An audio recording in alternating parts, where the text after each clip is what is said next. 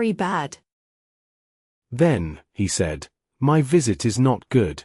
You need rest, and I should go. No, no, said Milady. Stay, Monsieur d'Artagnan. Your company will help me. Oh, thought D'Artagnan, she has never been so kind. I must be careful. Milady tried to be pleasant and spoke with great energy. For a moment she seemed better. Her eyes shone, her cheeks had color, and her lips looked bright. D'Artagnan felt again the power she had over him before. The feeling he thought was gone woke up again in his heart. Milady smiled. D'Artagnan felt he could lose everything for that smile. For a short moment, he felt regret. Little by little, Milady spoke more freely. At last, she asked D'Artagnan if he had a lady he loved. Alas, said D'Artagnan in a soft and sad voice. Can you really ask me that? From the first moment I saw you, my thoughts have been only of you. Milady gave a strange smile. Then you love me, she asked. Do you need to say it? Have you not shown it already? Maybe, he said. But the most valuable hearts are the hardest to win. Oh, I am not afraid of hard things, said D'Artagnan. Only things that cannot be done. Nothing cannot be done, Milady replied. Not when love is true. Nothing, madam. Nothing, she said. The devil! D'Artagnan thought. Her tone has changed. Is she starting to love me? Will she give me another duel, like the one she gave to De Wardes? He quickly moved his chair closer to hers. Well then, Milady said, show me what you would do to prove this love. I will do anything you ask, he said. Just command me. Anything? Anything, D'Artagnan said. He felt safe when he promised this. Then let us speak seriously, Milady said. She moved her chair closer to his. I am listening, he said. She stayed quiet for a moment, thinking. I have an enemy. You, madam, said D'Artagnan, acting surprised. Is that possible? You are so kind and beautiful. A deadly enemy. Truly. He hurt me deeply, she said. Between him and me, there can be no peace. Can I count on you to help me? D'Artagnan understood her plan at once. You can, he said firmly. My arm and my life are yours, as well as my love. Then, Milady said, since you are so kind and so loving. She stopped. Well? D'Artagnan asked. Well, she said after a short silence, do not speak of impossible things anymore. Do not make me too happy, D'Artagnan cried. He fell to his knees and kissed her hands. Avenge me on that vile De Wardes, Milady thought angrily. Then I will know how to get rid of you, foolish man. Come into my arms, D'Artagnan thought. You dangerous and false woman. After all this, I will laugh at you with the man you want me to fight. D'Artagnan raised his head.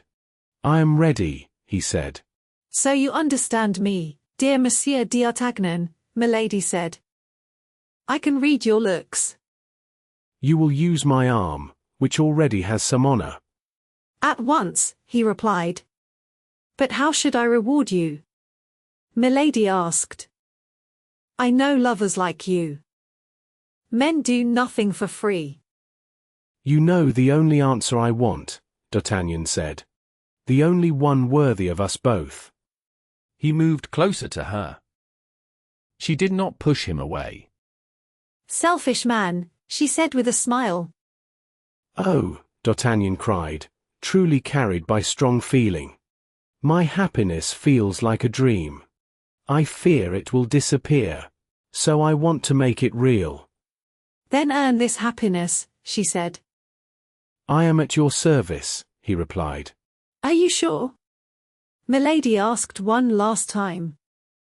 Only tell me the name of the man who caused you pain. Who told you I was crying? She asked. It seemed to me.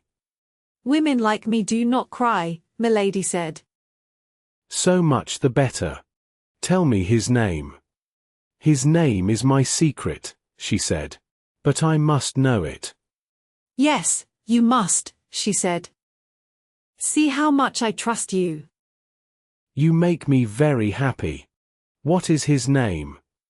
You know him. Really? Yes. It is not one of my friends, I hope, D'Artagnan said, pretending to doubt. If it were your friend, would you hesitate? Milady asked. Her eyes grew cold. Not even if it were my own brother. D'Artagnan cried. I love such loyalty, she said. Do you love nothing else in me? He asked softly. I love you too, she said, taking his hand. Her warm touch made D'Artagnan shake. You love me, he cried. If that were true, I would lose my mind. He took her into his arms. She did not pull away from his kisses, but she did not return them.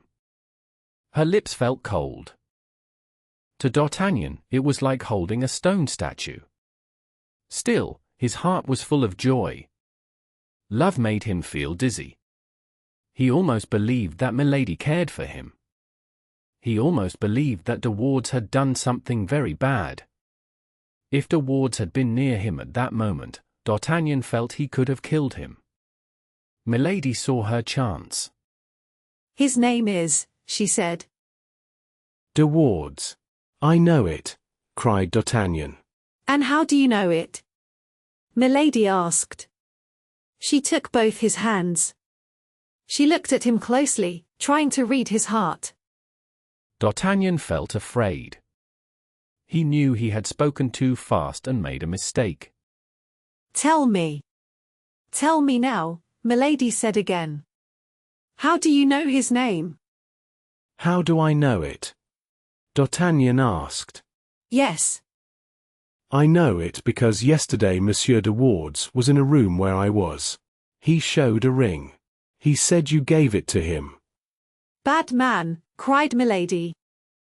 The word went deep into D'Artagnan's heart. Well, she said. Well, I will take revenge for you, D'Artagnan answered proudly. Thank you, my brave friend, Milady cried. And when will I be avenged? Tomorrow. At once. Whenever you wish. Milady was about to say, at once. But she stopped. She thought it would seem rude. Also, she needed time. She had many warnings to give him. She wanted him to avoid trouble with De Wardes in front of others. D'Artagnan answered all her thoughts with one strong sentence. Tomorrow, he said, you will be avenged, or I will be dead. No, she said. You will avenge me, but you will not die. He is a coward. Maybe with women, said D'Artagnan. But not with men. I know him a little. But it seems you were lucky in your past meeting with him, she said. Luck can change, he answered. It helps today and leaves tomorrow. So you are afraid now? She asked. No, never, he said. But is it fair to send me into danger without giving me more than hope? Milady looked at him in a way that said, Speak. You are right, she said softly. Oh, you are an angel, cried D'Artagnan. So we agree, she asked. Except for one thing I ask, my dear love. But I tell you that you can trust my feelings, she said. I cannot wait until tomorrow, he answered. Be quiet, she said. I hear my brother. He must not find you here. She rang the bell, and Kitty came in. Go out this way, Milady said. She opened a small private door. Come back at 11 o'clock. Then we will finish this talk. Kitty will lead you to my room. Poor Kitty almost fainted when she heard this. Well, Girl, said Milady, why do you stand there like a statue? Do what I say. Show the chevalier out. And this evening at 11, you heard me. It seems all meetings happen at 11, thought D'Artagnan. That must be the rule. Milady held out her hand. He kissed it gently. But as he left, and as he tried to escape Kitty's sad looks, he thought, I must not be foolish. This woman lies very well. I must be careful. Chapter 37. Milady's Secret. D'Artagnan left the house. He did not go to Kitty's room, though she tried to make him. He had two reasons. First, he wanted to avoid her tears, her questions, and her prayers. Second, he wanted to think alone and understand his own feelings. He also wanted to understand Milady. One thing was very clear. D'Artagnan loved Milady like a madman. Milady did not love him at all. At first, D'Artagnan thought the best plan was to go home. He wanted to write Milady a long letter. In it, he would tell her the truth. He and De Wardes were very similar. He could not fight De Wardes without risking his own life. But at the same time, D'Artagnan felt strong anger. He wanted revenge. He wanted to win over this woman in his own name. This idea gave him a strange pleasure. He could not give it up. He walked around the Place Royal 6 or 7 times. Every few steps, he stopped and looked up. He watched the light in Milady's room through the window blinds. This time, she did not go to bed quickly, as she had before. At last, the light went out. When the light disappeared, D'Artagnan's last out disappeared too. He remembered the first night. His heart beat fast, and his head felt hot. He went back into the hotel and hurried to Kitty's room. Kitty was very pale. Her body shook. She tried to stop him. But Milady was listening. She heard his steps. She opened the door and said, "Come in." Everything felt shocking and wrong. D'Artagnan could not believe his eyes or ears. It felt like a strange dream. Still, he moved quickly toward Milady. He felt pulled to her. The door closed. Kitty ran to the door. She felt jealous and angry. Her pride was hurt. She wanted to tell the truth. But she knew she would be ruined if she spoke. She also knew she would lose D'Artagnan forever. Because she loved him, she stayed silent. D'Artagnan felt he had reached his greatest wish. He was not a rival anymore. Milady seemed to love him. A small voice in his heart warned him. It said he was being used for revenge. It said danger waited for him. But pride and desire pushed this voice away. He compared himself to De Wardes. He asked himself why Milady could not love him for who he was. He forgot everything else. Milady no longer felt dangerous to him. She felt warm and full of love. She seemed to give herself to him. About 2 hours passed. When they both grew calmer, Milady was the first to think clearly. She asked if his plan for the meeting with De Wardes was ready for the next day. D'Artagnan had not thought about this at all. He answered lightly. He said it was too late to think about fights and swords. This answer scared Milady. This plan was all that mattered to her. She asked more questions. Her voice became firm. D'Artagnan tried to change the subject. He failed. Milady kept him focused. Her strong will controlled the talk. D'Artagnan thought he was clever. He told her to forgive De Wardes and give up her angry plan. Her voice was sharp and mocking in the dark. "Are you afraid, dear Monsieur d'Artagnan?" "You cannot think that," he replied. But what if this poor Comte de Wardes is less guilty than you believe?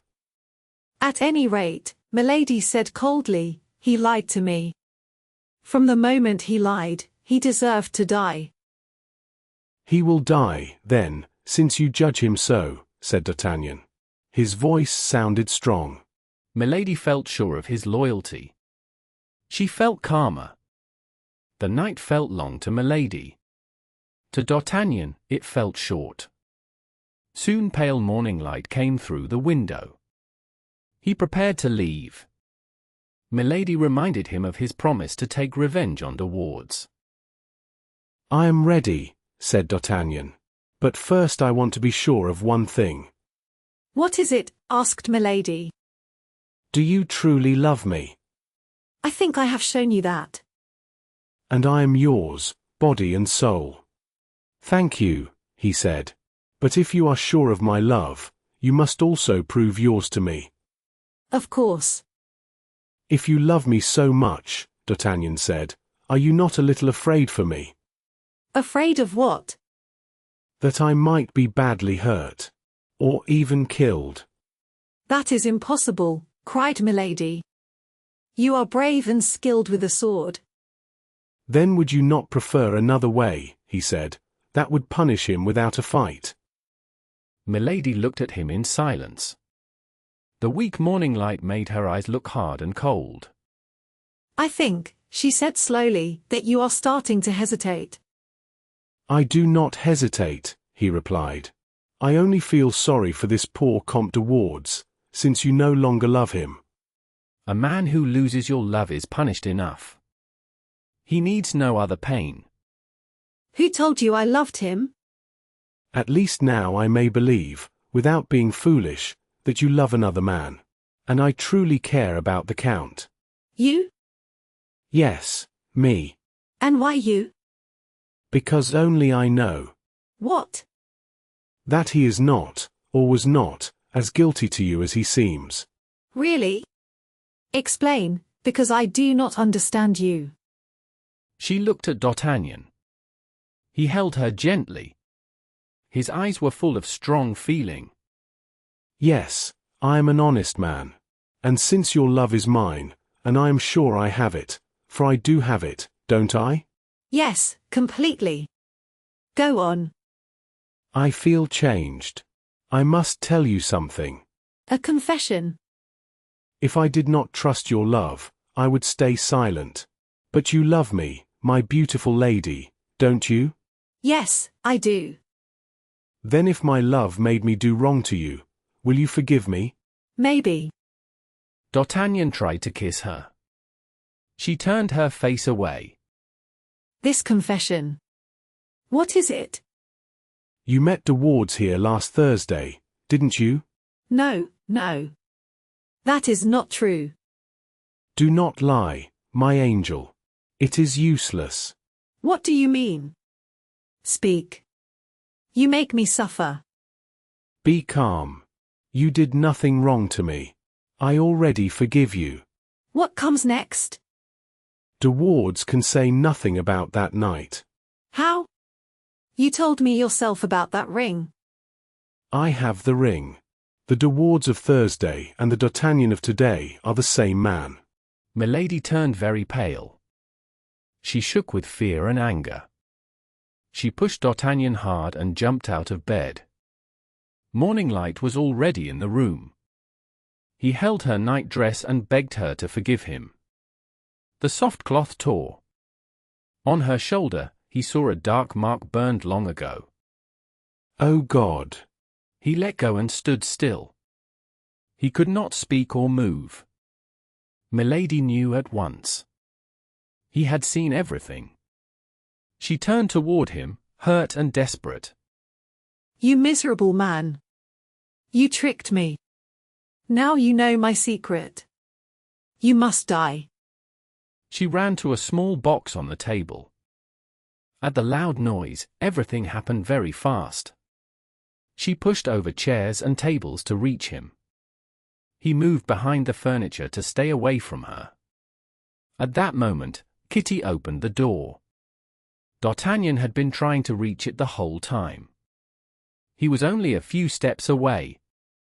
With one quick jump, he rushed into Kitty's room. He slammed the door shut and leaned his full weight against it. Kitty quickly locked it.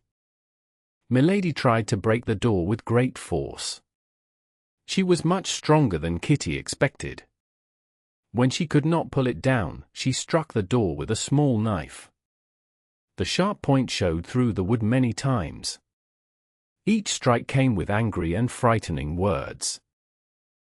Quick, Kitty, quick. Let me leave the house now. If she has time to turn around, she will have the servants catch and kill me. But you cannot go like this. You have no clothes. That is true. That is true. Dress me as fast as you can. Please hurry. This is a matter of life and death. Kitty understood this very well. In seconds, she wrapped him in a flowered robe, put a large hood on his head, and covered him with a cloak. She gave him slippers to wear on his bare feet. Then she led him quickly down the stairs. They were just in time.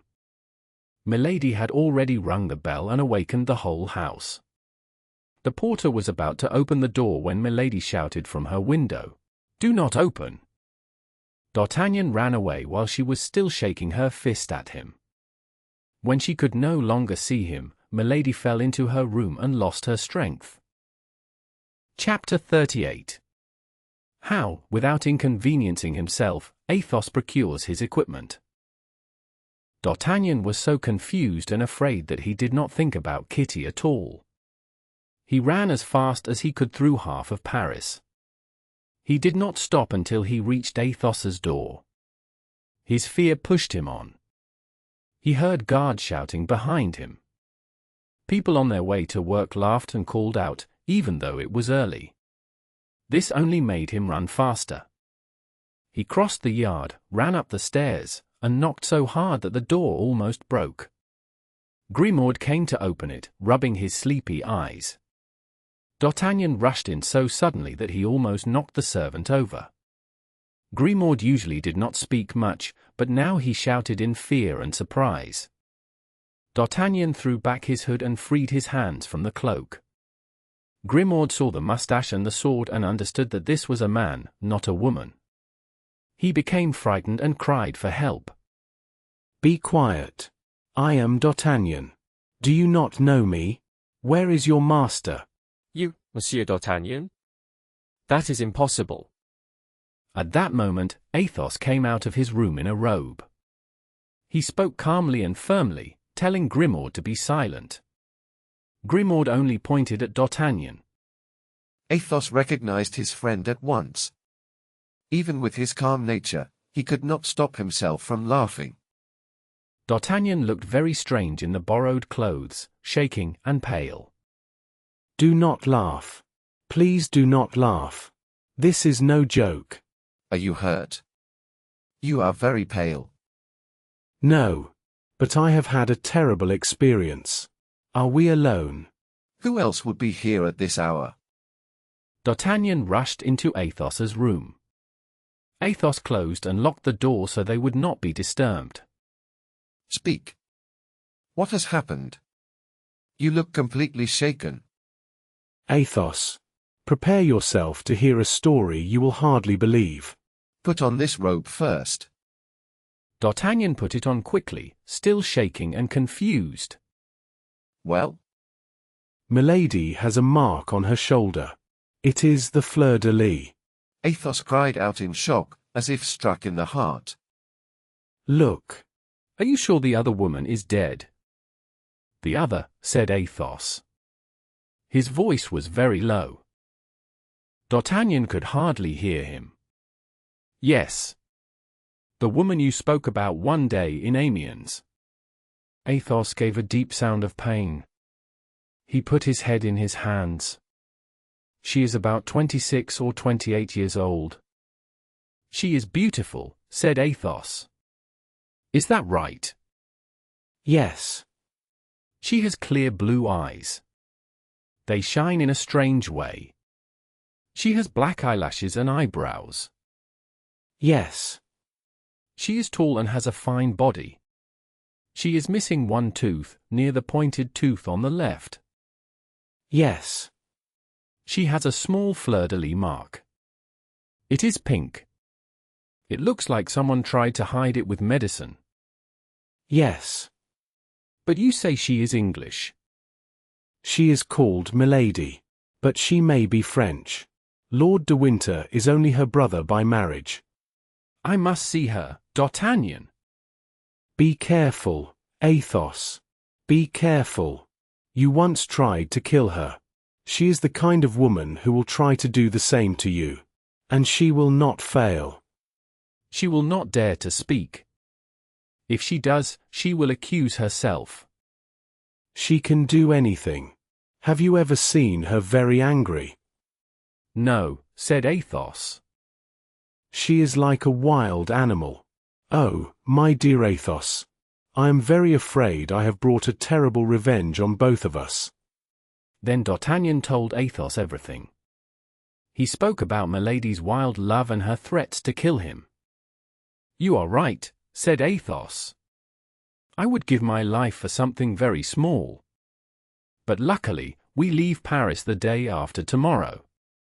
We will probably go to La Rochelle. Once we are gone. She will follow you anywhere, Athos, if she knows who you are.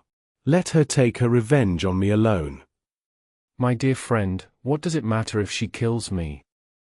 Do you think I care much about my life? There is something very dark in all this, Athos. I am sure this woman works as a spy for the cardinal. Then be careful.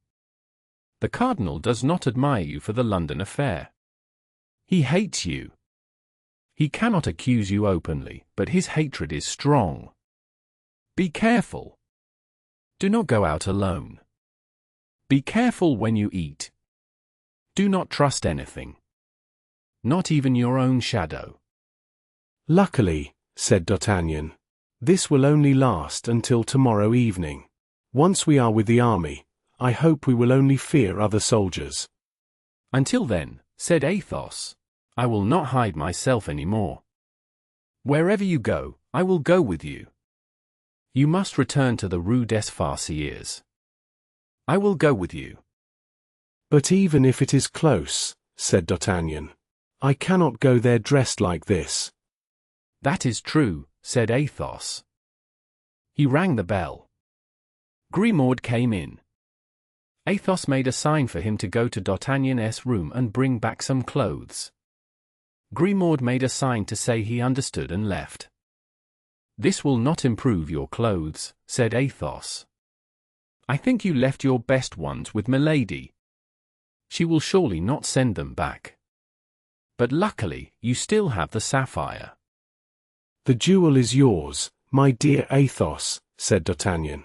Did you not tell me it is a family jewel? Yes. My grandfather paid 2,000 crowns for it. He gave it to his wife as a wedding gift. It is very beautiful. My mother gave it to me.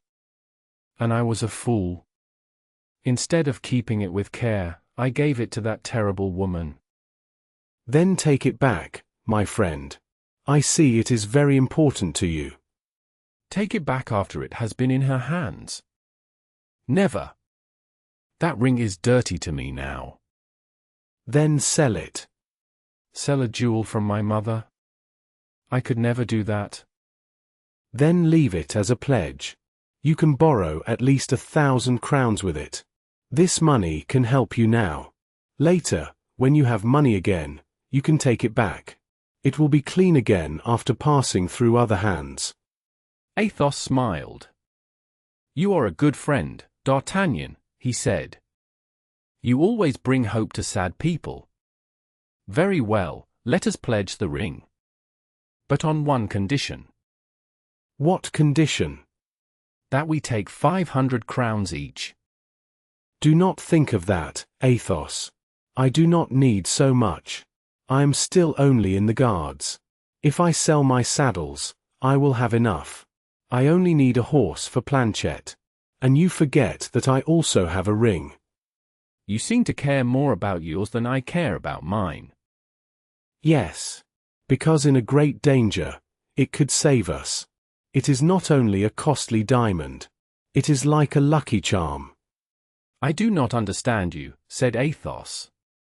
But I believe you. Let us speak again about the ring. It is now your ring. You will take half of the money that we can get from it. If you do not agree, I will throw it into the river Seine. I do not think a fish will bring it back to us. All right, I will take it. At that moment, Grimaud came back with Planchet. Planchet was worried about his master. He also wanted to know what had happened. So he brought the clothes himself. D'Artagnan put on his clothes. Athos did the same. When they were ready to leave, Athos made a sign like a man aiming a gun. Grimaud understood at once. He took his short gun and prepared to follow Athos. They reached the Rue des Farciers without trouble. Bonacieux was standing at the door. He looked at D'Artagnan with anger. Hurry up, my dear lodger. A very pretty girl is waiting for you upstairs. Women do not like to wait. That is Kitty, D'Artagnan thought. He ran inside. On the stairs near the room, he saw the poor girl. She was sitting close to the door and shaking with fear. You promised to protect me. You promised to save me from her anger. Remember, you are the reason for my trouble. Yes, yes, Kitty. Do not be afraid. But tell me what happened after I left. How can I say? Her cries brought the servants. She was very angry. She said many bad things about you. Then I thought she would remember that you passed through my room to reach hers. She would think I helped you. So I took my small amount of money and my best things, and I ran away.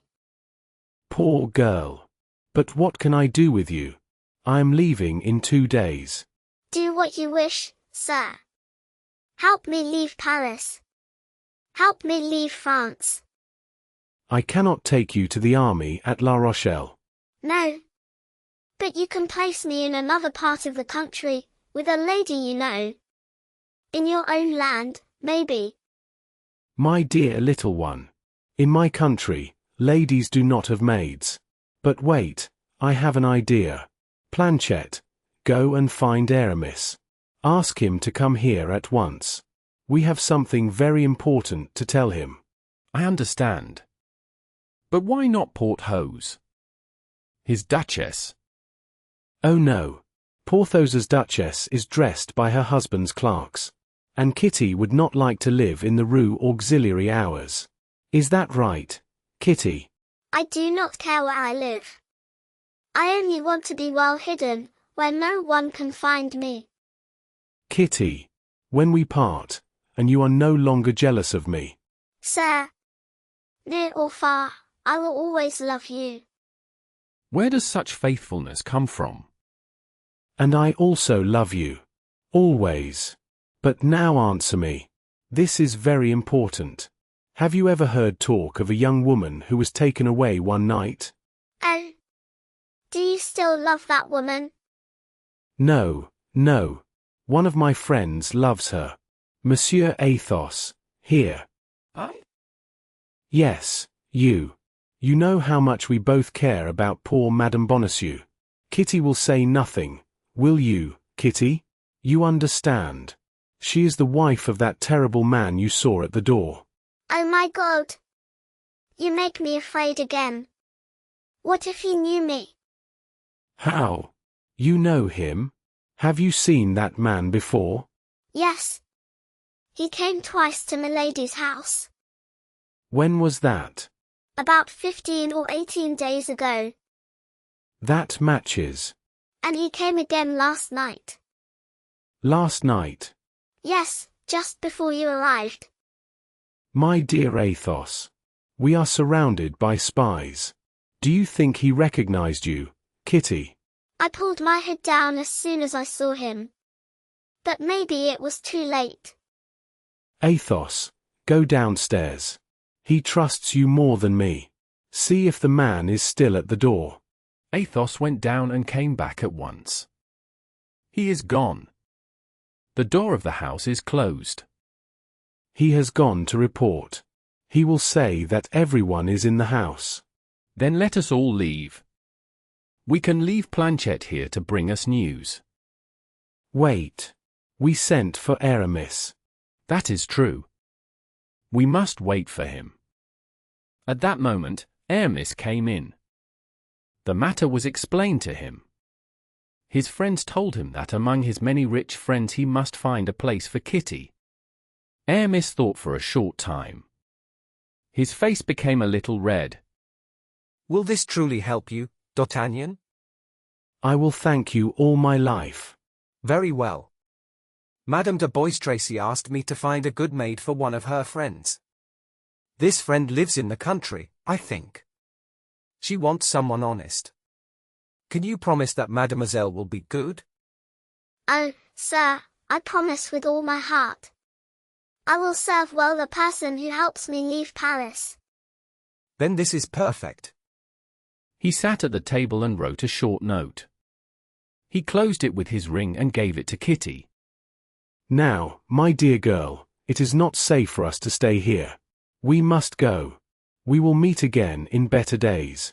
And wherever we meet, you will find that I love you as I love you today. Empty promises. D'Artagnan took Kitty downstairs. Soon after, the three young men went different ways. They agreed to meet again at 4 o'clock at Athos's house. Planchet stayed to watch the house. Aramis went home. Athos and D'Artagnan went to sell the sapphire ring. As D'Artagnan had guessed, they easily got 300 pistoles for it. The Jewish trader also said that if they sold the ring fully, he would give 500 pistoles. He wanted it to make fine earrings. Athos and D'Artagnan worked quickly. In less than 3 hours, they bought everything a musketeer needed. Athos was calm and noble in his ways. If he liked something, he paid the price at once. He did not ask for a lower price. D'Artagnan wanted to speak about this, but Athos touched his shoulder and smiled. D'Artagnan understood. It was fine for a small Gascon like him to bargain, but not for a man who looked like a prince.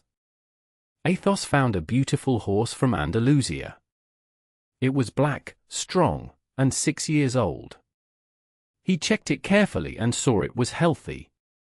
The seller asked 1,000 livres. It might have been cheaper, but while D'Artagnan talked about the price, Athos put the money on the table. Grimaud bought a short, strong horse for 300 livres. After buying the saddle and weapons for Grimaud, Athos had no money left from his share. D'Artagnan offered him some of his own money. Athos only lifted his shoulders. How much would the trader give for the sapphire if we sold it? 500 pistoles. That means 200 more. 100 for you and 100 for me. That would be a great help. Let us go back to the trader. What? You want to sell it? This ring only brings sad memories. We will never have enough money to buy it back. We would lose money if we keep it. Go and tell him the ring is his. Bring back the 200 pistoles. Think again, Athos. We need ready money now. We must learn to give things up. Go, D'Artagnan. Grimaud will go with you. Half an hour later, D'Artagnan returned with 2,000 livres. Nothing bad had happened. In this way, Athos found money when he did not expect it. Chapter 39. A Vision. At 4 o'clock, the four friends met at Athos's house. Their worry about clothes and weapons was gone. But each face still showed secret fear. Behind their happiness, they felt worried about the future. Suddenly, Planchet came in. He brought 2 letters for D'Artagnan. One was small and neat. It had a pretty green seal with a dove and a branch. The other was large and square. It showed the strong and feared symbol of the cardinal. When D'Artagnan saw the small letter, his heart jumped. He thought he knew the handwriting. He had seen it only once, but he remembered it well. He quickly took the small letter and opened it with great hope. The letter said this: "On Thursday evening, from 6 to 7 o'clock, go to the road to Chaillot. Watch the carriages that pass. Look very carefully. But if you care about your life, and the lives of people who love you, do not speak. Do not move. Do nothing that shows you know the woman. She risks everything just to see you for one moment." There was no name on the letter. That is a trap. Do not go, D'Artagnan. But I think I know the handwriting. It could be false.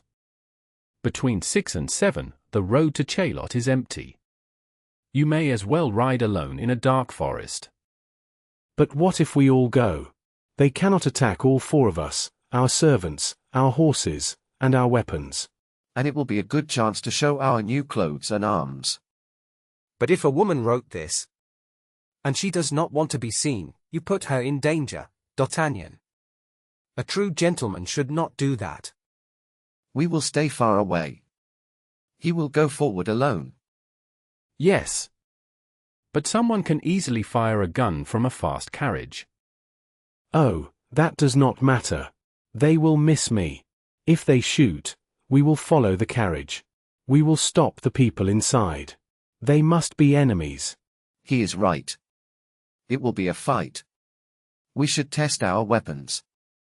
Why not enjoy it? As you wish. Friends. It is 4:30. We must leave soon to reach the road by 6.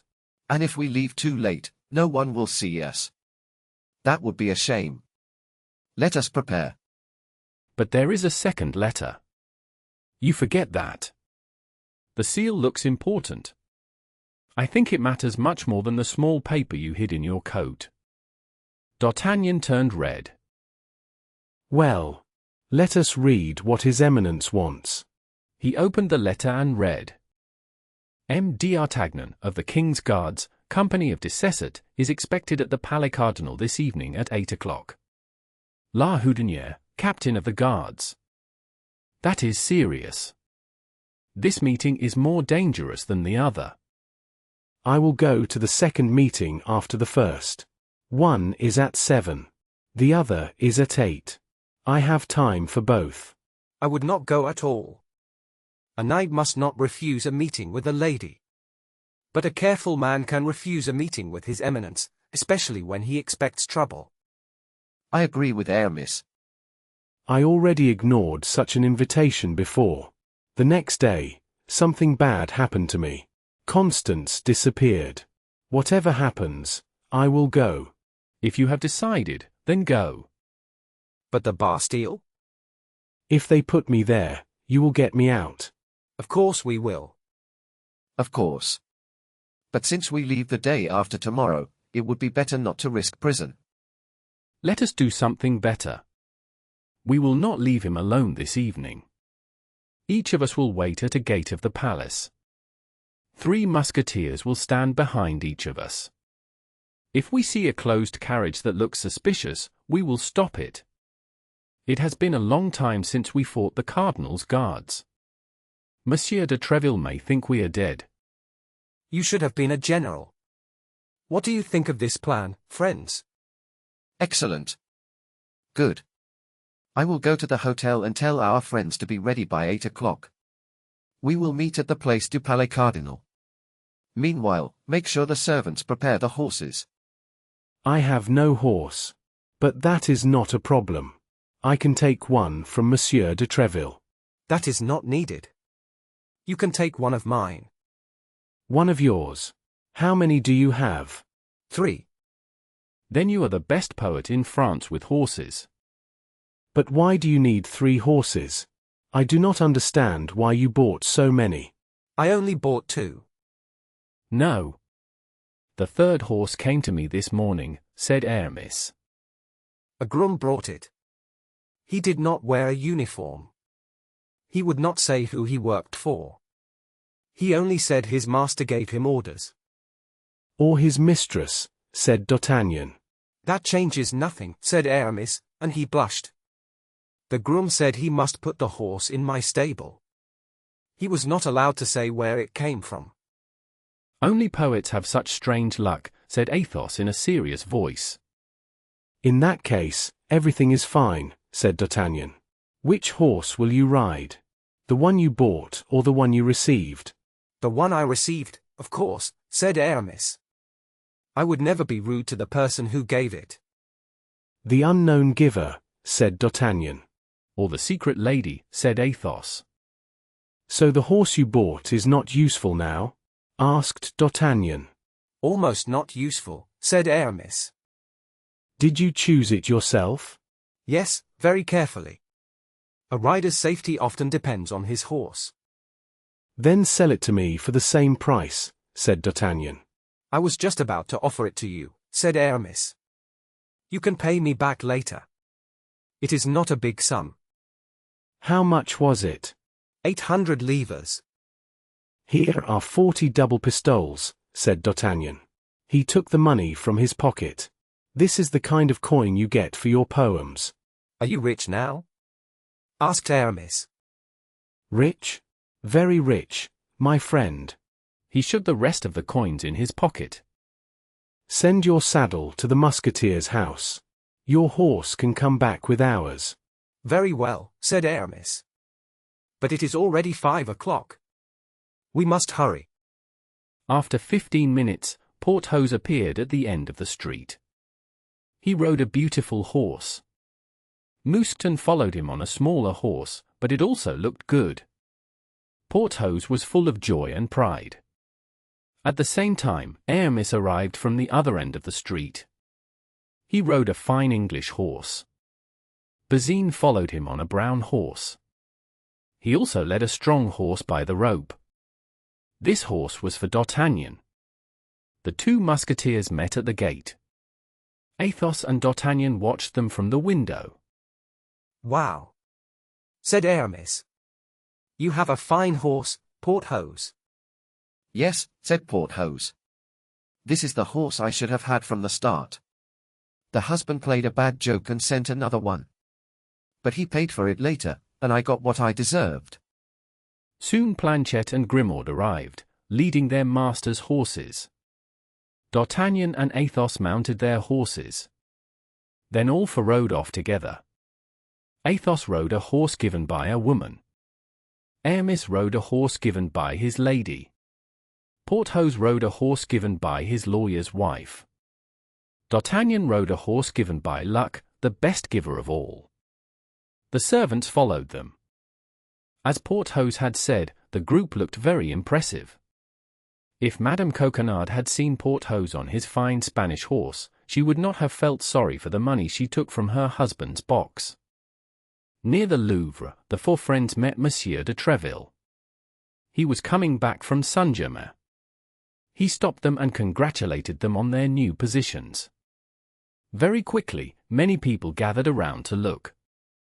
D'Artagnan used this moment to speak to Monsieur de Treville about the letter with the large red seal and the cardinal's mark. He did not mention the other letter. Monsieur de Treville agreed with his choice. He said that if D'Artagnan did not appear the next day, he would come and find him himself. At that moment, the clock of La Samaritaine struck 6. The four friends said they had another meeting and said goodbye to Monsieur de Treville. A short fast ride took them to the road of Chaillot. The day was growing dark. Many carriages passed by. D'Artagnan rode a little apart from his friends. He looked carefully into each carriage, but saw no face he knew. After 15 minutes, just as the light was fading, a carriage came quickly from the road of Sèvres. At once, D'Artagnan felt sure this was the carriage he was waiting for. He was surprised by how fast his heart was beating. A woman's head appeared at the window. She put 2 fingers to her lips, to ask for silence or to send a kiss. D'Artagnan gave a small cry of joy. The woman, or rather the quick vision, was Madame Bonacieux. By a sudden move, and even though he was told not to act, D'Artagnan pushed his horse to run fast.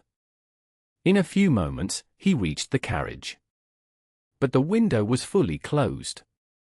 The face was gone. Then D'Artagnan remembered the warning. If you care about your life, or the lives of those who love you, stay still and act as if you saw nothing. So he stopped. He was shaking, not because of fear for himself, but because of fear for the poor woman. She had clearly put herself in danger by meeting him. The carriage continued at high speed. It rushed into Paris and vanished. D'Artagnan stayed where he was. He felt shocked and confused. If it was Madame Bonacieux, and if she was going back to Paris, why did she meet him like this? Why only a short look? Why only a quick kiss? But if it was not her, which was also possible because the light was weak, then maybe this was a trick. Maybe someone wanted to harm him by using a woman, since his love was well known. His 3 friends came to him. All of them had clearly seen a woman's head at the window. Only Athos knew Madame Bonacieux by sight. Athos believed it was really her. But while D'Artagnan was focused on her face, Athos thought he saw another head inside the carriage, the head of a man. If that is true, said D'Artagnan, then they are moving her from one place of detention to another. But what do they want to do with the poor woman? And how will I ever see her again? My friend, said Athos in a serious voice, remember this, only the dead never meet again in this world. You know that as well as I do. If your beloved is not dead, and if it was truly her we saw, you will meet her again one day. And perhaps, he added in his dark way, perhaps sooner than you wish. The clock struck 7:30. The carriage had arrived 20 minutes late. D'Artagnan's friends reminded him that he still had a visit to make. They also told him he could still turn back. But D'Artagnan was quick in action and full of curiosity. He decided to go to the Palais Cardinal. He wanted to hear what the cardinal had to say. Nothing could change his mind. They reached the Rue Saint-Honoré. In the Place du Palais Cardinal, they saw the 12 Musketeers who had been invited. The men were walking around and waiting for the others. There, the plan was explained to them. D'Artagnan was well known among the king's musketeers. Everyone believed he would soon join them. They already saw him as one of their own. Because of this, all of them agreed gladly to the plan. Also, there was a chance they might cause trouble for the cardinal or his men. For such adventures, these brave gentlemen were always ready. Athos divided them into 3 groups. He led one group himself. He gave the second to Aramis and the third to Porthos. Each group went to watch near a different entrance. D'Artagnan walked straight through the main gate. Even though he knew his friends were close, he felt uneasy as he climbed the wide stairs, step by step. What he had done with Milady felt close to betrayal. He also feared her political ties with the cardinal. De Wardes, whom D'Artagnan had badly treated, was a servant of the cardinal. D'Artagnan knew the cardinal was harsh to enemies but very loyal to friends. If De Wardes has told the cardinal everything, which is very likely, and if he has recognized me, which is also likely, then I am almost a condemned man, D'Artagnan thought, shaking his head. But why did he wait until now? He continued. That is easy to explain. Milady has spoken against me with false sadness, which makes her seem innocent. And this last event has finally pushed things too far. Still, he added, my good friends are down below. They will not let me be taken without a fight. But even Monsieur de Treville's musketeers cannot fight the cardinal, who controls the power of France. The queen has no strength against him, and the king has no will. He sighed and said to himself, D'Artagnan, you are brave and careful. You have many good qualities. But women will be your downfall. With this sad thought, he entered the antechamber. He gave his letter to the officer on duty. The man led him into the waiting room and then went deeper into the palace. In this waiting room, there were 5 or 6 guards of the cardinal. They knew D'Artagnan. They also knew that he had hurt Jussac. They looked at him and smiled in a strange way. To D'Artagnan, this smile felt dangerous. But D'Artagnan was not easily scared. He was proud, like many men from his land. He did not show fear on his face. He stood straight in front of the guards. He put one hand on his hip and waited calmly. The usher came back and made a sign for D'Artagnan to follow him. When D'Artagnan left, he thought the guards laughed softly together. He walked through a long hallway. He crossed a large room. Then he entered a library. Inside, a man sat at a desk and was writing. D'Artagnan. The usher said D'Artagnan's name and left without a word. D'Artagnan stayed standing and looked at the man. At first, he thought the man was a judge reading papers. But then he saw the man was correcting lines of writing. The lines were not the same length.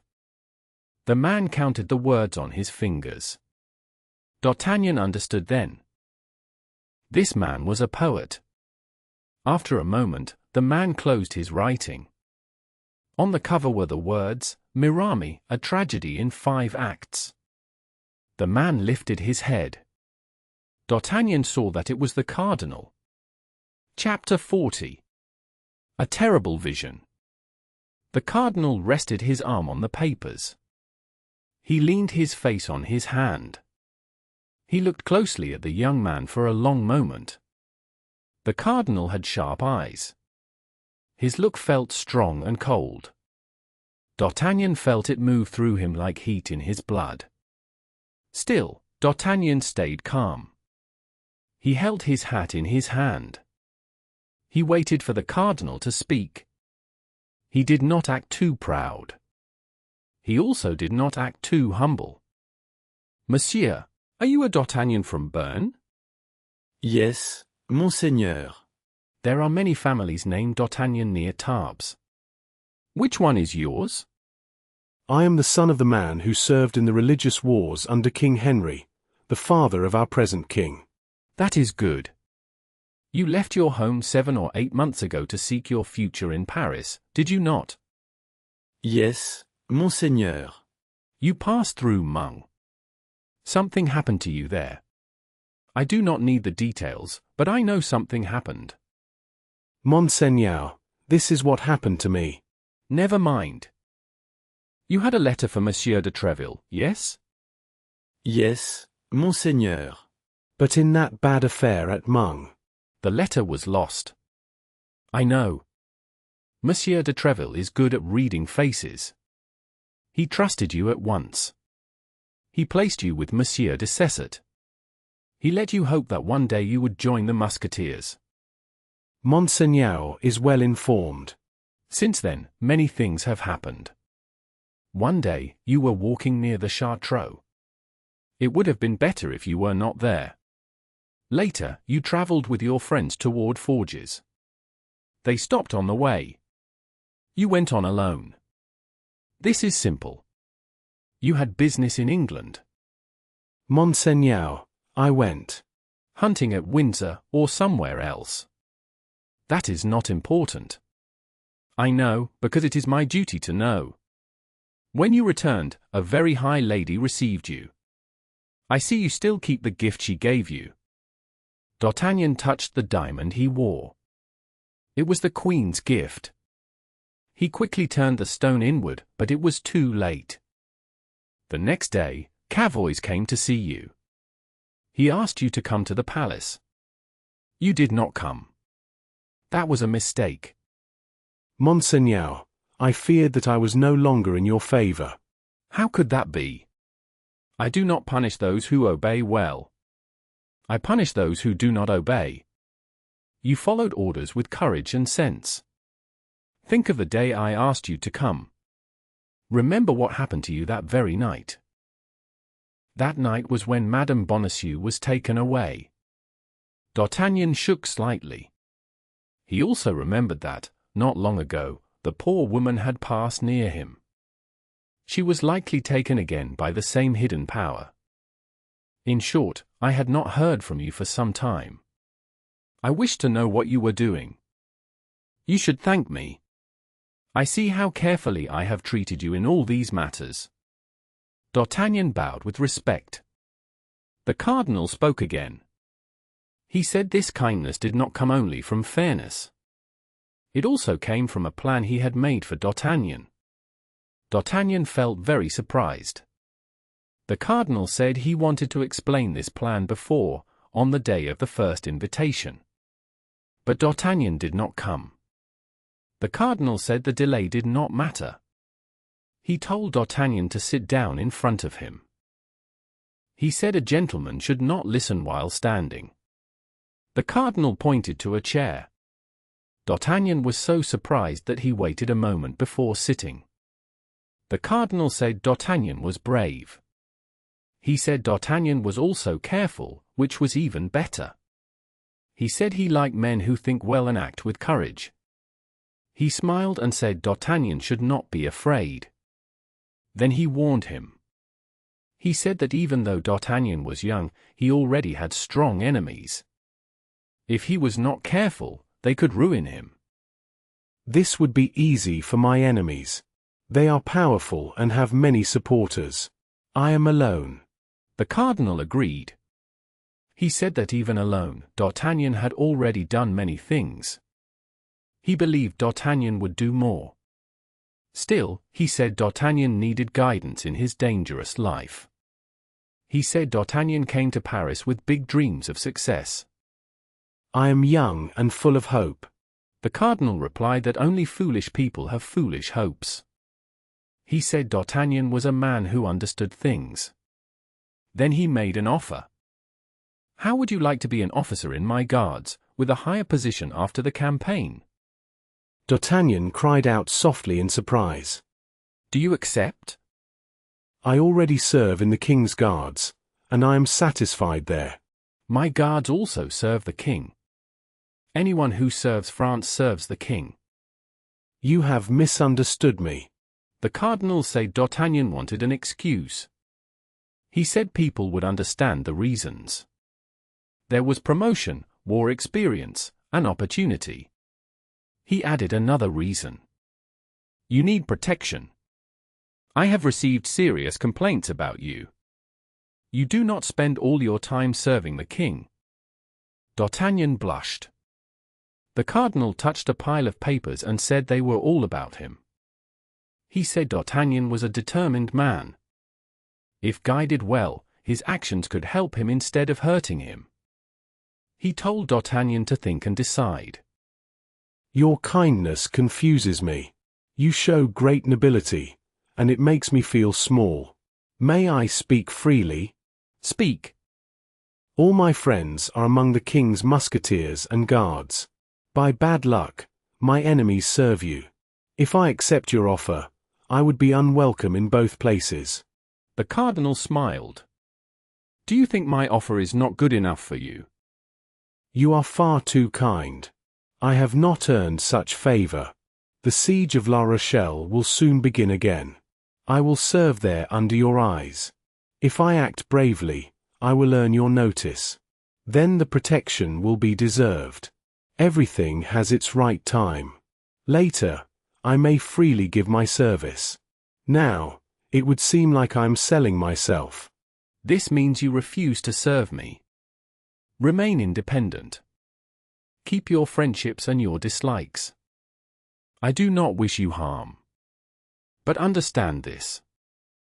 It is hard enough to protect and reward friends. Enemies receive nothing. Be careful. Without my protection, your life will be in great danger. I will try to take care of myself.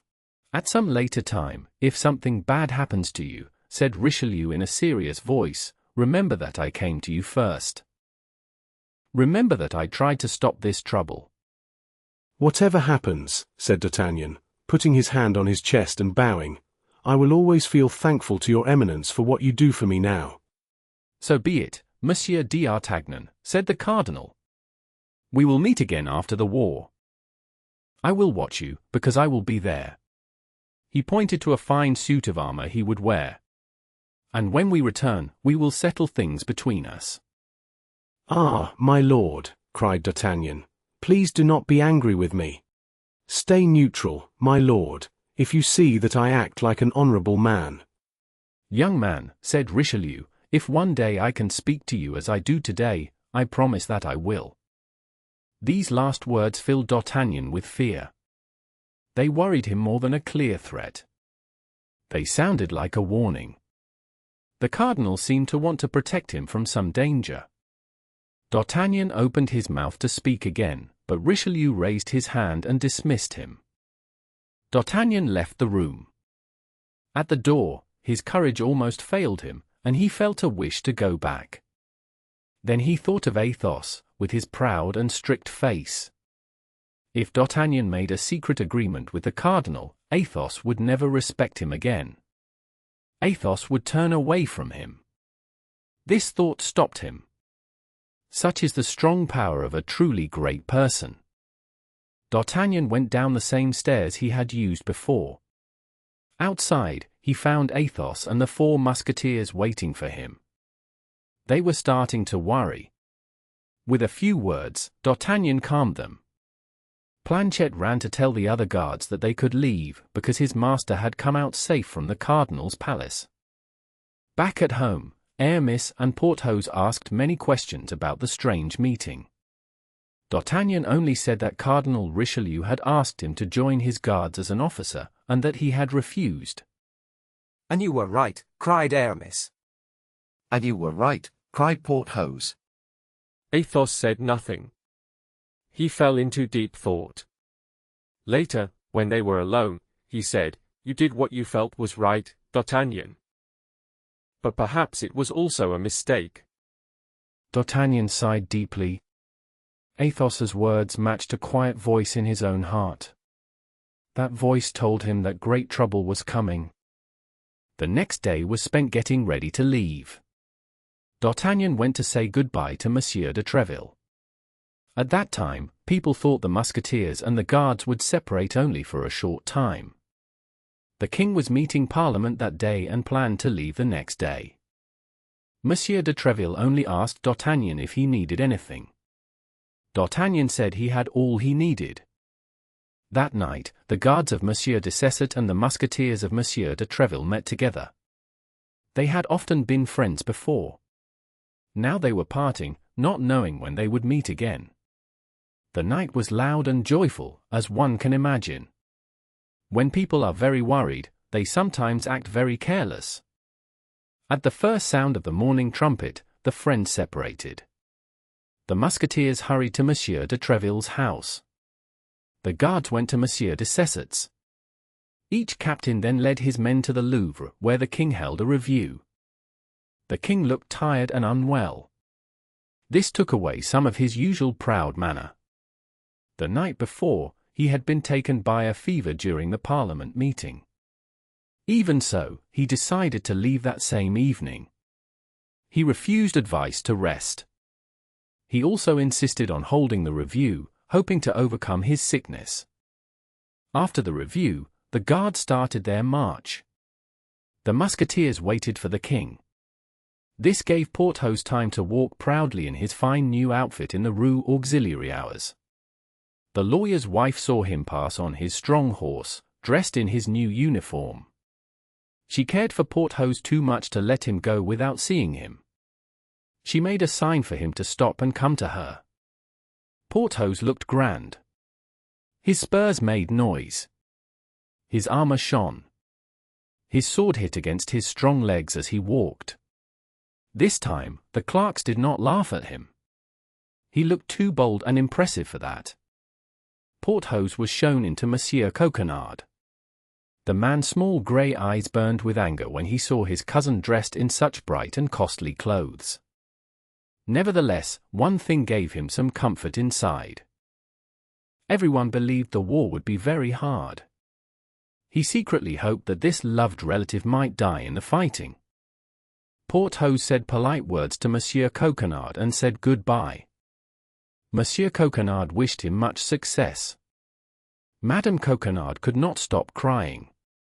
No one thought badly of her sadness, because she was known to love her family very much. She often had strong arguments with her husband about them. The true goodbyes happened in Madame Coquenard's room. They were very sad. As long as she could see Porthos, she waved her handkerchief. She leaned far out of the window, so much that people thought she might fall. Porthos accepted all this as if he was used to such scenes. When he reached the corner of the street, he lifted his hat and waved back in a calm and polite way. At the same time, Aramis wrote a long letter. No one knew who would read it. Kitty was waiting in the next room. She was leaving for Tours that evening. Athos drank the last bottle of his Spanish wine. Meanwhile, D'Artagnan marched with his company. When he reached the Faubourg Saint-Antoine, he turned and looked happily at the Bastille. He only looked at the building. He did not see Milady. She was riding a light brown horse. She pointed at him for two rough-looking men. The men came closer to look at him. They asked with their eyes if it was the right person. Milady answered with a sign that it was. Then she felt sure her order would be done. She rode away and disappeared. The two men followed the soldiers. When they left the Faubourg Saint-Antoine, they mounted two ready horses.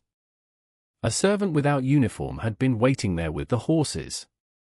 Chapter 41. The Siege of La Rochelle. The Siege of La Rochelle was a very important event during the rule of King Louis XIII. It was also a major action planned by the cardinal. For this reason, it is important to say a few words about it. Many parts of this siege are closely linked to our story, so we cannot ignore it. The cardinal had large political plans when he began this siege. First, we will explain these plans. After that, we will speak about his private reasons, which were also very important to him. Of all the cities that King Henry IV had given to the Protestants as safe places, only La Rochelle remained. So it became necessary to take this last strong city. It was seen as dangerous because it could lead to rebellion inside France and help enemies from outside. People from many countries came to help the Protestants. There were Spaniards, Englishmen, Italians, and unhappy men from other lands. There were also soldiers who fought for money. They came together quickly and formed a large group. This group had links all over Europe. La Rochelle became very important after the other Protestant cities fell.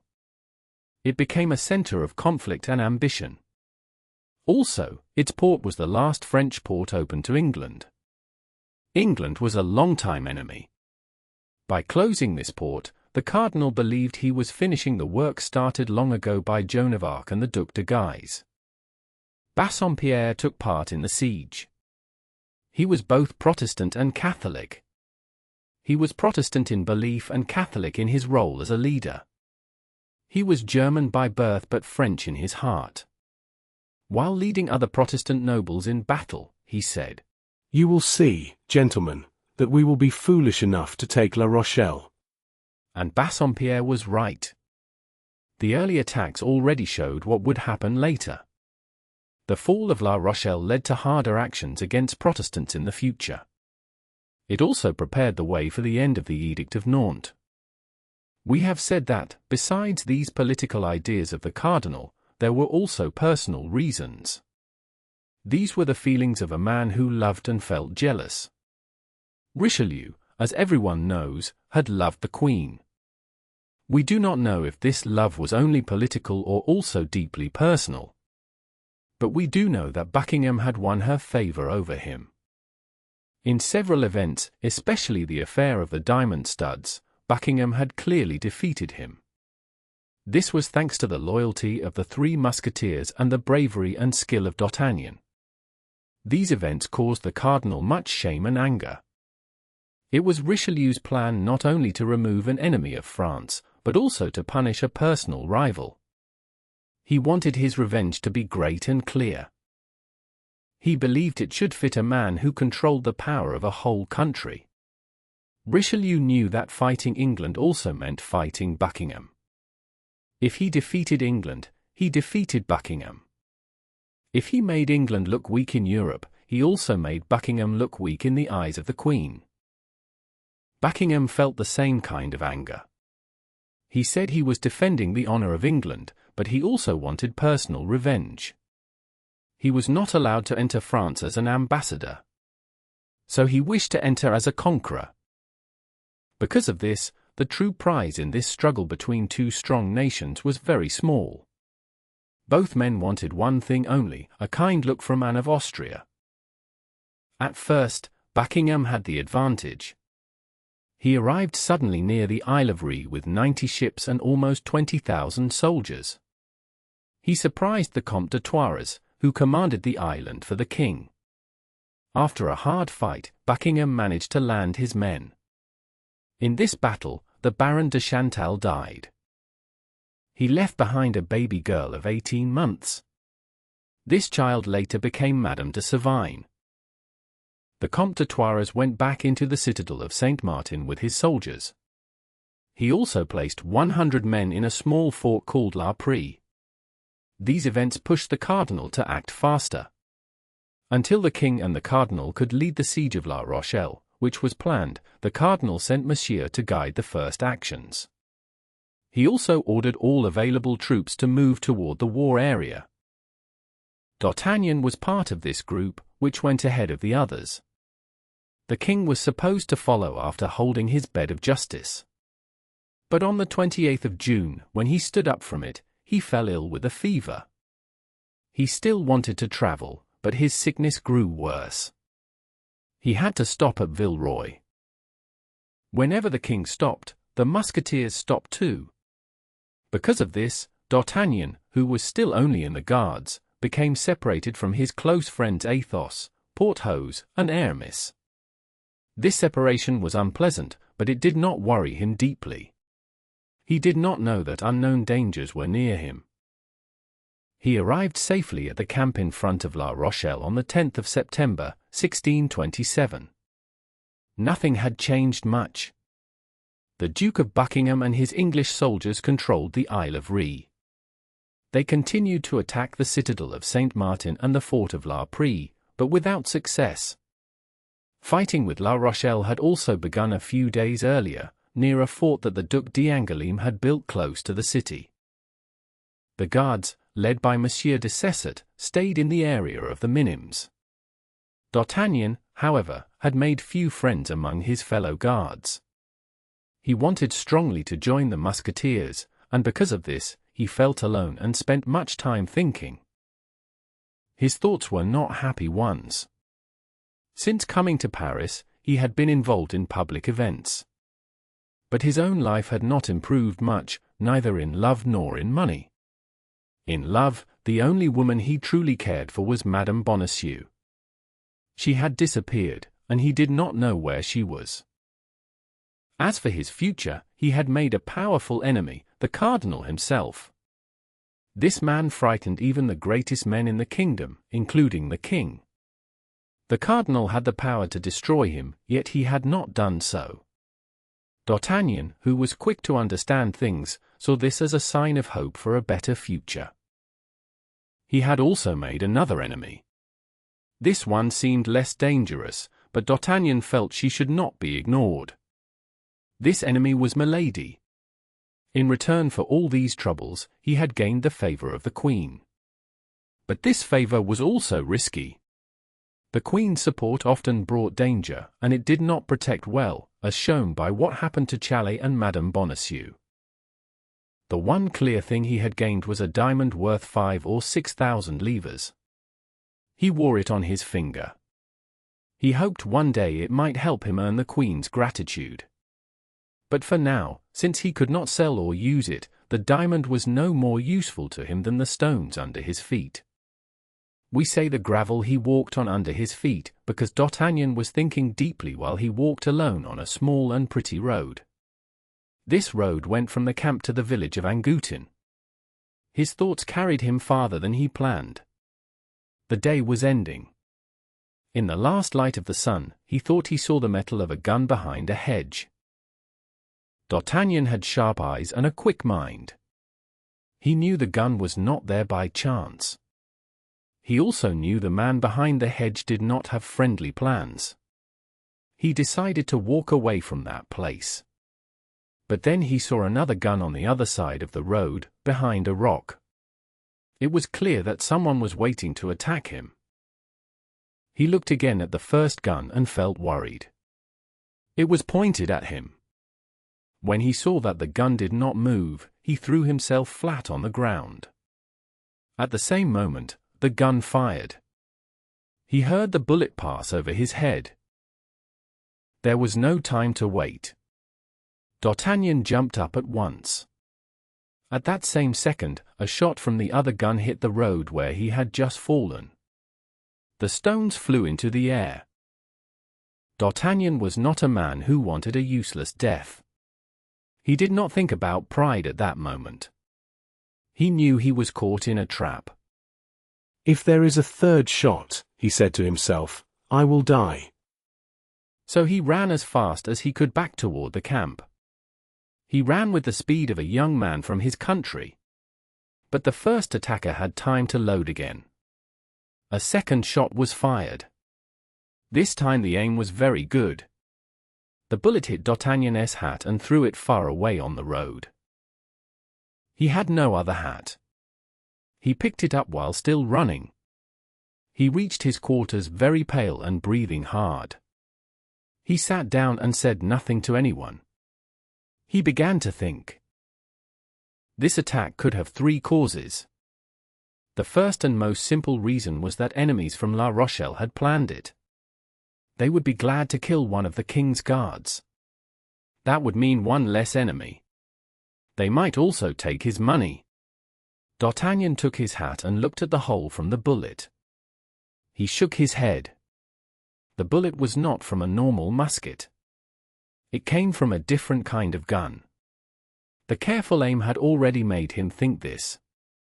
So this could not be a common military attack. Then he thought about the cardinal. Perhaps it was a warning from him. It is true that when D'Artagnan saw the gun in the sunlight, he had just been thinking how strangely kind the cardinal had been to him. But again he shook his head. When the cardinal wanted to harm someone, he usually chose an easier way. The third reason was Milady. This seemed the most likely. He tried to remember the faces or clothes of the attackers. But he had escaped too quickly. He had not seen anything clearly. Ah, my poor friends, he said softly. Where are you now? Why did you leave me alone? D'Artagnan slept very badly that night. 3 or 4 times he woke suddenly. He thought someone was coming to hurt him. Still, the night passed without any real danger. But D'Artagnan felt sure the plan was not finished, only delayed. He stayed in his quarters all the next day. He told himself it was because of bad weather. At 9 o'clock the next morning, the drums called the soldiers to prepare. The Duc d'Orléans came to inspect the positions. The guard stood ready.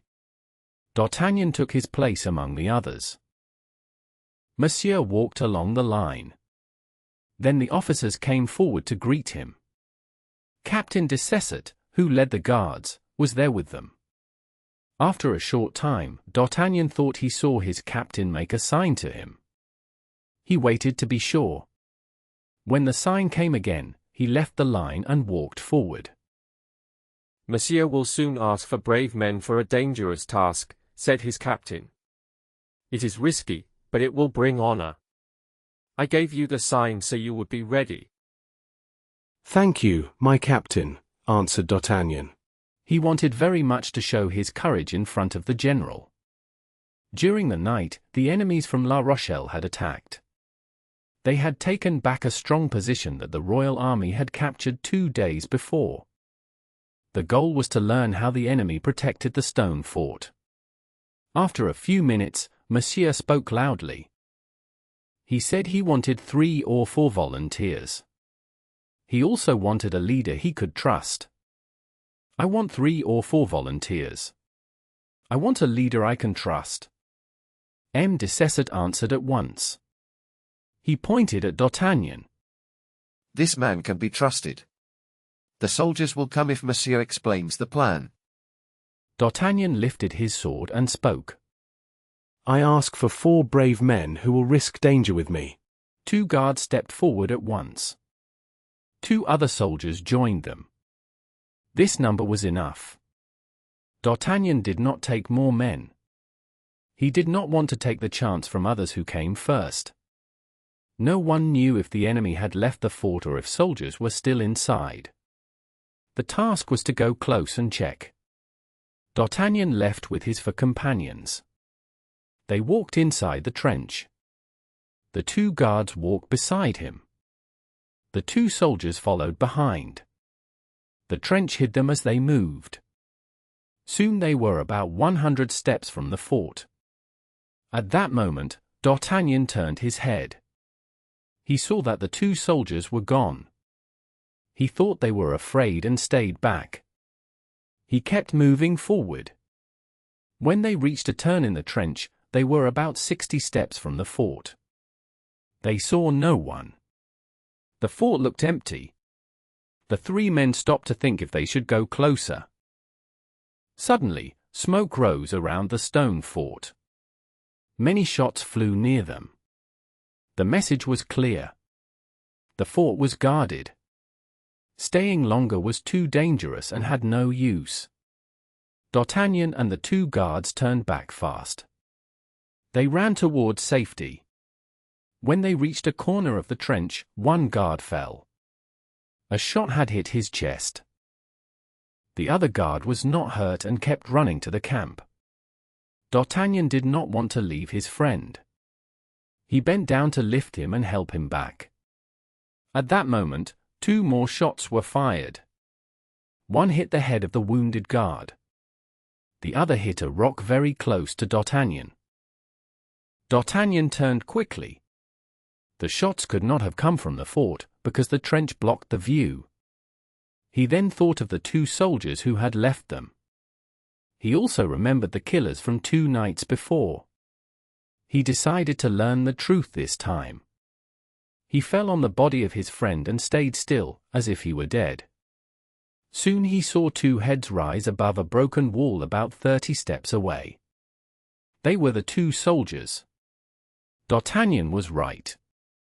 They had followed him to kill him. They hoped his death would look like the enemy's work. They came closer to make sure he was dead. They did not reload. Who hired you to kill me? A woman I do not know. Her name is Milady. But if you do not know her, how do you know her name? My partner knows her. He used that name. He spoke with her, not me. He has a letter from her in his pocket. He said she thinks you are very important. How did you join this bad plan? He asked me to help him. I said yes. How much money did she give you? 100 louis. Well then, the young man said, laughing softly. She thinks I am worth something. 100 louis is a lot for 2 poor men like you. I understand why you said yes. I forgive you, but only on one condition. What is it? The soldier asked. He felt afraid. You must go and bring me the letter that your partner has. But that means I will die, the man cried. How can I go there while people are shooting? You must choose, said the young man. Go and get the letter, or I will end your life myself. Please, sir, have mercy, cried the man. He fell to his knees. He was weak from losing blood. Think of the young woman you love. You think she is dead, but she is not. How do you know about the woman I love? Asked D'Artagnan. From the letter my partner carries. Then you see, said D'Artagnan. I must have that letter. Do not wait. Do not refuse. I do not want to hurt you again, but I will do it if I must. He made a strong movement with his sword. The wounded man jumped up in fear. Stop. I will go, he cried. I will go. D'Artagnan took the man's gun. There was no doubt that he must give this news to the cardinal. But in all these thoughts, he also felt real happiness. He now understood that the queen had found the place where poor Madame Bonacieux was kept. The queen had set her free. Because of this, the letter from the young woman now made sense. Her sudden meeting with him on the road to Chaillot also became clear. Just as Athos had said, it was now possible to find Madame Bonacieux again. A convent could be entered. This hope brought kindness back into his heart. He turned to the wounded man. The man had watched his face with great fear. Come. I will not leave you like this. Lean on me. We will go back to the camp. Yes. But will you not have me hanged? You have my promise. For the second time, I give you your life. The wounded man fell to his knees. He tried to kiss the feet of the man who had saved him. But D'Artagnan stopped him. He no longer wanted to stay near the enemy. The guardsman who had run back at the first gunshot now returned. He told them that the 4 other men were dead. When the regiment saw D'Artagnan return safe, they were very surprised and very happy. D'Artagnan explained his companion's sword wound with a story he made up. He told them about the death of the other soldier and the dangers they faced. This story brought him great praise. The whole army talked about this mission for a day. Monsieur congratulated him. Like many brave acts, this one brought a reward. D'Artagnan felt calm again. He believed he was now safe. One enemy was dead. The other now served his interests. This calm showed one thing. D'Artagnan did not yet know Milady. Chapter 42. The Anjou Wine. After very bad news about the king's health, people in the camp began to say he was getting better. The king wanted very much to come to the siege himself. It was said that as soon as he could ride a horse, he would come. At the same time, Monsieur knew that he could lose his command at any moment. The Duc d'Angoulême, Bassompierre, or Schomberg all wanted his place. Because of this, he did very little. He wasted his days and could not decide anything. He did not dare to try any big action to push the English from the Isle of Ré.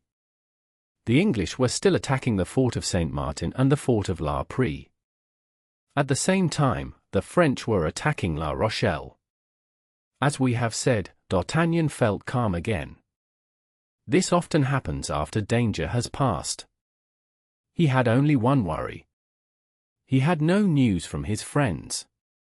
But one morning, at the beginning of November, everything became clear. He received this letter from Villeroy. Monsieur D'Artagnan, Monsieur Athos, Monsieur Porthos, and Monsieur Aramis came to my house for a meal and had a very good time. They made so much noise that the castle officer, a very strict man, ordered them to stay locked up for a few days. But I follow their wishes by sending you 12 bottles of my Anjou wine, which they like very much. They want you to drink to their health with their favorite wine. I have done so myself, and I remain, monsieur, with great respect, your very humble and obedient servant, Godot, supplier of the Musketeers. That is good news. They think of me when they are happy, just as I thought of them when I was in trouble. I will drink to their health with all my heart, but I will not drink alone. He went to some guardsmen with whom he was friendly. He invited them to share the fine Anjou wine sent from Villeroy. One of the guardsmen was busy that evening, and another was busy the next. So they chose the day after.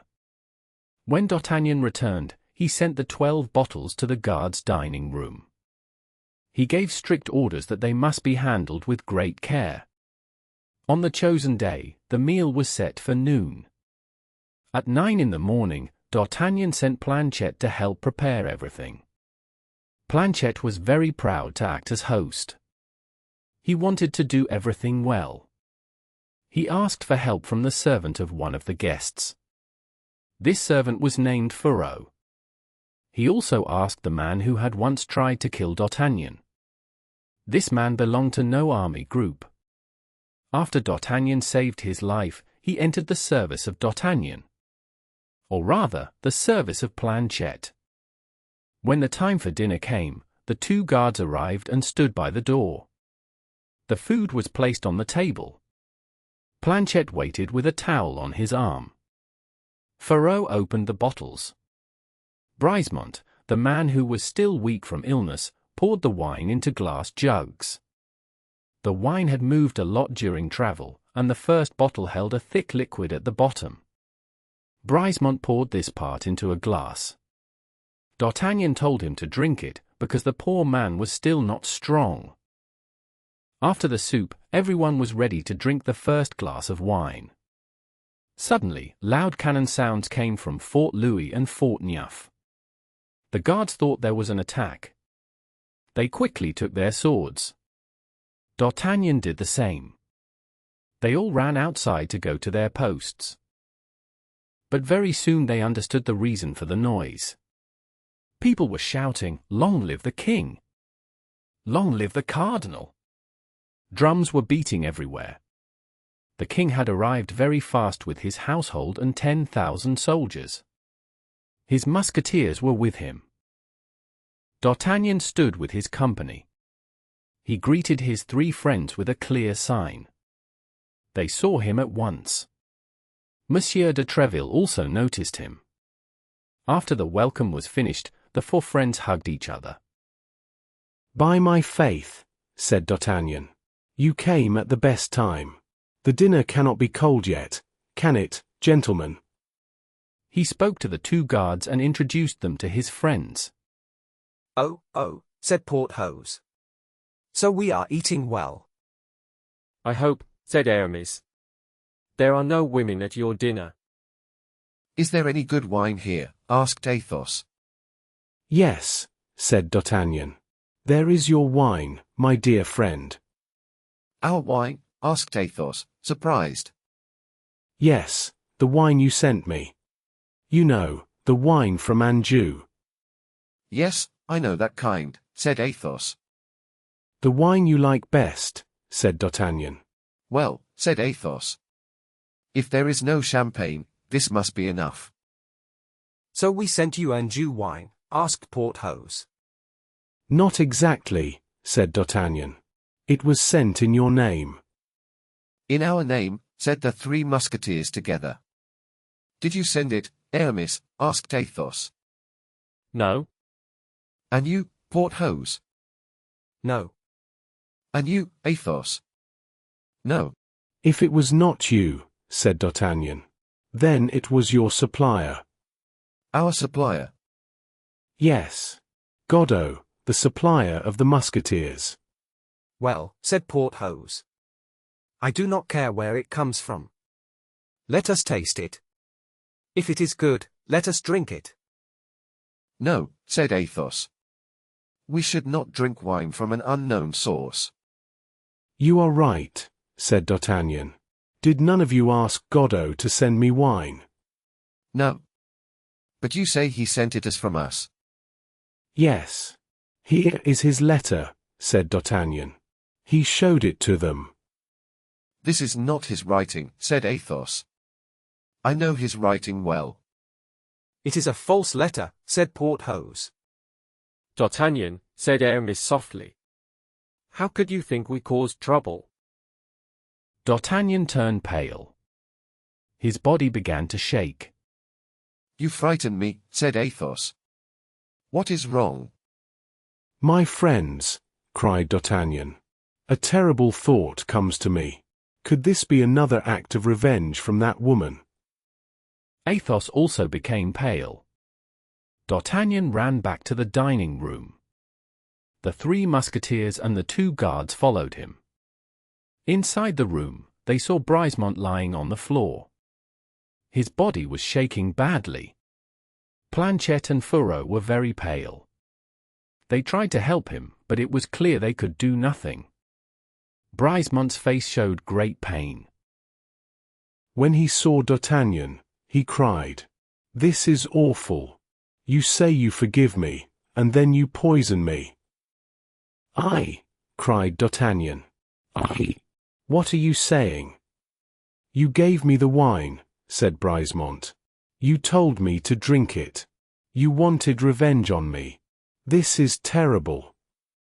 "Do not think that," said D'Artagnan. "I swear to you. I promise you." "God sees everything," said Brisemont. "God will judge you." "My God, please let him suffer one day as I suffer now." "By the Holy Book. I swear the wine was poisoned. I was going to drink it too, just like you." I do not believe you.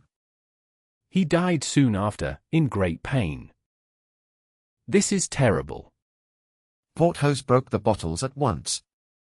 Aramis gave orders to call a priest, but it was too late. "Oh, my friends, you have saved my life again. You saved not only me, but these gentlemen too. Gentlemen, please say nothing about this event. Powerful people may be behind it. If people talk, the danger will return to us." "Ah, sir, I almost died myself." "What?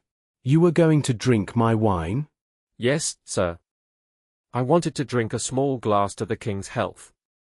But Fourreau told me someone called me. Sadly, I wanted him to leave so I could drink the wine myself." "Gentlemen, after what has happened, this meal cannot be pleasant. Please excuse us. Let us meet another day." The two guardsmen agreed politely and left. They saw that the four friends wanted to be alone. When they were alone, the young guardsman and the three musketeers looked at each other.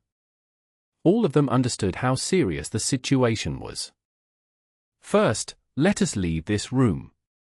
A dead man is not good company, especially after such a death." "Planchet, I leave this poor man to you. Please see that he is buried in holy ground. He did wrong, but he was sorry in the end."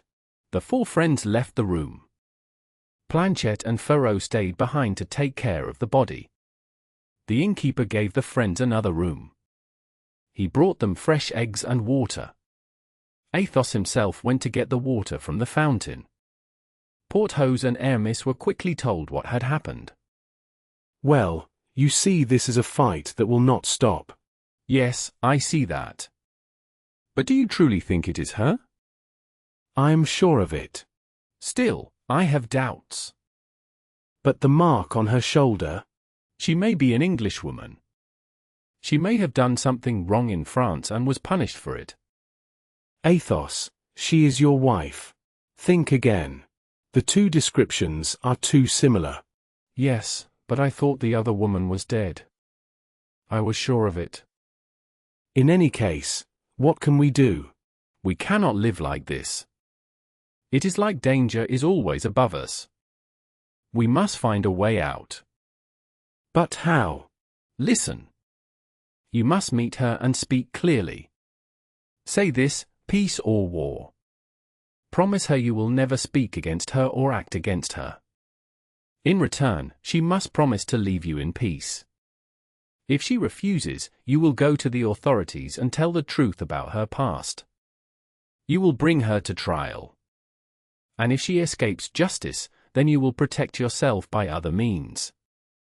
"I like the idea. But how can I meet her? And where?" "Time, my friend. Time brings chances. If we wait and stay careful, an opening will come."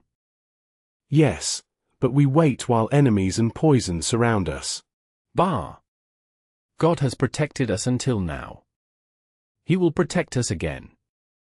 "Yes, us. We are men. We risk our lives often. But what about her?" "Who?" "Constance." "Madame Bonacieux? Ah, yes.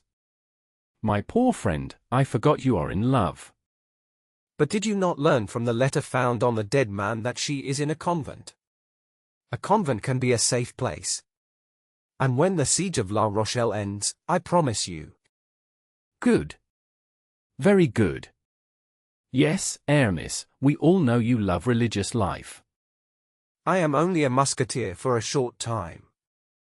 It has been a long time since we heard news of his beloved. But do not worry about that, we already know it. Well, said Porthos, to me the plan is very easy. What? Asked D'Artagnan. You say she is in a convent? Porthos asked. Yes. Good. When the war is finished, we will take her away from the convent. But first we must find which convent she is in. That is true, said Porthos. I think I know, said Athos. Did you not say, dear D'Artagnan, that the Queen chose the convent for her? I think so, yes. Then Porthos can help us. And how can I help? Asked Porthos. Through your Marchioness, your Duchess, your Princess. She has strong influence. Quiet, said Porthos, putting a finger to his lips. I think she supports the Cardinal. She must know nothing about this. Then, said Aramis, I will find the information myself. You, Aramis, cried the three friends. You? How? Through the Queen's almoner. I know him very well, said Aramis, and he blushed a little. After this, the four friends finished their simple meal. They separated, promising to meet again that evening. D'Artagnan went back to his small duties. The Three Musketeers went to the king's quarters to prepare their rooms. Chapter 43. The Sign of the Red Dovecot. At the same time, the king showed his strong dislike for Buckingham. He was even more eager than the cardinal to meet the enemy. As soon as he arrived, he ordered everything to be ready to drive the English from the Isle of Ré. After that, he wanted to continue the siege of La Rochelle. However, his plans were slowed by arguments between Bassompierre and Schomberg on one side, and the Duc d'Angoulême on the other. Bassompierre and Schomberg were marshals of France. They believed they had the right to command the army under the king. But the cardinal did not trust Bassompierre. He feared Bassompierre might not fight hard against the English and the people of La Rochelle, because they shared the same religion. So the cardinal supported the Duc d'Angoulême, whom the king named lieutenant general. To stop Bassompierre and Schomberg from leaving the army, the king gave each man a separate command. Bassompierre stayed north of the city, between Leu and Dompierre. The Duc d'Angoulême stayed to the east, from Dompierre to Périgny. Schomberg stayed to the south, from Périgny to Angoutin. Monsieur stayed at Dompierre. The king stayed sometimes at Estrie and sometimes at Jarry. The cardinal stayed on the open land near the bridge of La Pierre. His house was simple and had no protection. In this way, Monsieur watched Bassompierre. The king watched the Duc d'Angoulême. The cardinal watched Schomberg. When this plan was ready, they began to push the English from the Isle. The time was good for it. The English soldiers were weak. They ate only salted meat and poor biscuits. Many of them were sick. The sea was also very rough at that time of year. Every day, small ships were broken by the waves. The shore was covered with pieces of ruined boats. Because of this, even if the king's army did nothing, it was clear that Buckingham could not stay on the Isle forever. He stayed only because he was stubborn. Still, Monsieur de Thouars warned that the enemy was preparing a new attack. So the king decided to end the matter quickly. He gave orders for a final battle. We will not describe the whole siege here. We will only say that the attack was successful.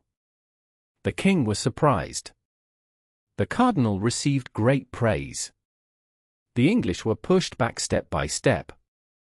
They lost every fight. They were defeated while leaving the Isle of Loy. They had to return to their ships. They left behind about 2,000 men. Many officers were among them. They also lost cannons and flags. These flags were taken to Paris and hung with ceremony in Notre Dame. Songs of thanks were sung in the camp and later across France. The cardinal was now free to continue the siege. For the moment, he did not fear the English. But this success did not last long. An envoy of the Duke of Buckingham, named Montague, was captured. Papers showed an alliance between the German Empire, Spain, England, and Lorraine. This league was aimed at France. More proof was found in Buckingham's rooms. He had left them in a hurry. Papers there showed this alliance clearly. The cardinal later wrote that these papers also brought trouble to Madame de Chevreuse and to the Queen. The cardinal had to take all the blame. A man with great power must also carry great duty. He worked all day and all night. He listened to every small piece of news from the great countries of Europe. He knew well how active Buckingham was. He also knew how strong his hate was. If this league won, the cardinal would lose all his power. Spain and Austria would then place their men in the king's council. Until then, they only had friends there. Richelieu, the French minister, would fall. The king obeyed him like a child. But he also disliked him, like a child dislikes a strict teacher. The king would not protect him from the anger of Monsieur and the Queen. Then the cardinal would be ruined. France might fall with him. He had to prepare for all this. Many visitors came to see him, day and night. They came to a small house near the bridge of La Pierre, where he lived. Some visitors were monks. Their clothes did not fit well, and it was clear they were not peaceful men. Some were women dressed as pages.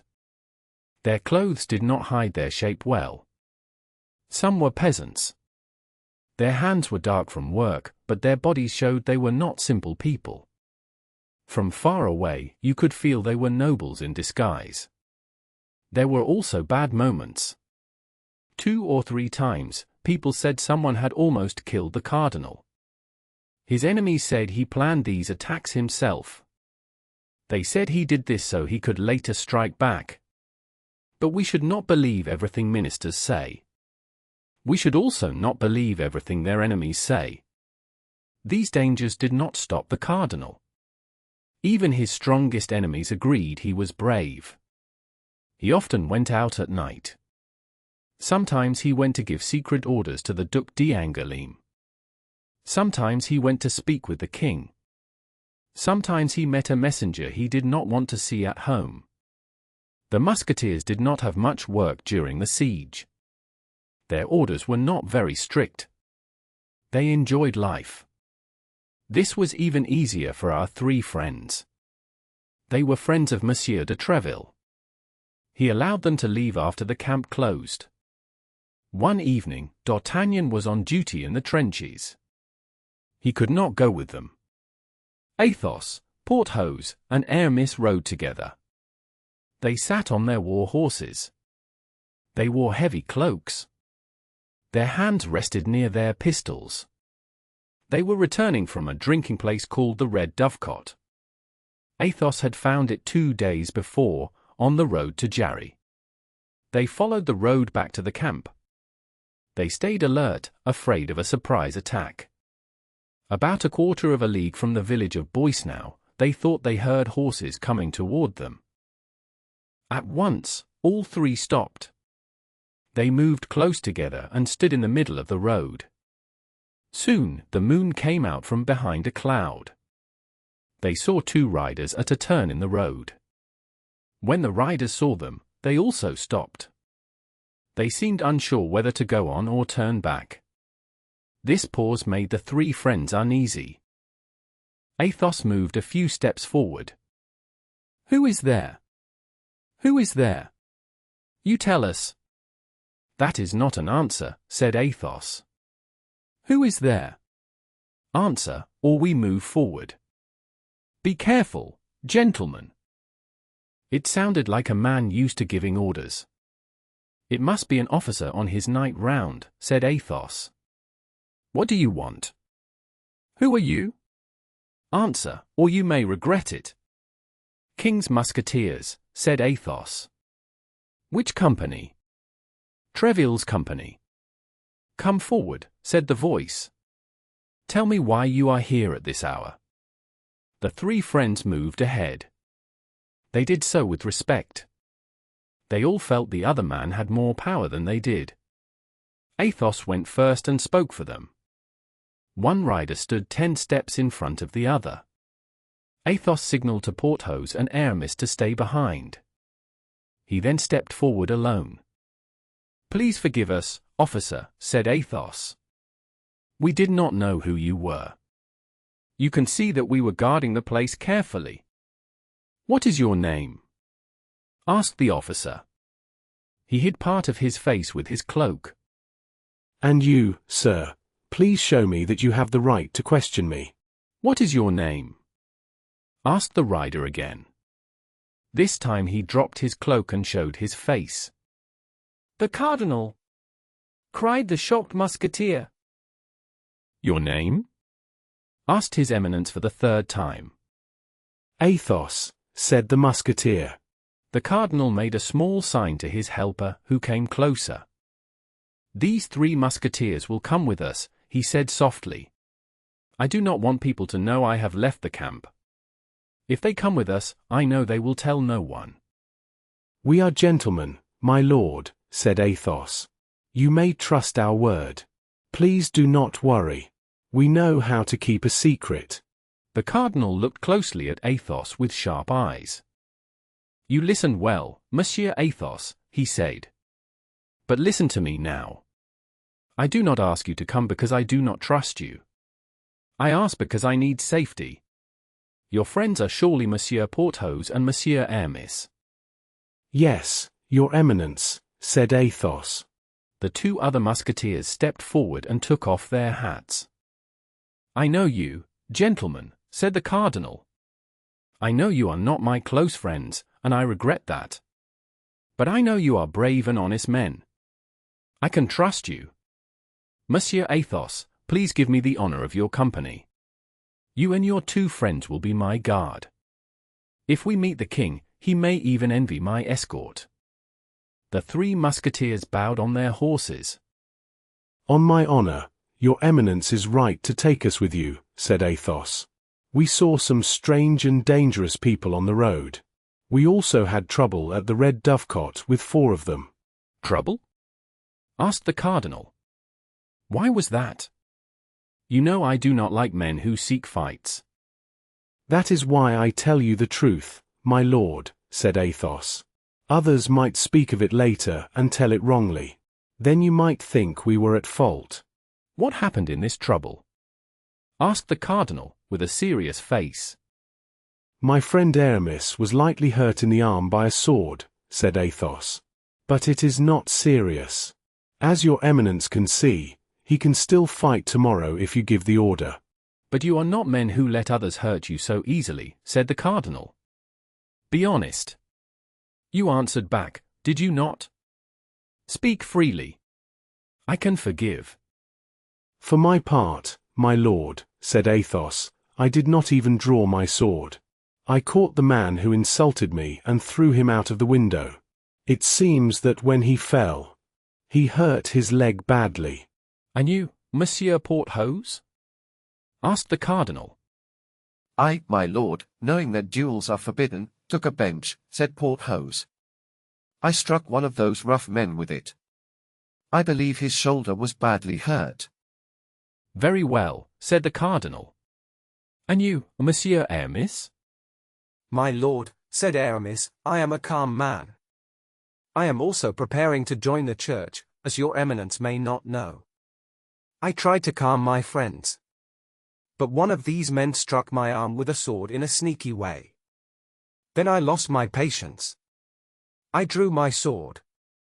When he attacked again, he fell during the fight. I only know that he fell and that his 2 friends helped him away. My goodness, gentlemen, said the cardinal. 3 men hurt in a small tavern fight. You act with great force. Tell me, what was the reason for this trouble? These men were drunk, said Athos. They knew a lady had arrived at the inn that evening. They tried to break into her room. Break into her room? Said the cardinal. For what reason? To harm her, without doubt, said Athos. As I said, my lord, they were drunk. Was this lady young and beautiful? Asked the cardinal. We did not see her, my lord, said Athos. You did not see her? Very well, said the cardinal quickly. You did well to protect a woman's honor. I am going to the Red Dovecot myself. Then I will know if your words are true. Monseigneur, we are gentlemen. Even to save our lives, we would not tell a lie. I believe you, Monsieur Athos. I believe you completely. But let me ask something else. Was the woman alone? The woman had a man with her. He stayed hidden. Even with all the noise, he did not come out. So we think he is afraid. Do not judge too quickly. Now, gentlemen, that is enough. I know what I wanted to know. Follow me. The Three Musketeers rode behind him. The cardinal covered his face with his cloak again. He rode 8 or 10 steps ahead of them. Soon they reached a quiet and lonely inn. It was dark and silent. The owner likely knew an important visitor was coming. He had sent other people away. 10 steps from the door, the cardinal made a sign for them to stop. A horse was tied to the window shutter. The cardinal knocked 3 times in a special way. A man in a cloak came out at once. He spoke quickly with the cardinal. Then he got on his horse and rode away toward Surgeries, on the road to Paris. Come forward, gentlemen. You told me the truth. I am pleased.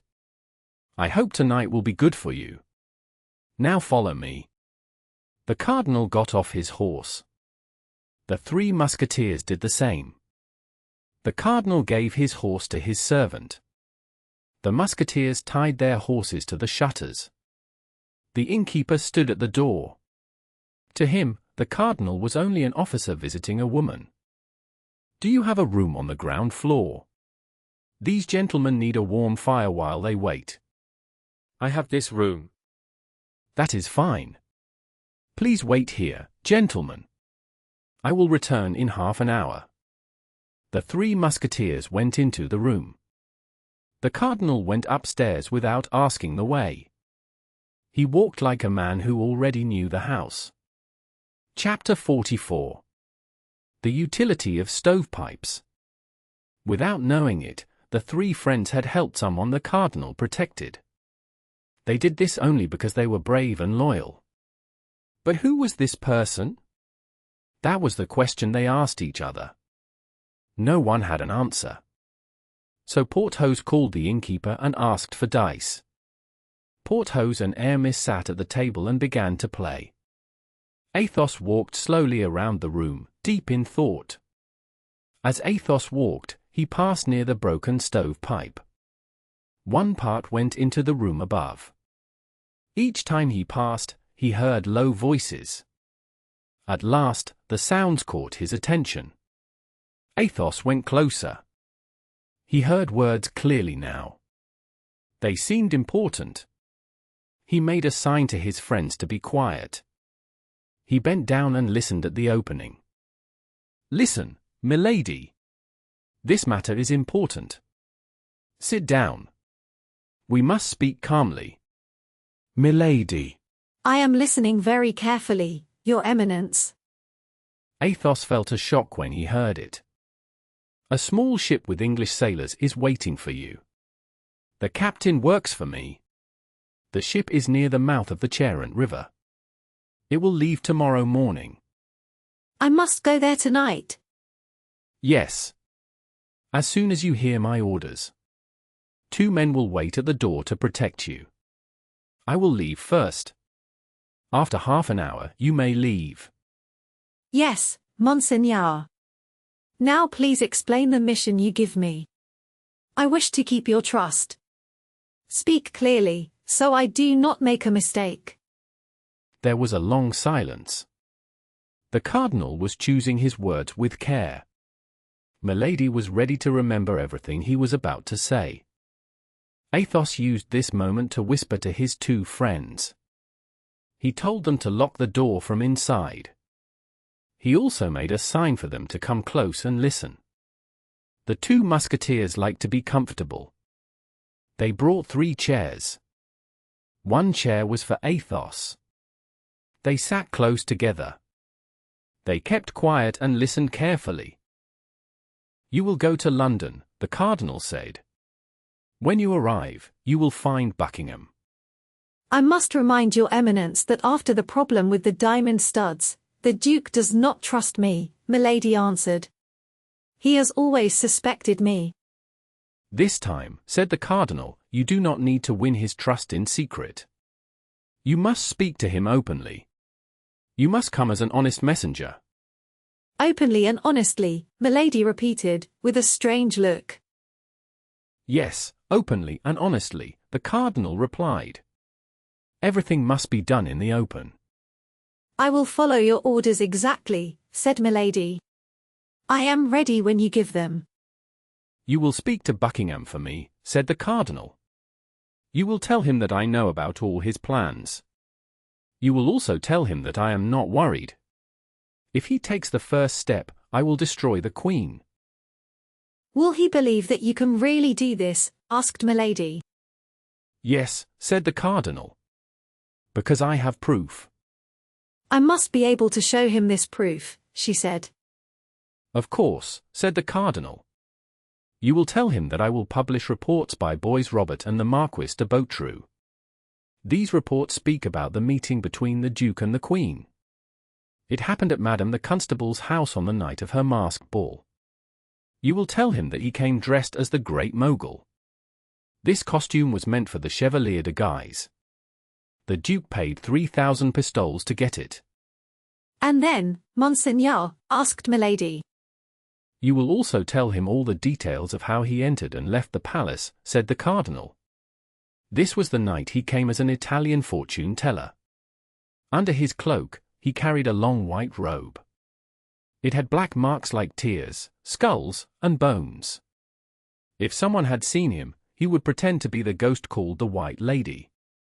People say this ghost appears at the Louvre before great events." Is that everything? Asked Milady. "Also tell him," said the cardinal, "that I know all about what happened at Amiens. I will turn this story into a small book. It will be clever and clear. It will include a map of the garden and pictures of the people involved." I will tell him, said Milady. "Tell him too," continued the cardinal, "that Montague is in my power. He is in prison in the Bastille. No letters were found on him, that is true. But strong pressure can make him speak about many things." Yes, said Milady. "Then add this," said the cardinal. "The Duke left the Isle of Ré in a hurry. In his room, he forgot a letter from Madame de Chevreuse. This letter puts the Queen in great danger. It shows that she can love the King's enemies. It also shows that she can work against France. You remember everything I told you, don't you?" Yes, said Milady. The ball at Madame the Constable's house. The night at the Louvre. The evening at Amiens. Montague's arrest. And the letter from Madame de Chevreuse. "That is correct," said the cardinal. "You have a very good memory." But what if the Duke still refuses? Milady continued. What if he continues to threaten France? "The Duke is mad with love," said Richelieu coldly. "He is not thinking clearly. Like old knights, he started this war only to win a look from the woman he loves. If he knows this war could cost her honor, and maybe her freedom, he will think again." And yet, said Milady, what if he still does not stop? If he does not stop? The cardinal paused. Then he said, "If he does not stop, then I will wait for one of those events that change the fate of nations." If your eminence could give me an example from history, said Milady, I might better understand your thoughts. Very well, said Richelieu. In 1610, King Henry IV planned a war for reasons like these. He was ready to attack Flanders and Italy at the same time. He wanted to strike Austria from both sides. But did something not happen that saved Austria? Why should the King of France not have the same chance as the Emperor? You mean the attack in the Rue de la Ferronnerie? Asked Milady. Yes, said the Cardinal. Do you think the punishment of Ravaillac stops others from wanting to do the same thing? There will always be people like that, Milady said. In every country, and especially where religion divides people. Some people want to die for their beliefs. And now the Puritans are very angry with Buckingham. Their preachers call him the enemy of God. Well, said Milady. Well, the Cardinal continued calmly. Right now we only need one thing. We need a woman. She must be young, pretty, and clever. She must have a reason to hate the Duke. The Duke has loved many women. He made many promises. But he did not keep them. So he also made many enemies. Yes, said Milady quietly. If such a woman helps a fanatic act against the Duke, said the Cardinal, she would help France. Yes, Milady answered. But she would help in a killing. Did anyone ever know who helped Ravaillac or Jacques Clement? Asked the Cardinal. No, said Milady. Maybe because those helpers were too important. No one dares to search too high. The Palace of Justice is not burned for everyone. You think that fire was not an accident? Asked Richelieu in a calm voice. I think nothing, Milady replied. I only speak of facts. I only say this, if I were Madame de Montpensier or Queen Marie de Médicis, I would need less care than I do as Milady Clarick. That is fair, said Richelieu. What do you ask for? I ask for a written order, said Milady. It must approve in advance everything I think is right to do for France. But first, said the Cardinal, this woman must truly wish to take revenge on the Duke. She already exists, said Milady. And then, said the Cardinal, we must find a foolish fanatic to act. He will be found, she answered. Then, said the Cardinal, you may ask for that order. You are right, said Milady. I was wrong to think my mission was anything else. My real task is only this. I must tell the Duke that you know how he hid himself to meet the Queen at the feast. That you have proof he met her at the Louvre while dressed as an Italian astrologer. That you ordered a small mocking story to be written about his adventure at Amiens, with a map of the gardens and pictures of the people involved. That Montague is in prison, and that strong questioning may make him speak. And that you have a letter from Madame de Chevreuse, found in the Duke's rooms, which puts both women in danger. If after all this he still continues, then I can only pray for a miracle to save France. That is all, is it not? I have nothing else to do. That is all, said the Cardinal coldly.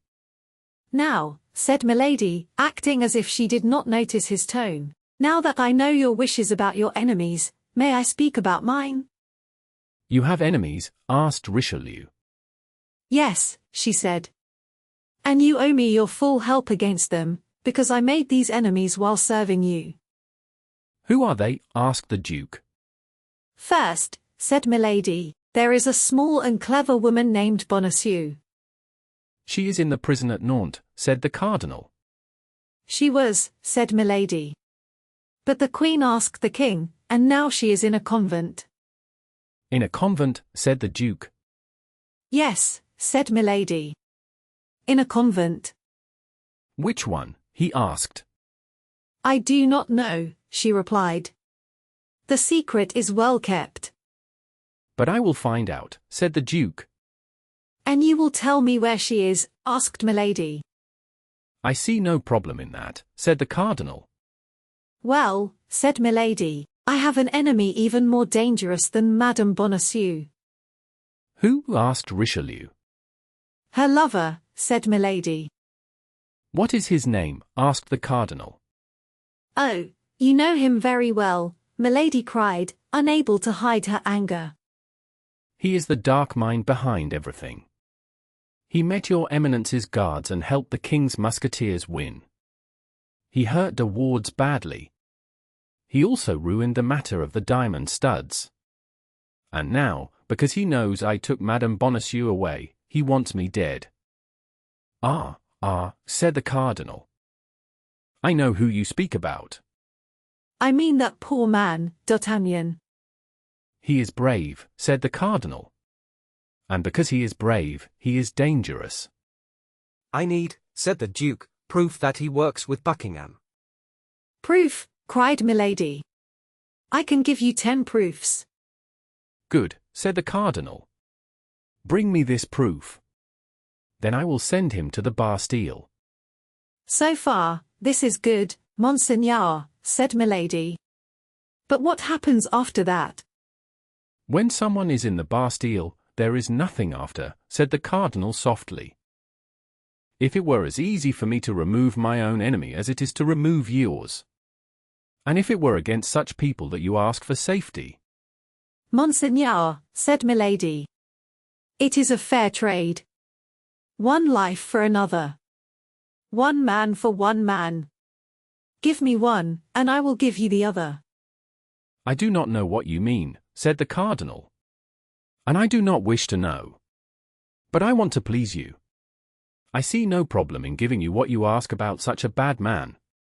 You say this D'Artagnan is wild, fights duels, and is a traitor. He is a terrible man, Monseigneur. A terrible man. Then give me paper, a pen, an ink, said the cardinal. Here they are, Monseigneur. There was a short silence. The cardinal was thinking about the words, or he was already writing. Athos had heard every word. He took Porthos and Aramis by the hand and led them to the other side of the room. Well, said Porthos. What do you want?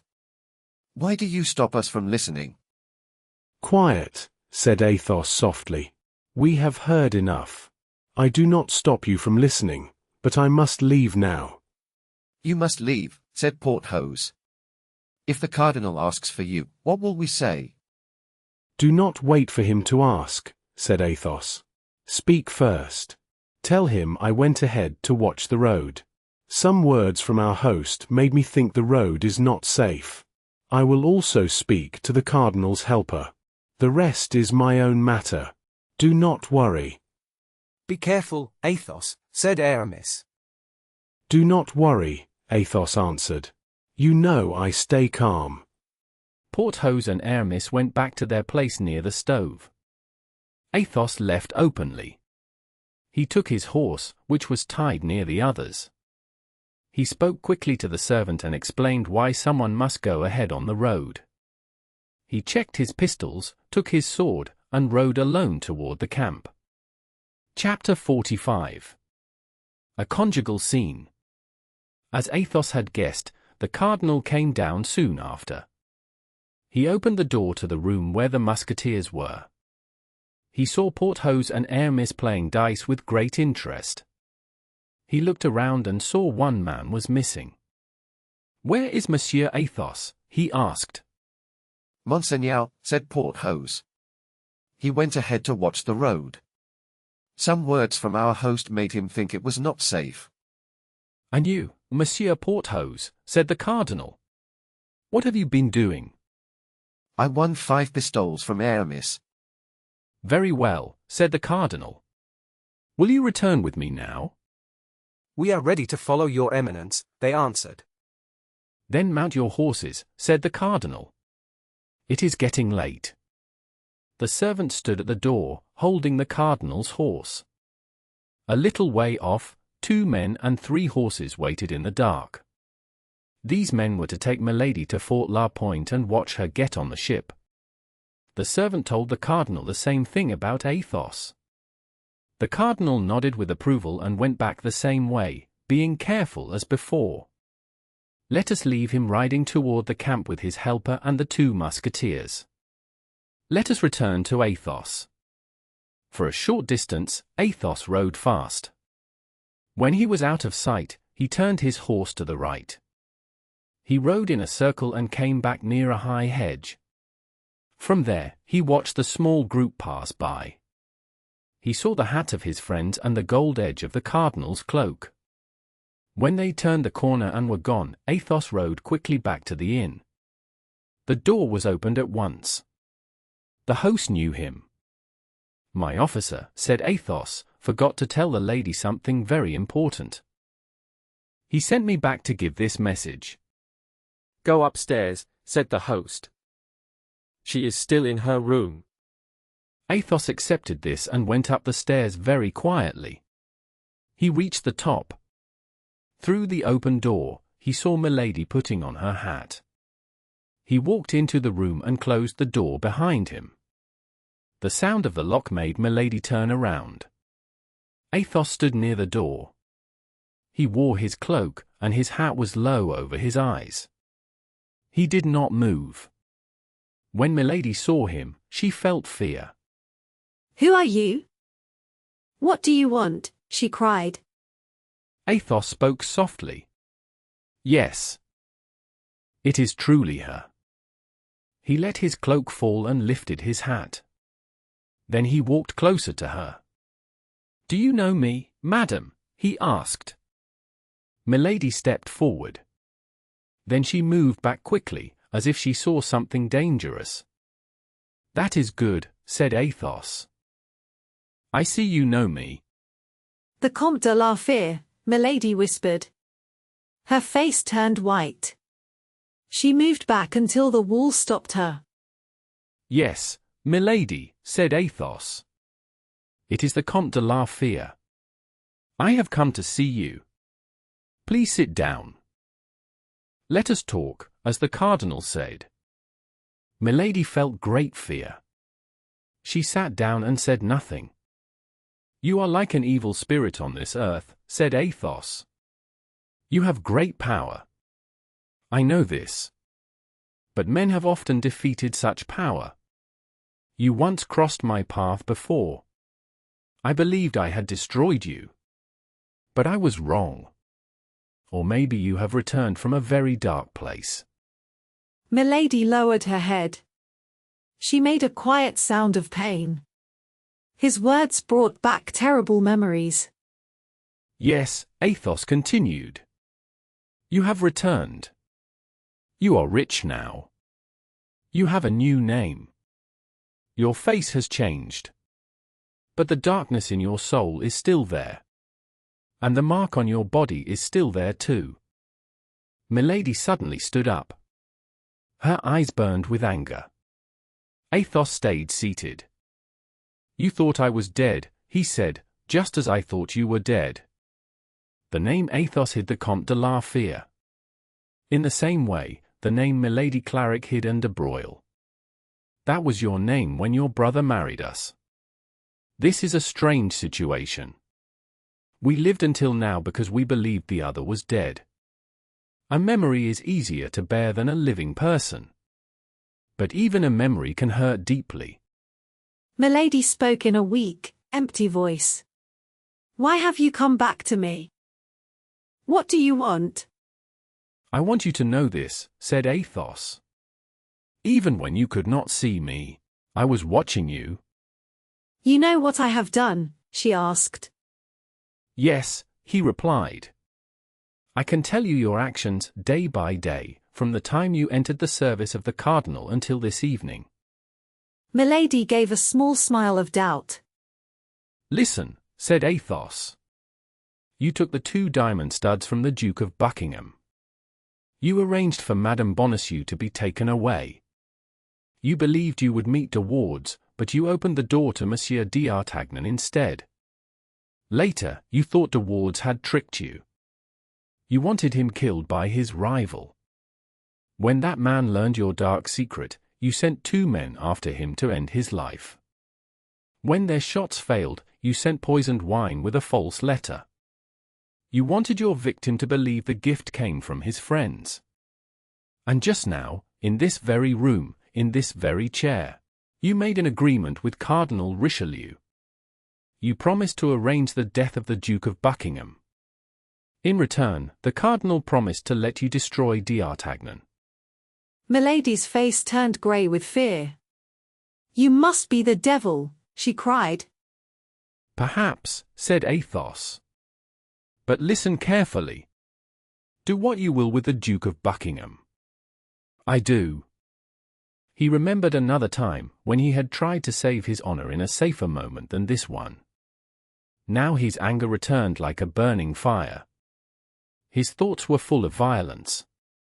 He stood up, reached for his belt, took out a pistol, and prepared it. Milady turned white with fear. She tried to scream, but her throat made only a rough sound, not a human one. She stood still against the dark wall. Her hair was wild. She looked like a picture of fear. Athos slowly lifted his pistol. He stretched out his arm until the weapon was almost touching her forehead. His voice was calm and cold, which made it even more frightening. Madam, give me the paper the cardinal signed. Give it to me now, or I will kill you. With another man, Milady might have hoped. But she knew Athos. Still, she did not move. You have 1 second. She saw his face tighten. She knew he was ready to fire. At once she put her hand inside her dress, took out a paper, and held it toward him. Take it. And be cursed. Athos took the paper. He put the pistol back in his belt. He went to the lamp to be sure. He opened the paper and read it. It was dated December 3rd, 1627. It said that the bearer had acted by the cardinal's order and for the good of the state. It was signed by Richelieu. Athos folded the paper. He put on his cloak and his hat. Now, I have taken away your power. Try to hurt me if you can. He left the room without looking back. At the door, 2 men were waiting with an extra horse. Gentlemen, you know the order. Take that woman at once to Fort La Pointe. Do not leave her until she is on the ship. This matched their orders. They bowed their heads. Athos jumped onto his horse and rode away fast. He did not follow the road. He crossed the fields. He pushed his horse hard and stopped from time to time to listen. At one stop, he heard many horses on the road. He knew it was the cardinal and his guards. He moved ahead, cleaned his horse with leaves, and waited across the road near the camp. Who goes there? That is our brave musketeer. Yes, my lord, it is he. Monsieur Athos, thank you for your good service. Gentlemen, we have arrived. Take the gate on the left. The watchword is King and R. He bowed his head to the 3 friends and rode on. That night, the cardinal slept in the camp. As soon as he was gone, Porthos and Aramis spoke together. So he signed the paper she wanted? I know. Here it is. They said nothing more until they reached their rooms. They only gave the watchword to the guards. They sent Mousqueton to tell Planchet that his master was needed at once when he left his post. Milady, as Athos expected, followed the 2 men without protest. For a moment, she thought of going back to the cardinal and telling him everything. But she knew Athos would speak too. She could accuse him, but he could reveal her mark. So she stayed silent. She decided to finish her task with care. After that, she would return to the cardinal and ask for revenge. They traveled all night. At 7 in the morning, she reached Fort La Pointe. At 8, she went on board. At 9, the ship raised its anchor. It was said to be sailing to Bayonne, but it turned toward England. Chapter 46. The Bastion Saint-Gervais. When D'Artagnan arrived at his friend's rooms, he found all three together. Athos sat in deep thought. Porthos twisted his mustache. Aramis read his prayers from a small book bound in blue velvet. By heaven, gentlemen! D'Artagnan understood at once that something was serious. He took Athos's arm and went out without speaking. Porthos followed and talked with Aramis. On the way, they met Grimaud. Athos made a sign to him. Grimaud followed silently, as always. He almost forgot how to speak. They arrived at the Parpaillot. It was 7 in the morning. The sun was coming up. They ordered breakfast and went into a small room. The owner said no one would disturb them. But the time was bad for a private talk. The morning drum had sounded. Soldiers woke up and came to drink something warm. Many men entered the inn. Dragoons, Swiss soldiers, guards, musketeers, and horsemen came one after another. This was good for the owner, but bad for the 4 friends. They answered greetings and jokes very shortly. I hope what you want to tell me is important, he said. I am tired. I worked all night. We took a fort and pulled it down. It was hard work. You should have been there. We were somewhere warm, said Porthos. He twisted his mustache in his usual way. Be quiet, said Athos. Oh, said D'Artagnan. He saw Athos's serious look. So, there is something new. Aramis, said Athos. You had breakfast 2 days ago at the Parpaillot Inn, yes? Yes, said Aramis. How was it? Asked Athos. I did not eat much, Aramis said. That day was a fish day. They only had meat. No fish in a port town? Athos asked. They say, Aramis replied, still reading his prayer book, that the wall the cardinal is building pushes the fish out to sea. That is not my real question, said Athos. I want to know if you were alone. Did anyone bother you? I think no one came in, said Aramis. Yes, Athos, I understand. The Parpaillot will be good for us. Then let us go there, said Athos. These walls are too thin. I see the problem, said Athos.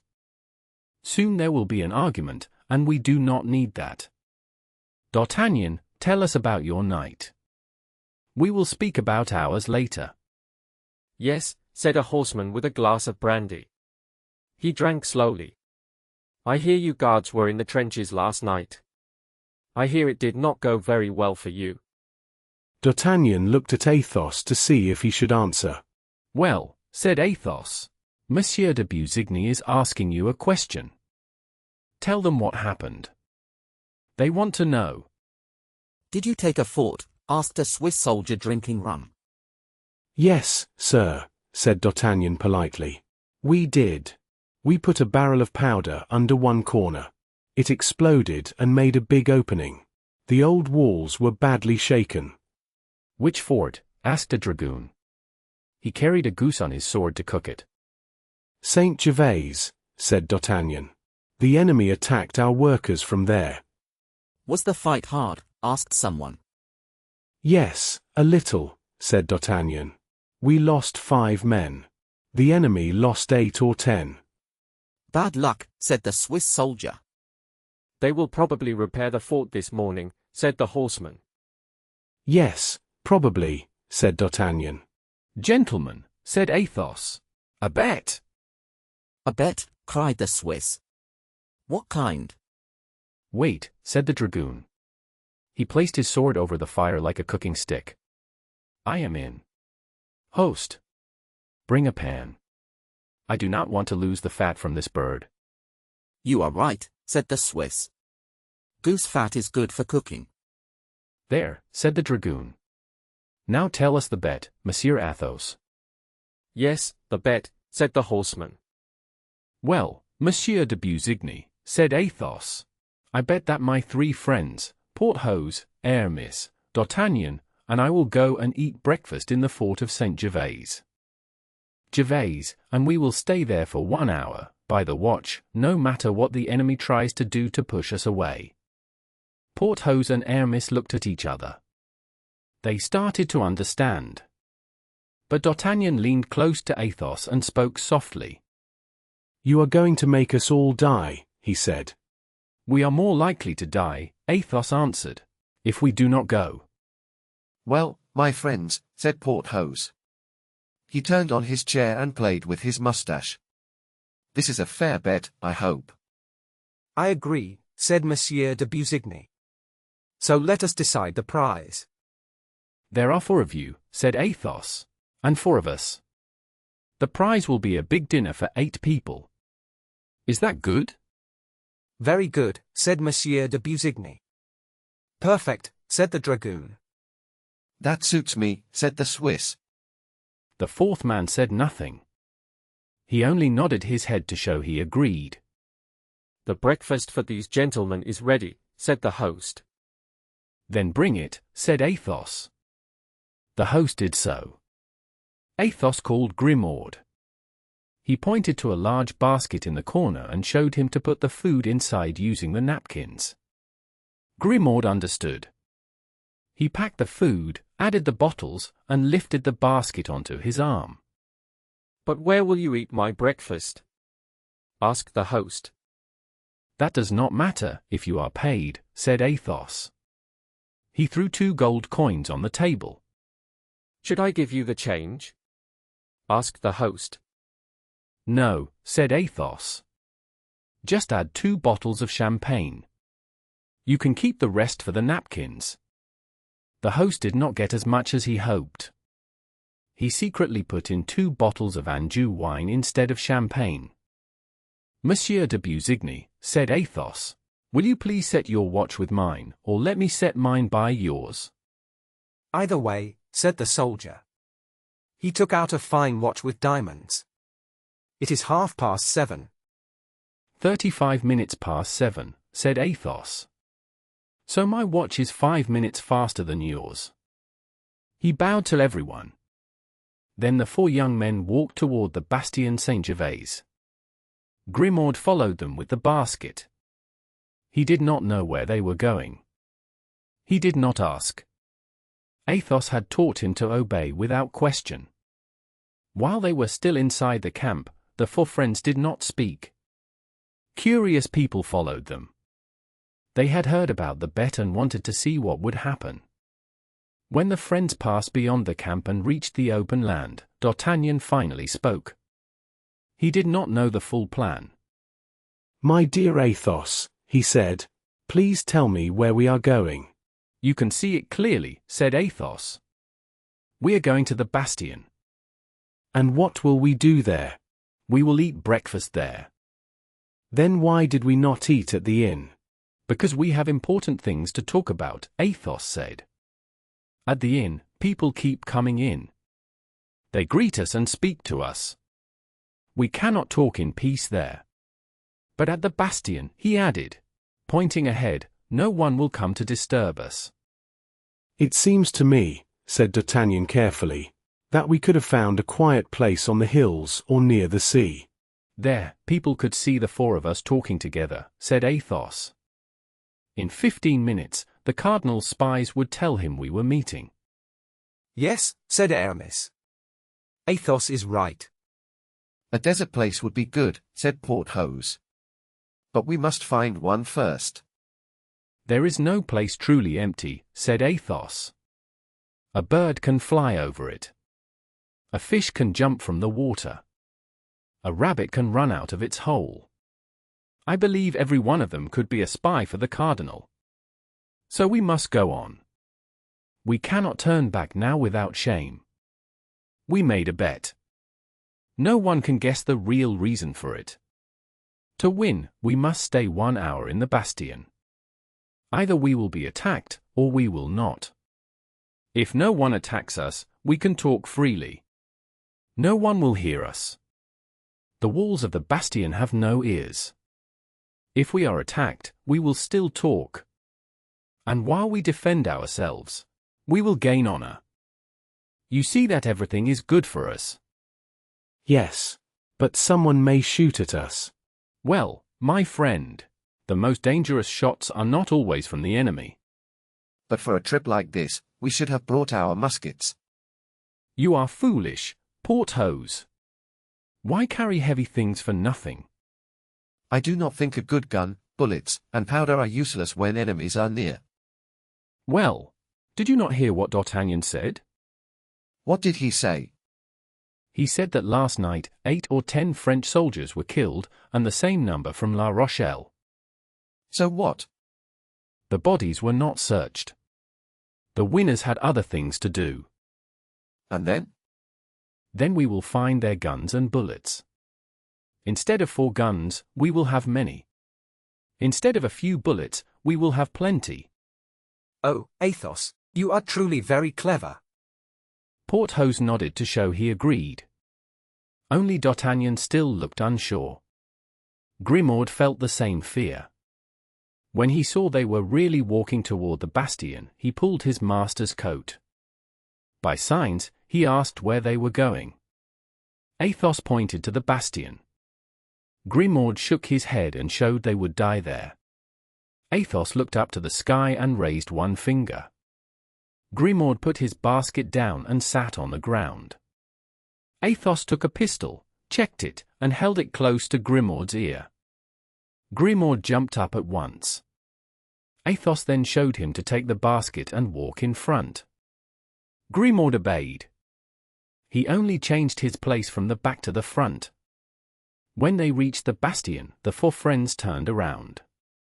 More than 300 soldiers stood near the camp gate. In one group were M. de Busigny, the dragoon, the Swiss soldier, and the 4th man who had made a bet. Athos took off his hat, put it on his sword, and waved it. The soldiers waved back and shouted loudly. Then the 4 men went into the bastion, after Grimaud. Chapter 47. The Council of the Musketeers. Just as Athos had thought, the bastion held only about 12 dead bodies, French and men from La Rochelle. Gentlemen, while Grimaud prepares the meal, let us collect the guns and bullets. We can talk while we work. These men cannot hear us. We could throw them into the ditch, after we check their pockets. Yes, that is Grimaud's task. Then let Grimaud search them and throw them away. No. They may still be useful. These bodies useful? You are crazy, my friend. Do not judge too fast. How many guns do we have? 12. And how many bullets? 100. That is enough for us. Let us load the guns. The 4 musketeers worked together. When they finished loading the last gun, Grimaud showed that breakfast was ready. Athos answered with signs that it was good. He pointed to a small tower and showed Grimaud to stand there and watch. To make the job easier, Athos let him take bread, meat, and a bottle of wine. And now, let us eat. The 4 friends sat on the ground with their legs crossed. Now, there is no danger of anyone listening. Please tell me your secret. I hope to give you both fun and honor. I brought you for a nice walk. We have a good breakfast. And over there, 500 people are watching us. They think we are heroes or fools. These 2 kinds of people are very similar. But the secret? The secret is that I saw Milady last night. D'Artagnan was lifting his glass. When he heard the name Milady, his hand shook. He put the glass down so he would not spill it. You saw your W.I. Hush. You forget that these friends do not know my family matters like you do. I have seen Milady. Where? Asked D'Artagnan. Not far from here. She was at the Red Dovecot Inn. Then I am finished, said D'Artagnan. Not yet, said Athos. By now she has probably left France. D'Artagnan felt calm again. But who is Milady? Asked Porthos. She is a very charming woman, said Athos as he drank his wine. But this host is terrible. He gave us the wrong wine and thinks we will not notice. Yes, Milady is charming, but also very dangerous. She once liked D'Artagnan. Then he upset her. A month ago, she tried to have him shot. A week ago, she tried to poison him. Yesterday, she asked the cardinal to punish him. She asked the cardinal to kill me, cried D'Artagnan. His face turned white. It is true, said Porthos. I heard her myself. So did I, said Aramis. Then there is no hope, said D'Artagnan. I should end everything myself. That would be the worst mistake, said Athos. That is the only thing that cannot be fixed. But I cannot escape, said D'Artagnan. I have too many enemies. First, the man from Mung. Then De Wardes, whom I hurt in a fight. Then Milady, because I know her secret. And now the cardinal, because I stopped his plans.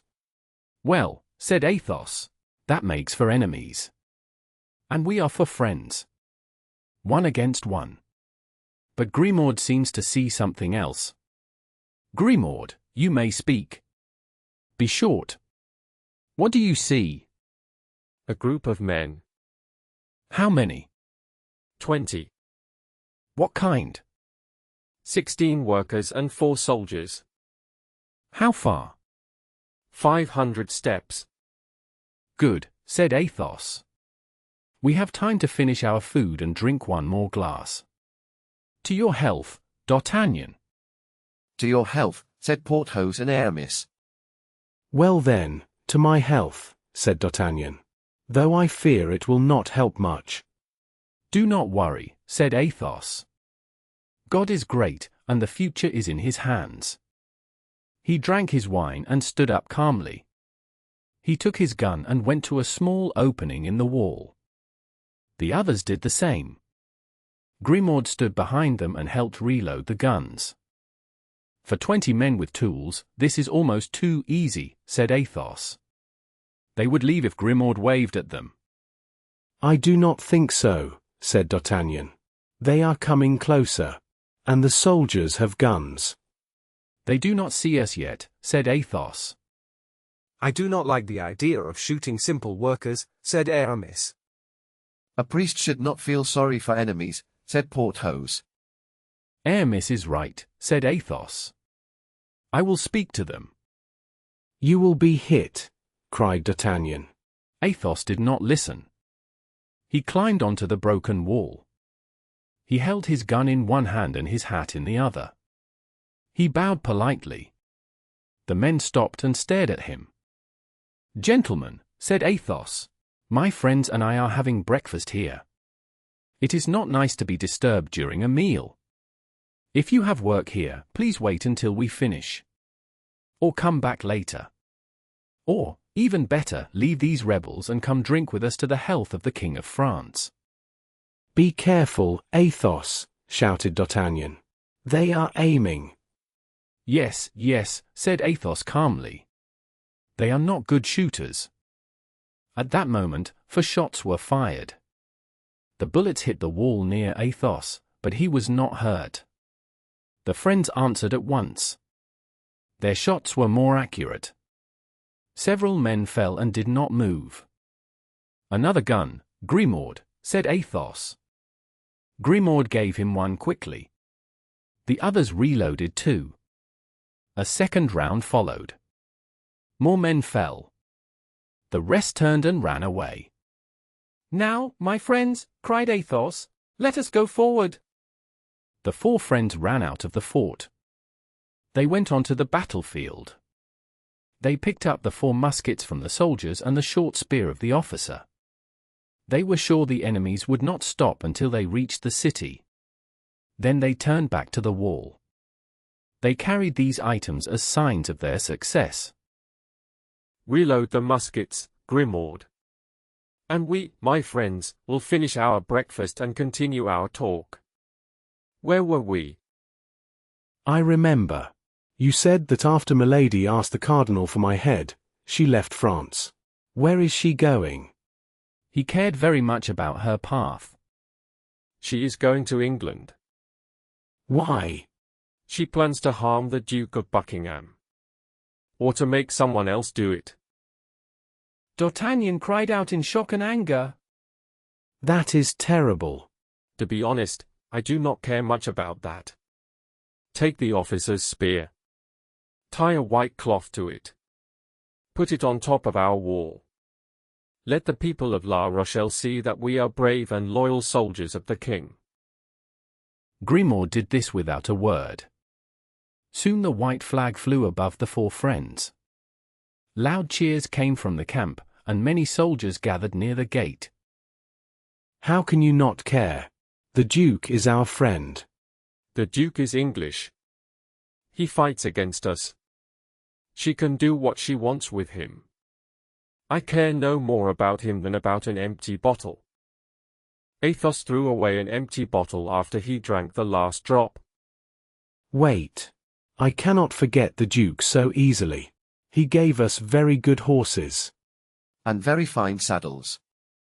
And God wants people to change, not to die. Amen. We can speak more about that later if you wish. But what mattered most to me, and I know you will understand, D'Artagnan, was to take from this woman a special paper. She forced the cardinal to give it to her. With it, she could hurt you, and maybe us, without punishment. This woman must be evil. He held out his plate while Aramis cut a chicken. And this paper? Does she still have it? No. It is with me now. It was not easy to get it. My dear Athos, I cannot count how many times you have saved my life.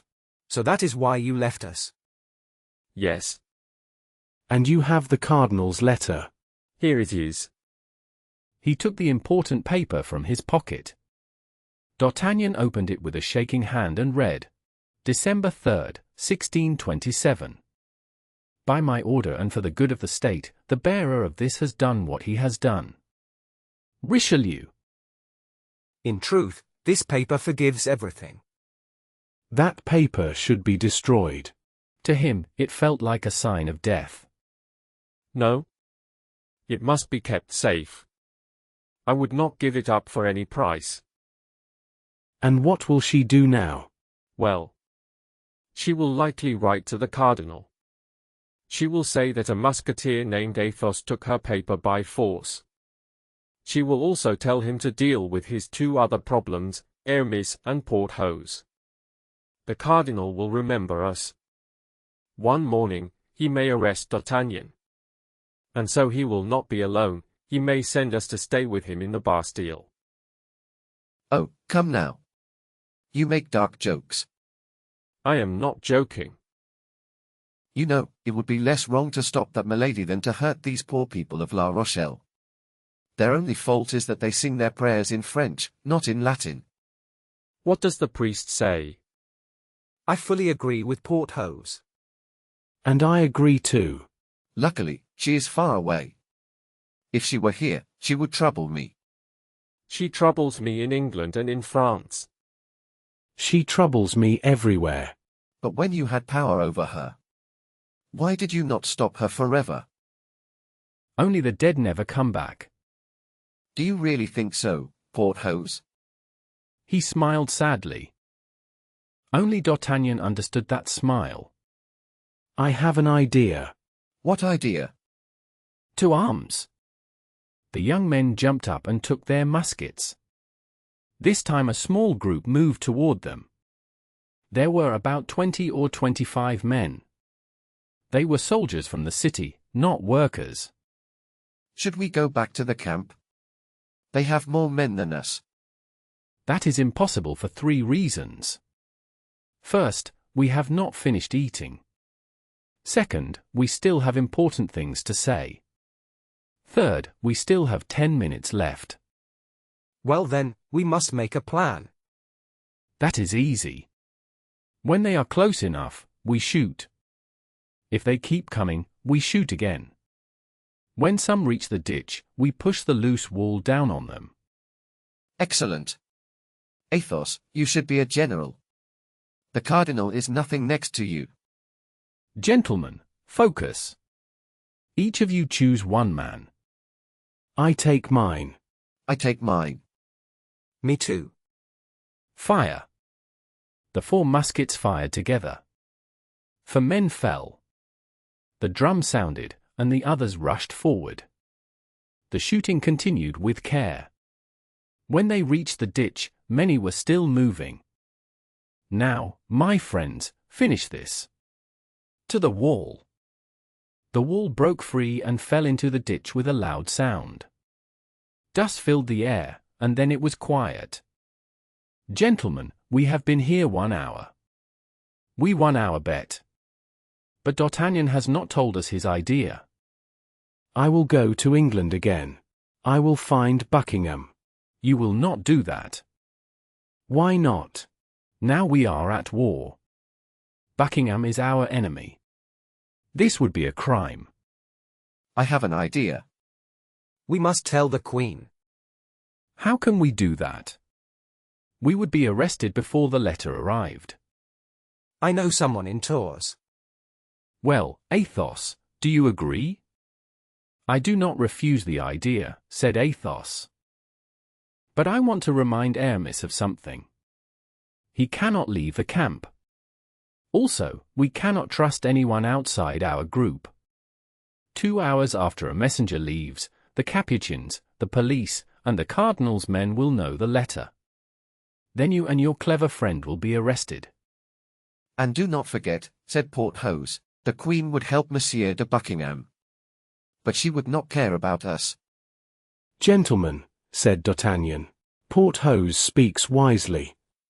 Listen, said Athos. What is happening in the city over there? They are beating the alarm. The 4 friends listened. They heard the sound of a drum clearly. You see, said Athos, they will send a whole regiment against us. You do not think we can fight a whole regiment, do you? Said Porthos. Why not? Said Athos. I feel ready for it. I would even face an army if we had brought 12 more bottles of wine. The drum is coming closer, said D'Artagnan. Let it come, said Athos. It takes 15 minutes to walk from here to the city. So it also takes 15 minutes to come back here. That gives us time to make a plan. If we leave this place, we will not find another one this good. Wait! I have an idea. Tell us, they said. First, I must give Grimaud some important orders. Athos called his servant closer. Grimaud, said Athos, pointing to the bodies under the wall. Take these men. Stand them against the wall. Put hats on their heads.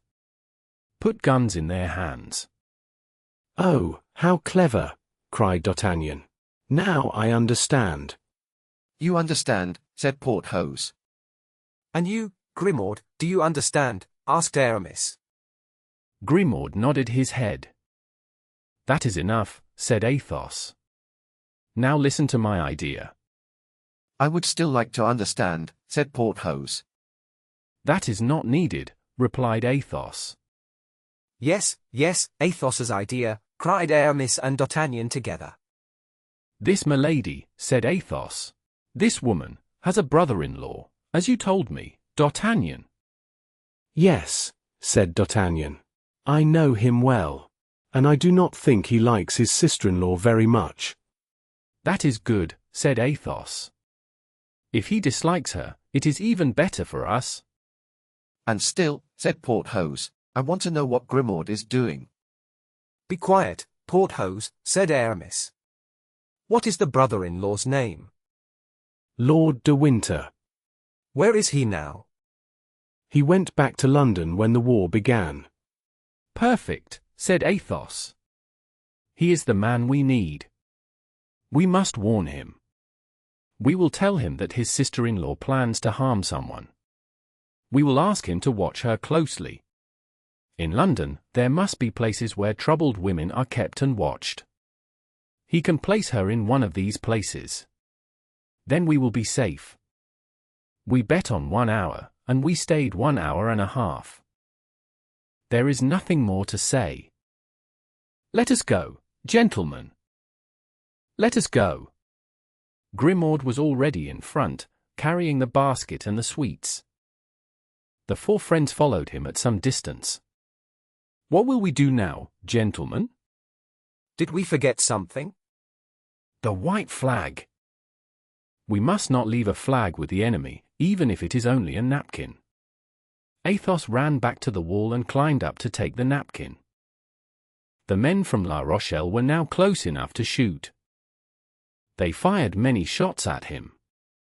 Athos stood calmly as the bullets flew around him, but none touched him. He waved the napkin like a flag and greeted the guards of the camp.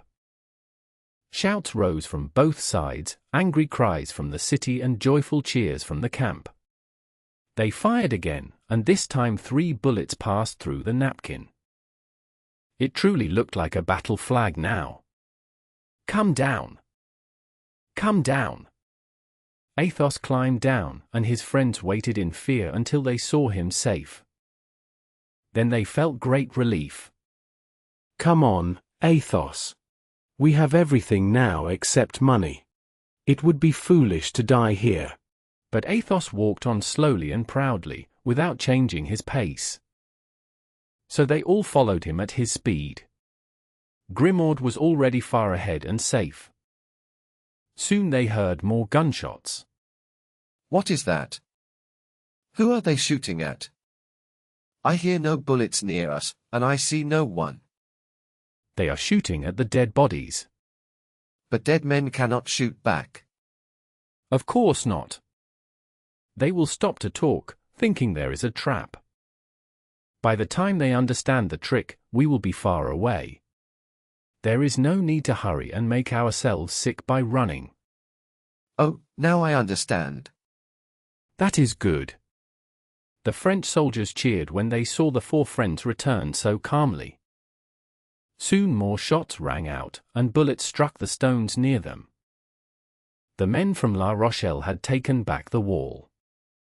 These men are not very clever. How many did we kill? 12?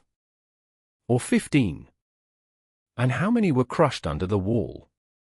8 or 10? And after all that, not even a scratch. But what is wrong with your hand, D'Artagnan? It looks like it is bleeding. Oh, it is nothing. A bullet? No. Then what? Just a small cut. My fingers were caught between 2 stones and my ring. That is what happens when you wear diamonds. A diamond? Then why do we worry about money? That is a good idea. This time, you are right. If there is a diamond, we should sell it. But it belongs to the Queen. That is even more reason to sell it. The Queen saved her loved one, and it is right that she saves her friends too. I think he can sell it. Then let us sell it. And say no more about it. The shooting continued far behind them, but they were already safe. Soon they reached the camp, where people came to meet them as heroes. The crowd cheered loudly. Long live the Musketeers! Long live the Guards! De Busigny came first. He shook Athos by the hand and said he had lost the bet. Then the dragoon came. After him came the Swiss soldier. Soon all their friends followed. Everyone smiled and laughed. They shook hands and hugged each other. They laughed loudly at the men of La Rochelle. The noise grew very strong. The cardinal thought there was trouble. He sent La Houdinière, his guard captain, to see what was happening. The soldiers told the story with great joy. They spoke fast and with excitement. Well? Well, Monseigneur. 3 musketeers and 1 guardsman made a bet with Monsieur de Busigny. They said they would go and eat breakfast in the bastion of Saint Gervais. While they ate, they held the place for 2 hours against the enemy. They have defeated many men from La Rochelle. Did you ask the names of the Three Musketeers? Yes, Monseigneur. What are their names? Messrs Athos, Porthos, and Aramis. Always my three brave men. And the guardsman? D'Artagnan. Always my wild young man. These four must be on my side. That evening, the cardinal spoke with Monsieur de Treville. Everyone in the camp was talking about the morning's event. Monsieur de Treville already knew the full story. He had heard it from the four heroes themselves. He told the cardinal everything, including the story of the napkin. "That is good, Monsieur de Treville. Please send me that napkin. I will put 3 gold fleurs-de-lis on it. Then I will give it to your company as a flag." Monseigneur, that would not be fair to the guardsman. Monsieur d'Artagnan is not in my company. He serves under Monsieur de Cesset.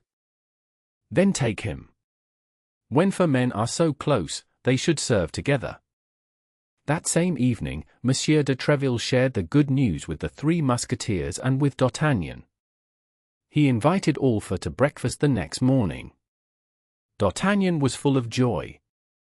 His great dream had always been to become a musketeer. His 3 friends were also very happy. Truly, you had a great idea. As you said, we gained honor, and we were able to speak about very important matters. And now we can speak again without danger. With God's help, people will think we support the cardinal. That evening, D'Artagnan went to see Monsieur de Cesset. He thanked him and told him about his new position. Monsieur de Cesset liked D'Artagnan. He offered help, because the new role needed new clothes and weapons. D'Artagnan refused the help. But he asked a favor. He asked Monsieur de Cesset to find the value of the diamond he gave him. He wanted to sell it for money. The next day, Monsieur de Cesset's servant came to D'Artagnan's room.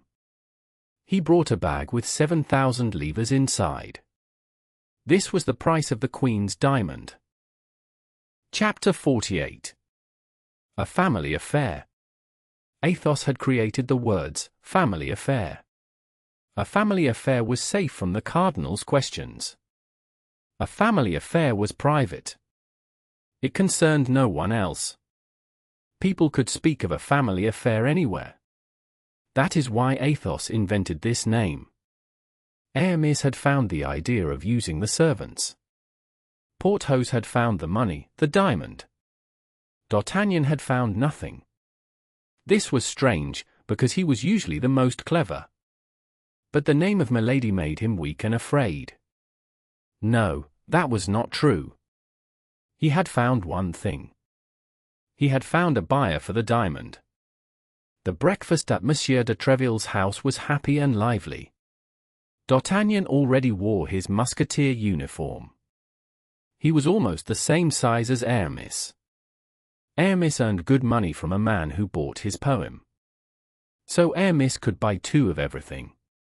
He sold a full set of clothes to D'Artagnan. D'Artagnan was almost perfectly happy.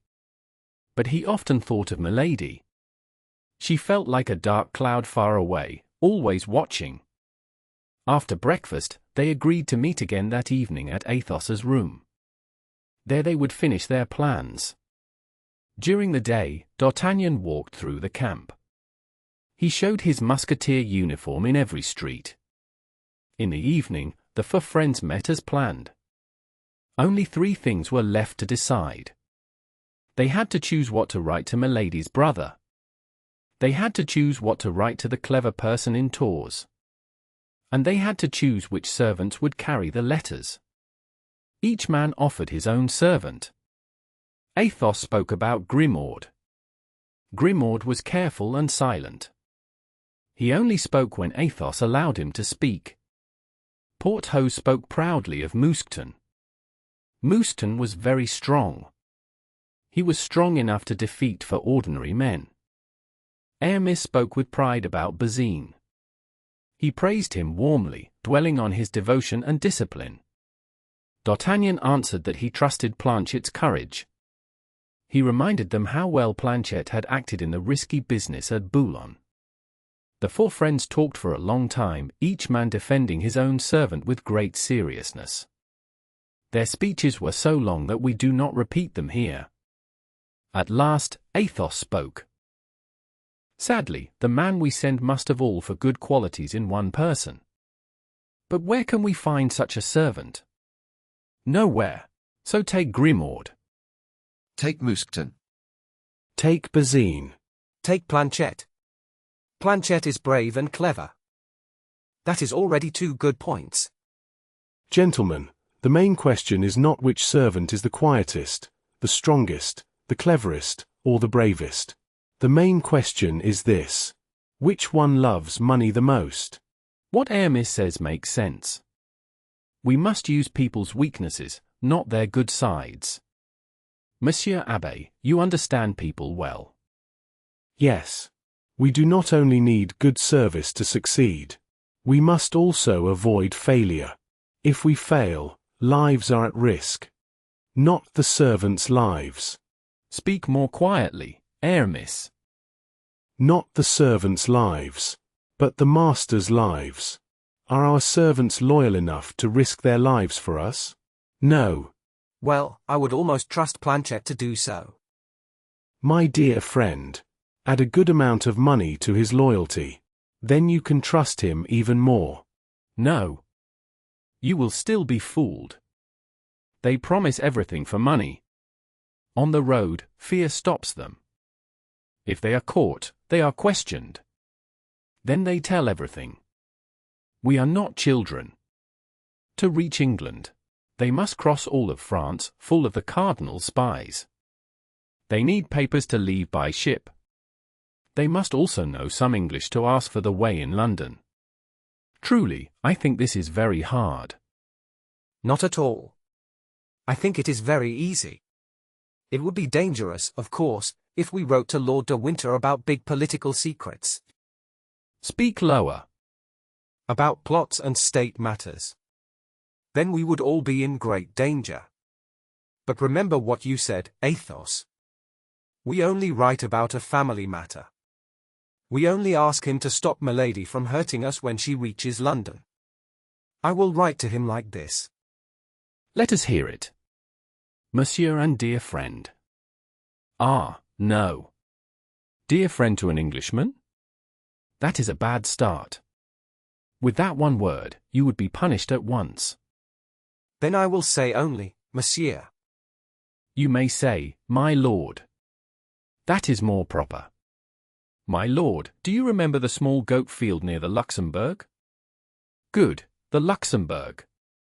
That sounds dangerous. It could seem like a hidden meaning. Better say simply, my lord, do you remember a small place where your life was saved? My dear D'Artagnan, you will never be a good secretary.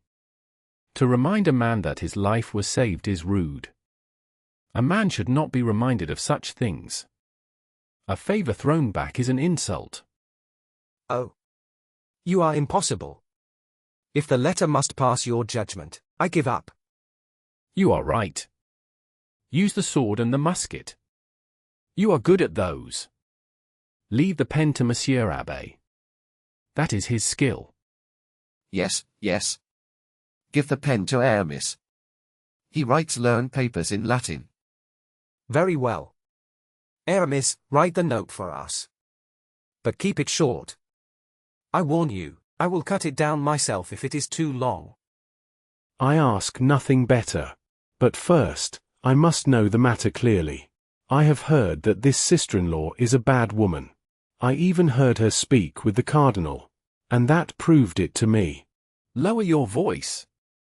But, said Aramis, I do not remember the details.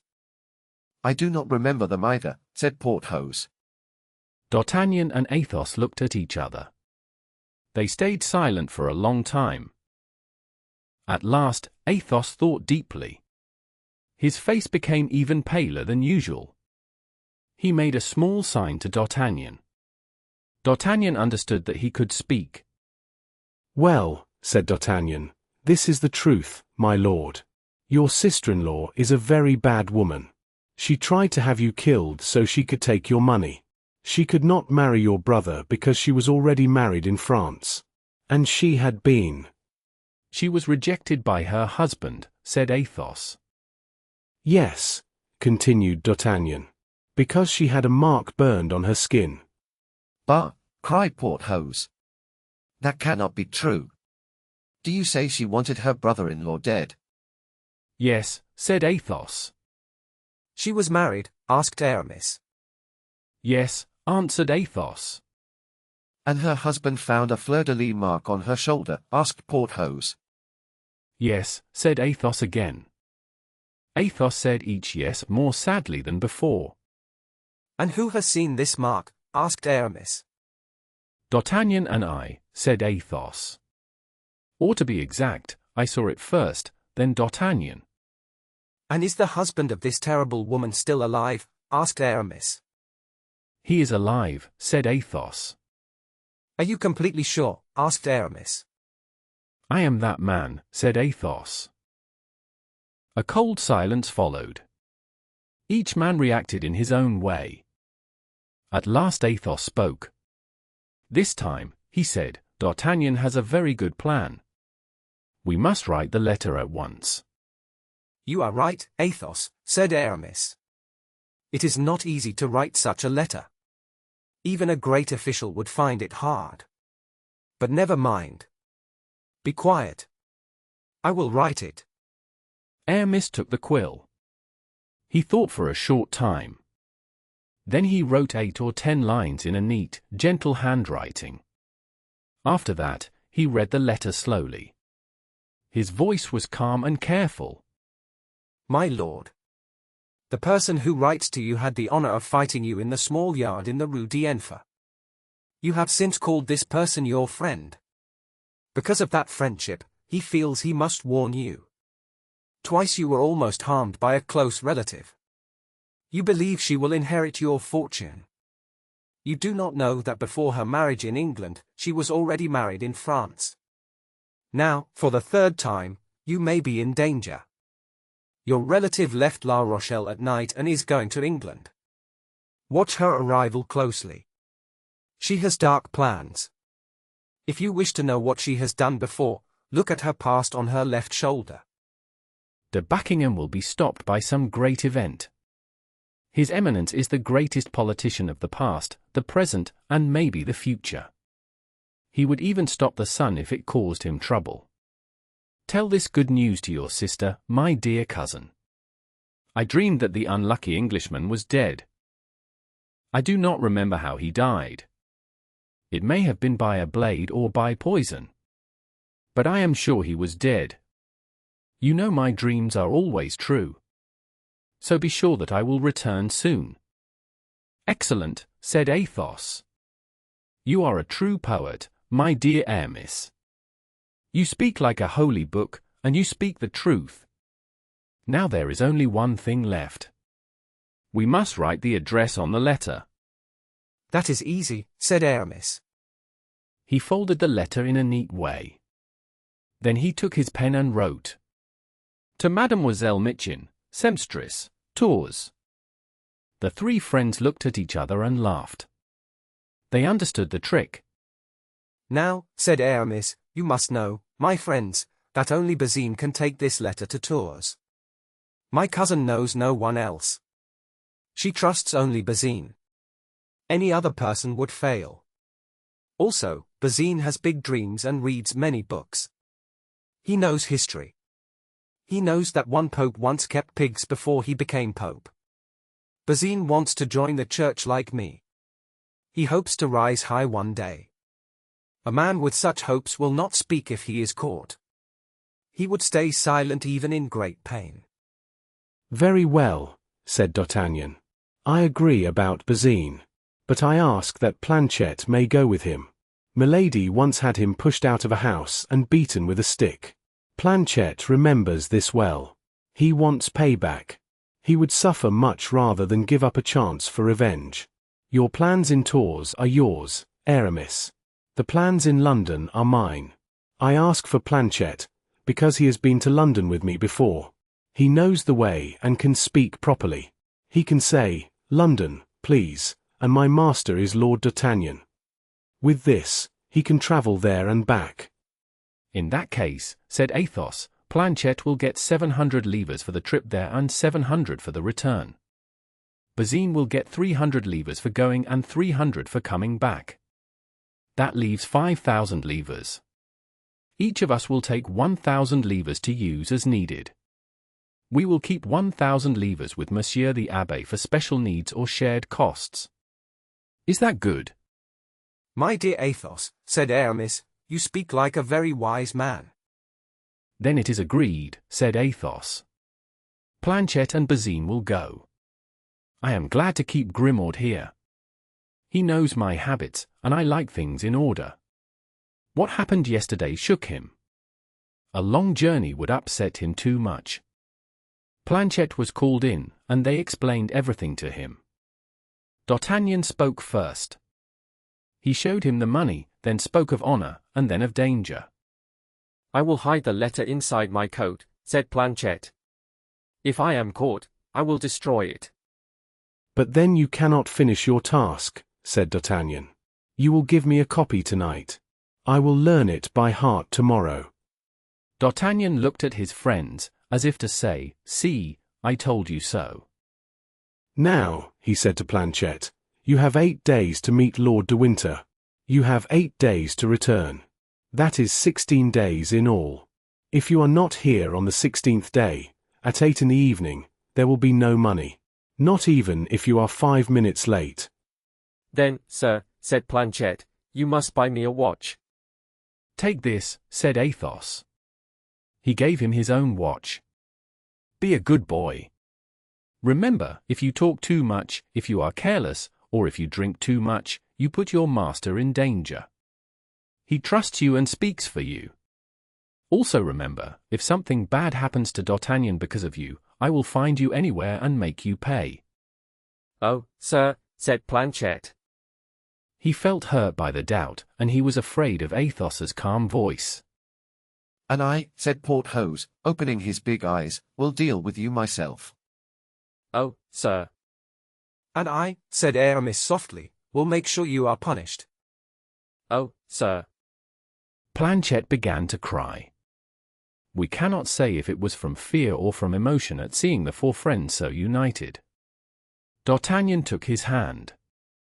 See, Planchet, he said, these gentlemen speak like this because they care for me. But inside, they all like you. Ah, monsieur, said Planchet, I will succeed, or I will agree to be punished. And if that happens, you can be sure I will not say one word. They decided that Planchet would leave the next morning at 8 o'clock. He said he would use the night to learn the letter by heart. In this way, he gained 12 hours. He had to return on the 16th day, at 8 o'clock in the evening. In the morning, when he was getting on his horse, D'Artagnan called Planchet aside. He felt a secret care for the Duke. Listen, he said.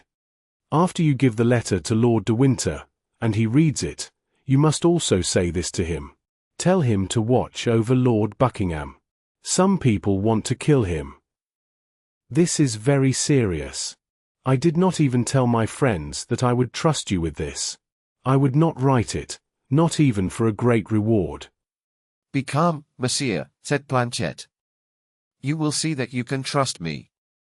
Planchet rode a very good horse. He would leave it after many miles and then take a post horse. He rode fast.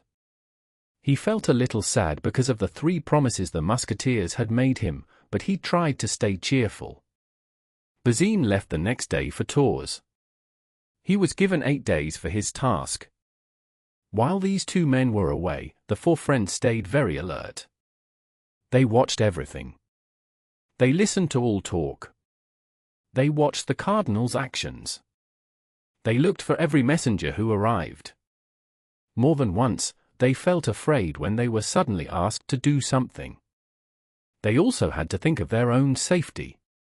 Milady was like a dark shadow.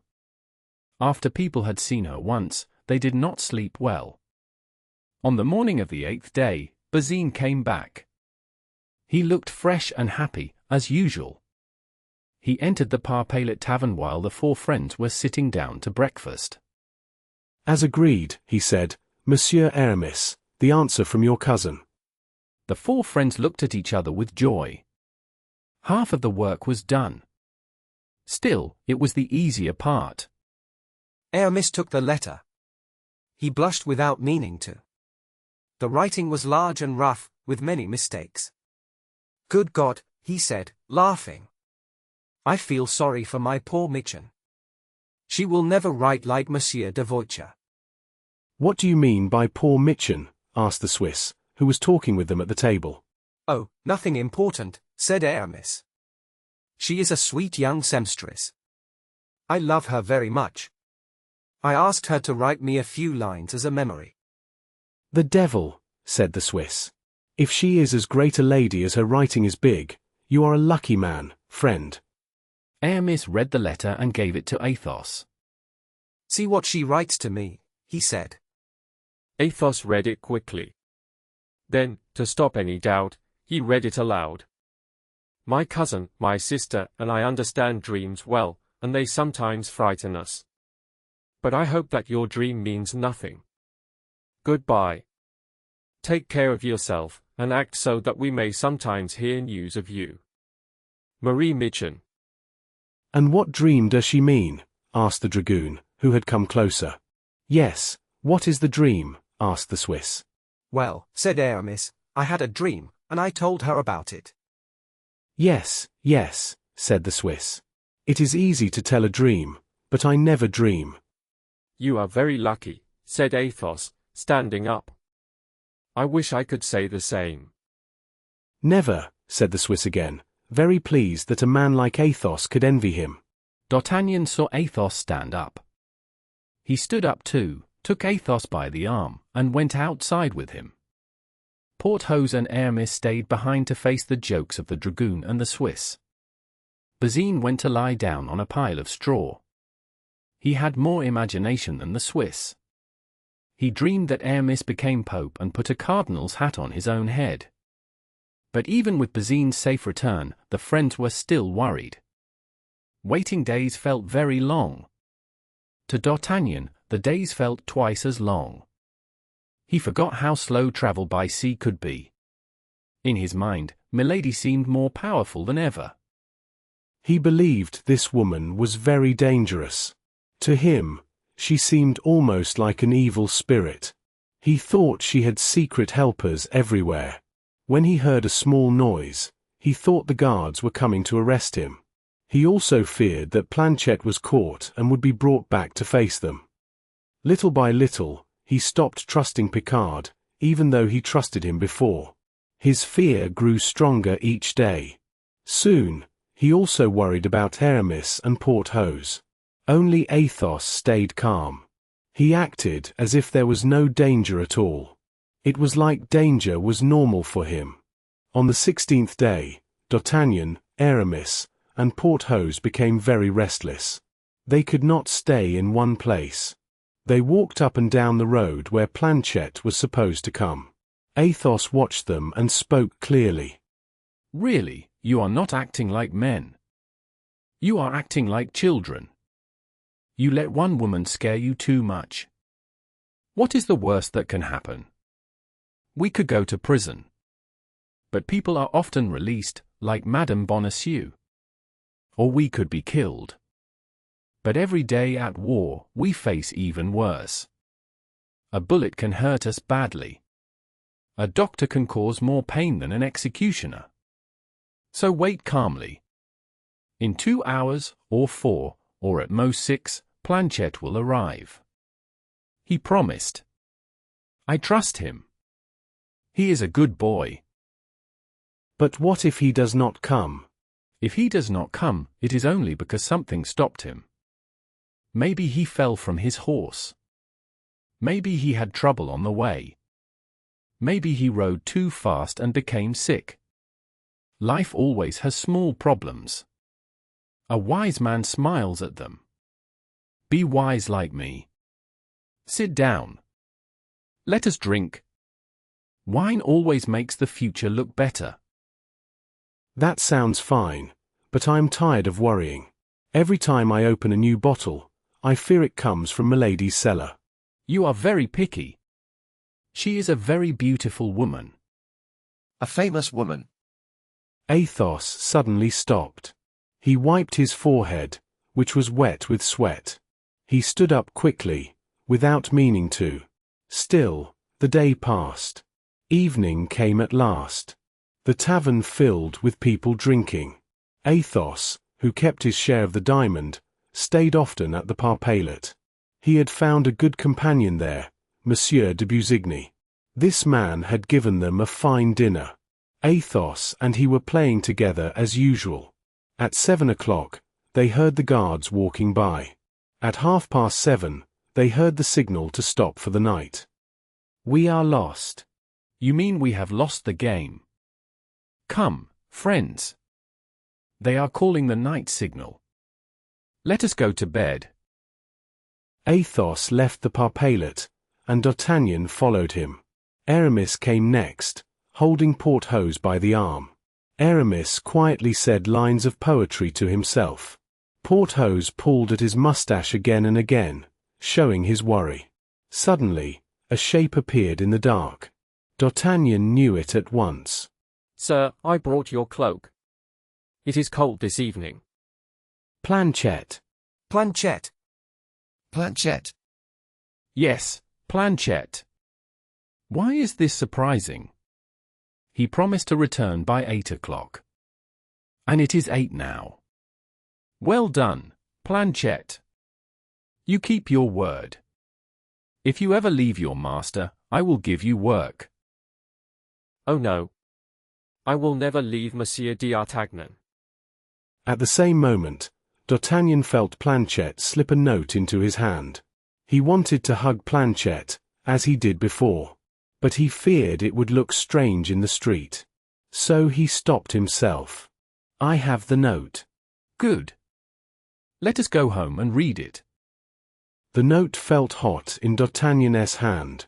He wanted to walk faster, but Athos took his arm and walked slowly. D'Artagnan had to match his pace. At last, they reached their tent. They lit a lamp. Planchet stood at the door to watch. D'Artagnan opened the letter with a shaking hand. Inside were only a few words, written in a clear, foreign hand. The message said, "Thank you. Do not worry." D'Artagnan read it and explained it to the others. Athos took the letter from D'Artagnan.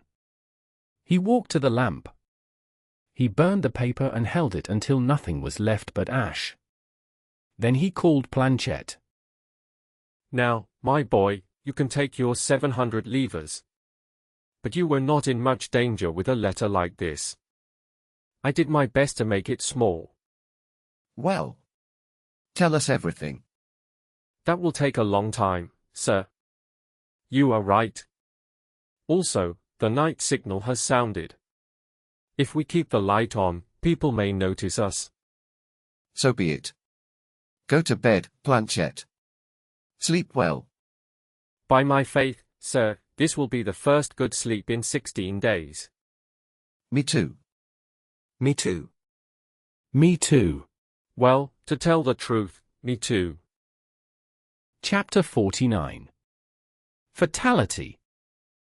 At the same time, Milady was on the ship. She was full of strong anger. She walked on the deck like a wild animal in a cage. Many times she thought about jumping into the sea to reach the land. She could not stop thinking about D'Artagnan, who had offended her, and Athos, who had frightened her. She had left France without taking revenge on them, and this thought hurt her deeply. Her pain grew stronger each hour. At last, she begged the captain to put her on land. She did not care what danger this might bring to her. But the captain refused. He was afraid. French and English ships were both near, and he wanted to escape as fast as possible. He wished to reach England. He believed her request was only a woman's sudden wish. He promised her this instead. If the sea and the French ships allowed it, he would land her at a port in Brittany, at Lorient or Brest. But the wind was bad, and the sea was rough. The ship could not go close to the coast. They stayed far out at sea. 9 days after leaving the river Charente, Milady was very tired and very upset. She saw only the blue coast of Finistère in the distance. She began to count the days.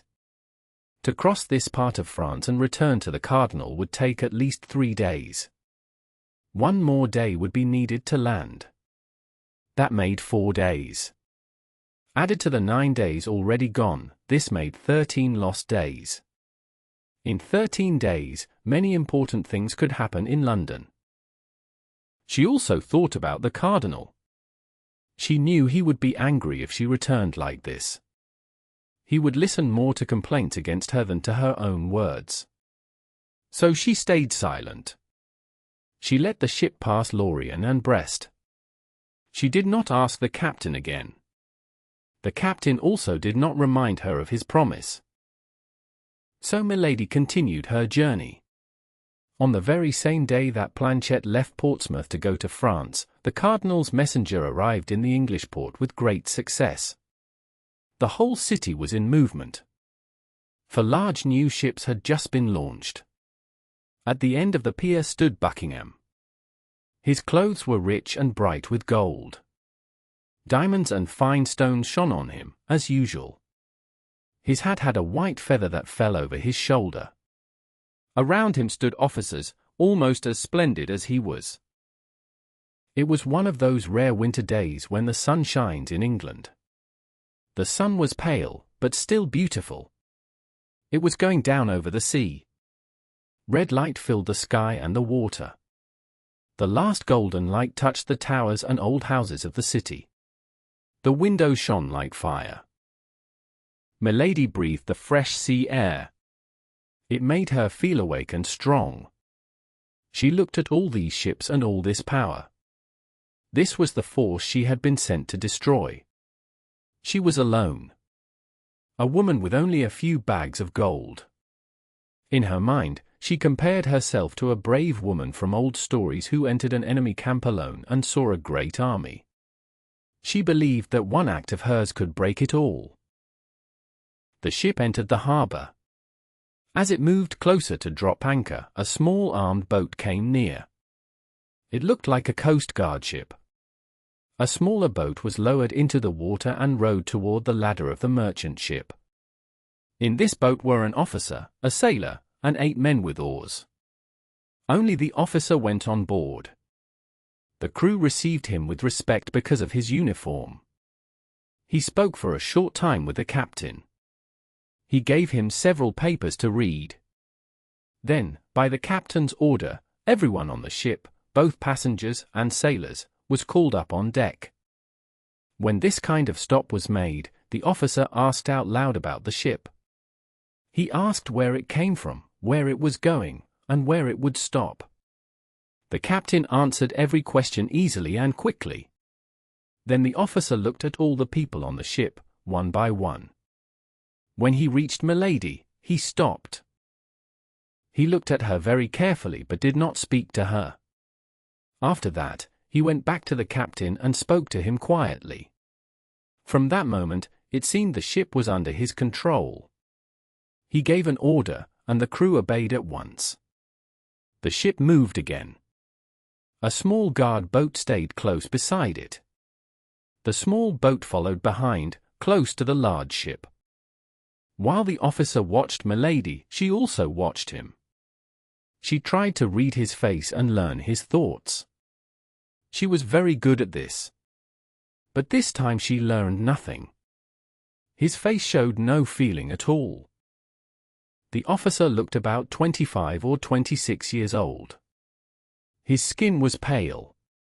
His eyes were light blue and set deep. His mouth was small and still.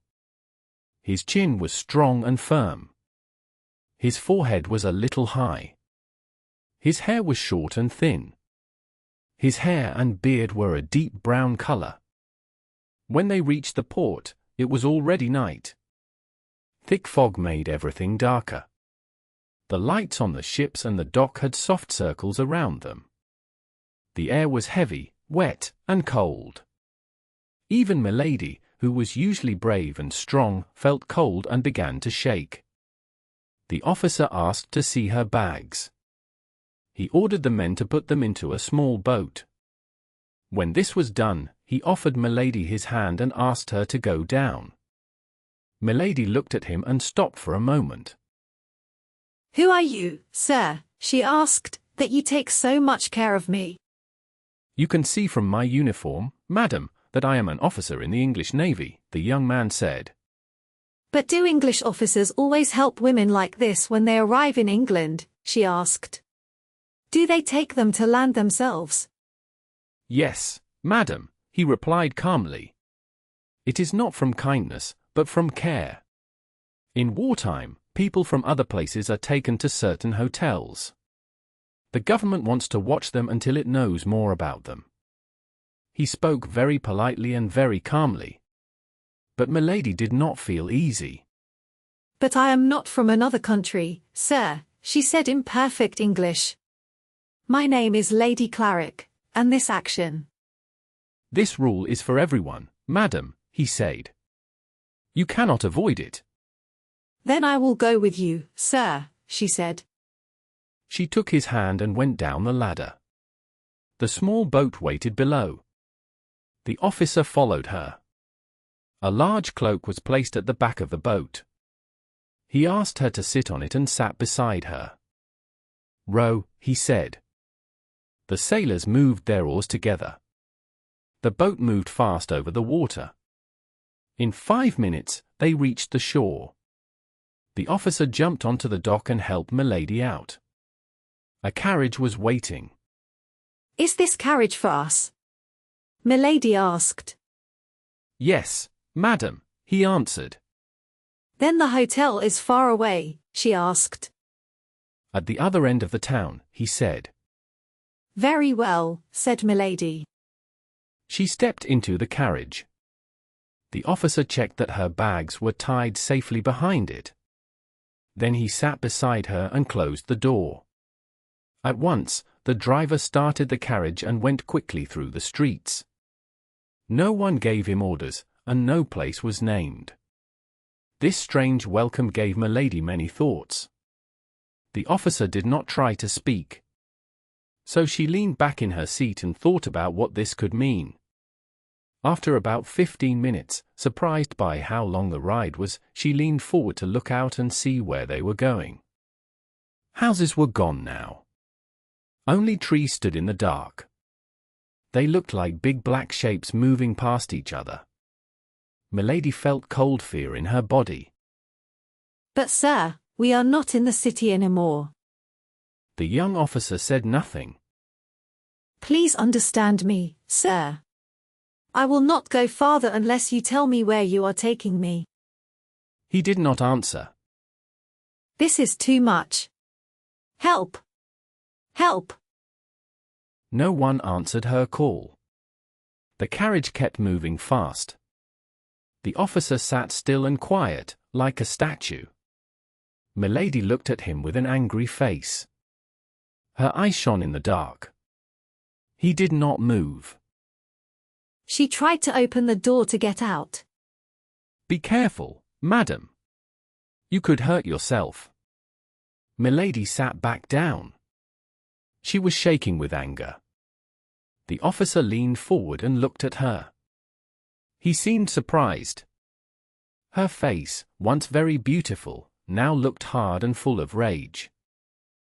Milady understood she was showing too much. She forced her face to grow calm. "Please, sir, tell me. Is this because of you, your government, or an enemy? Why am I treated this way?" "No harm will come to you, madam. This is only a simple rule. We use it with everyone who arrives in England." "Then you do not know me, sir? "This is the first time I see you." And you have no hate toward me?" "None at all. I promise you." His voice was calm and gentle. Milady began to feel less afraid. After almost an hour, the carriage stopped at an iron gate. Behind it was a long path leading to a large stone castle. It stood alone and looked strong and cold. When the wheels rolled on small stones, Milady heard a loud sound. She knew it was the sea hitting high rocks nearby. The carriage passed through two large arches and stopped in a wide, dark yard. The door opened at once. The young officer jumped down and gave his hand to Milady. She took it and stepped out, now quite calm. So I am a prisoner. But I am sure it will not be for long. My own heart and your good manners promise that. The officer did not reply. He took a small silver whistle from his belt and blew it 3 times, each time a little different. At once, several men appeared. They took the horses away and moved the carriage inside. Then the officer politely asked Milady to enter the house. She kept smiling and took his arm. They passed through a low door into a long stone hall. It was dark, with light only at the far end. They climbed a stone staircase and stopped at a heavy door. The young man used a key and opened it. Inside was the room prepared for Milady. She looked around quickly and saw everything. The room had good furniture. It could belong to a guest or a prisoner. But bars on the windows and strong locks on the door showed the truth. Suddenly, all her strength left her. She sat down in a large chair. Her arms crossed. Her head fell forward. She waited, thinking someone would come to question her. No one came, except 2 or 3 sailors. They brought her boxes and bags, put them in a corner, and left without a word. The officer watched everything quietly. He gave no orders aloud. A small movement of his hand or a sound from his whistle was enough. At last, Milady could not stay silent any more. For heaven's sake, sir, what does all this mean? End my fear. I am brave enough for danger when I understand it. Where am I? Why am I here? If I am free, why are there bars and locked doors? If I am a prisoner, what have I done? You are here in the room prepared for you, madam. I was ordered to take control of you on the ship and bring you to this castle. I believe I did this exactly, like a soldier should. I also tried to act with good manners, like a gentleman. My duty to you ends here. What happens next is for another person. And who is that other person? Can you tell me his name? At that moment, they heard loud spurs on the stairs. Voices passed by and then went quiet. One set of steps came closer to the door. That person is here, madam, said the officer. He stepped aside and stood straight with respect. The door opened. A man stood there. He had no hat. He carried a sword and waved a handkerchief. Milady felt she knew this shape in the dark. She held the arm of her chair to stay steady. She leaned forward, wanting to be sure. The man walked slowly into the light from the lamp. Milady stepped back without meaning to. Now she was sure. What? My brother, is it you? Yes, fair lady, it is I. He bowed, polite but also mocking. Then this castle. It is mine. And this room. It is yours. So I am your prisoner? Almost. This is a terrible use of power. No big words, let us sit and talk calmly, like a brother and sister should. He turned to the door. The young officer was still waiting. All is well, thank you. You may leave us now, Mr. Felton. Chapter 50. Chat between brother and sister. While Lord de Winter closed the door, shut a window cover, and pulled a chair near Milady's seat, Milady thought fast and hard. She looked at every possible reason for what was happening. Now she knew who held her, the plan became clearer to her. She knew her brother-in-law well. He was honest and brave. He liked hunting and gambling. He chased women. But he was not clever with secret plans. How did he learn about her arrival? How did he stop her so quickly? Why did he keep her here? Athos had once said words that showed someone else heard her talk with the cardinal.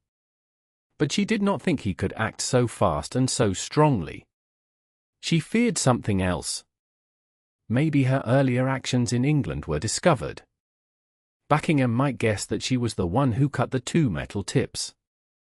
He might want revenge for that small trick. But Buckingham would not be cruel to a woman. This was even more true if he thought she acted from jealousy. This idea felt the most likely to her.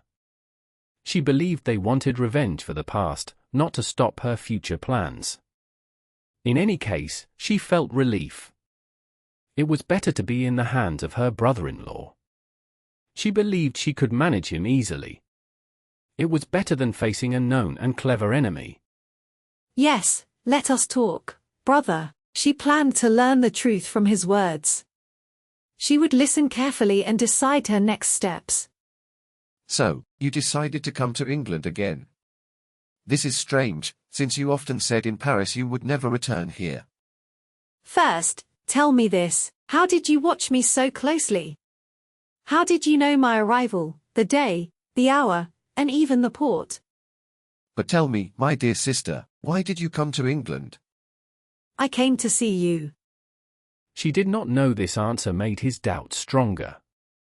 D'Artagnan's letter had already filled his mind with suspicion. She only wanted to win his trust with a lie. To see me? Yes, to see you. Why is that strange? And you had no other reason to come to England? No. So you crossed the sea only for me? Only for you. Well, what deep feeling, my sister. But am I not your closest family? And are you not my only heir? He looked straight into her eyes. Milady could not hide her fear. She moved suddenly. When Lord de Winter spoke his last words, he put his hand on her arm.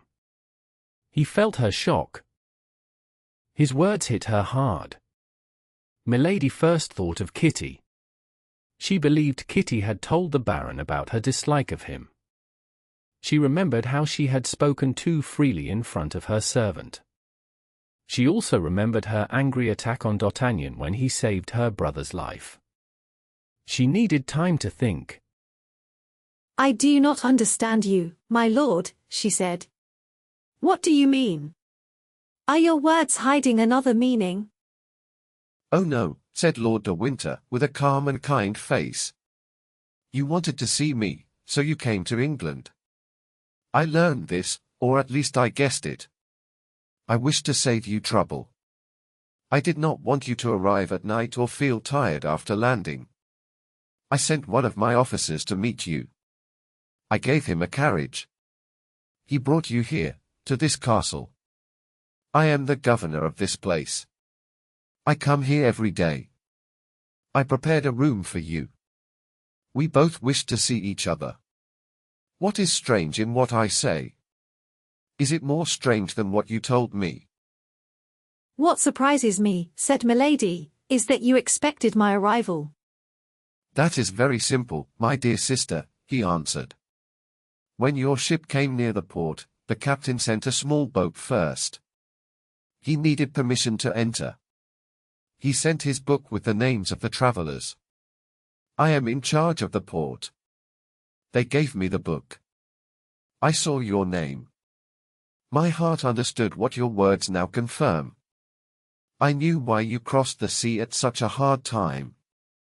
So I sent my ship to meet you. You know the rest. Milady knew he was lying. This made her more afraid. My brother, she said, was that Lord Buckingham I saw on the dock this evening.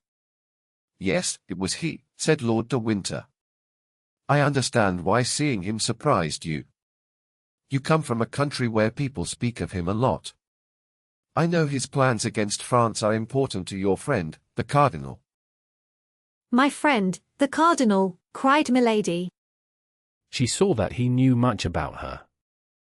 Is he not your friend too? Said the Baron, lightly. Ah, forgive me. I thought so. But we will speak of the Duke later. Let us return to our gentle talk. You say you came to see me. Yes. Then I tell you this. You will have what you wish. We will see each other every day. Must I stay here forever? Asked Milady, with fear. Are you not comfortable here, sister? He said. Ask for anything. I will give it to you. But I have no maids. I have no servants. You will have them, he said. Tell me how your home was arranged by your first husband.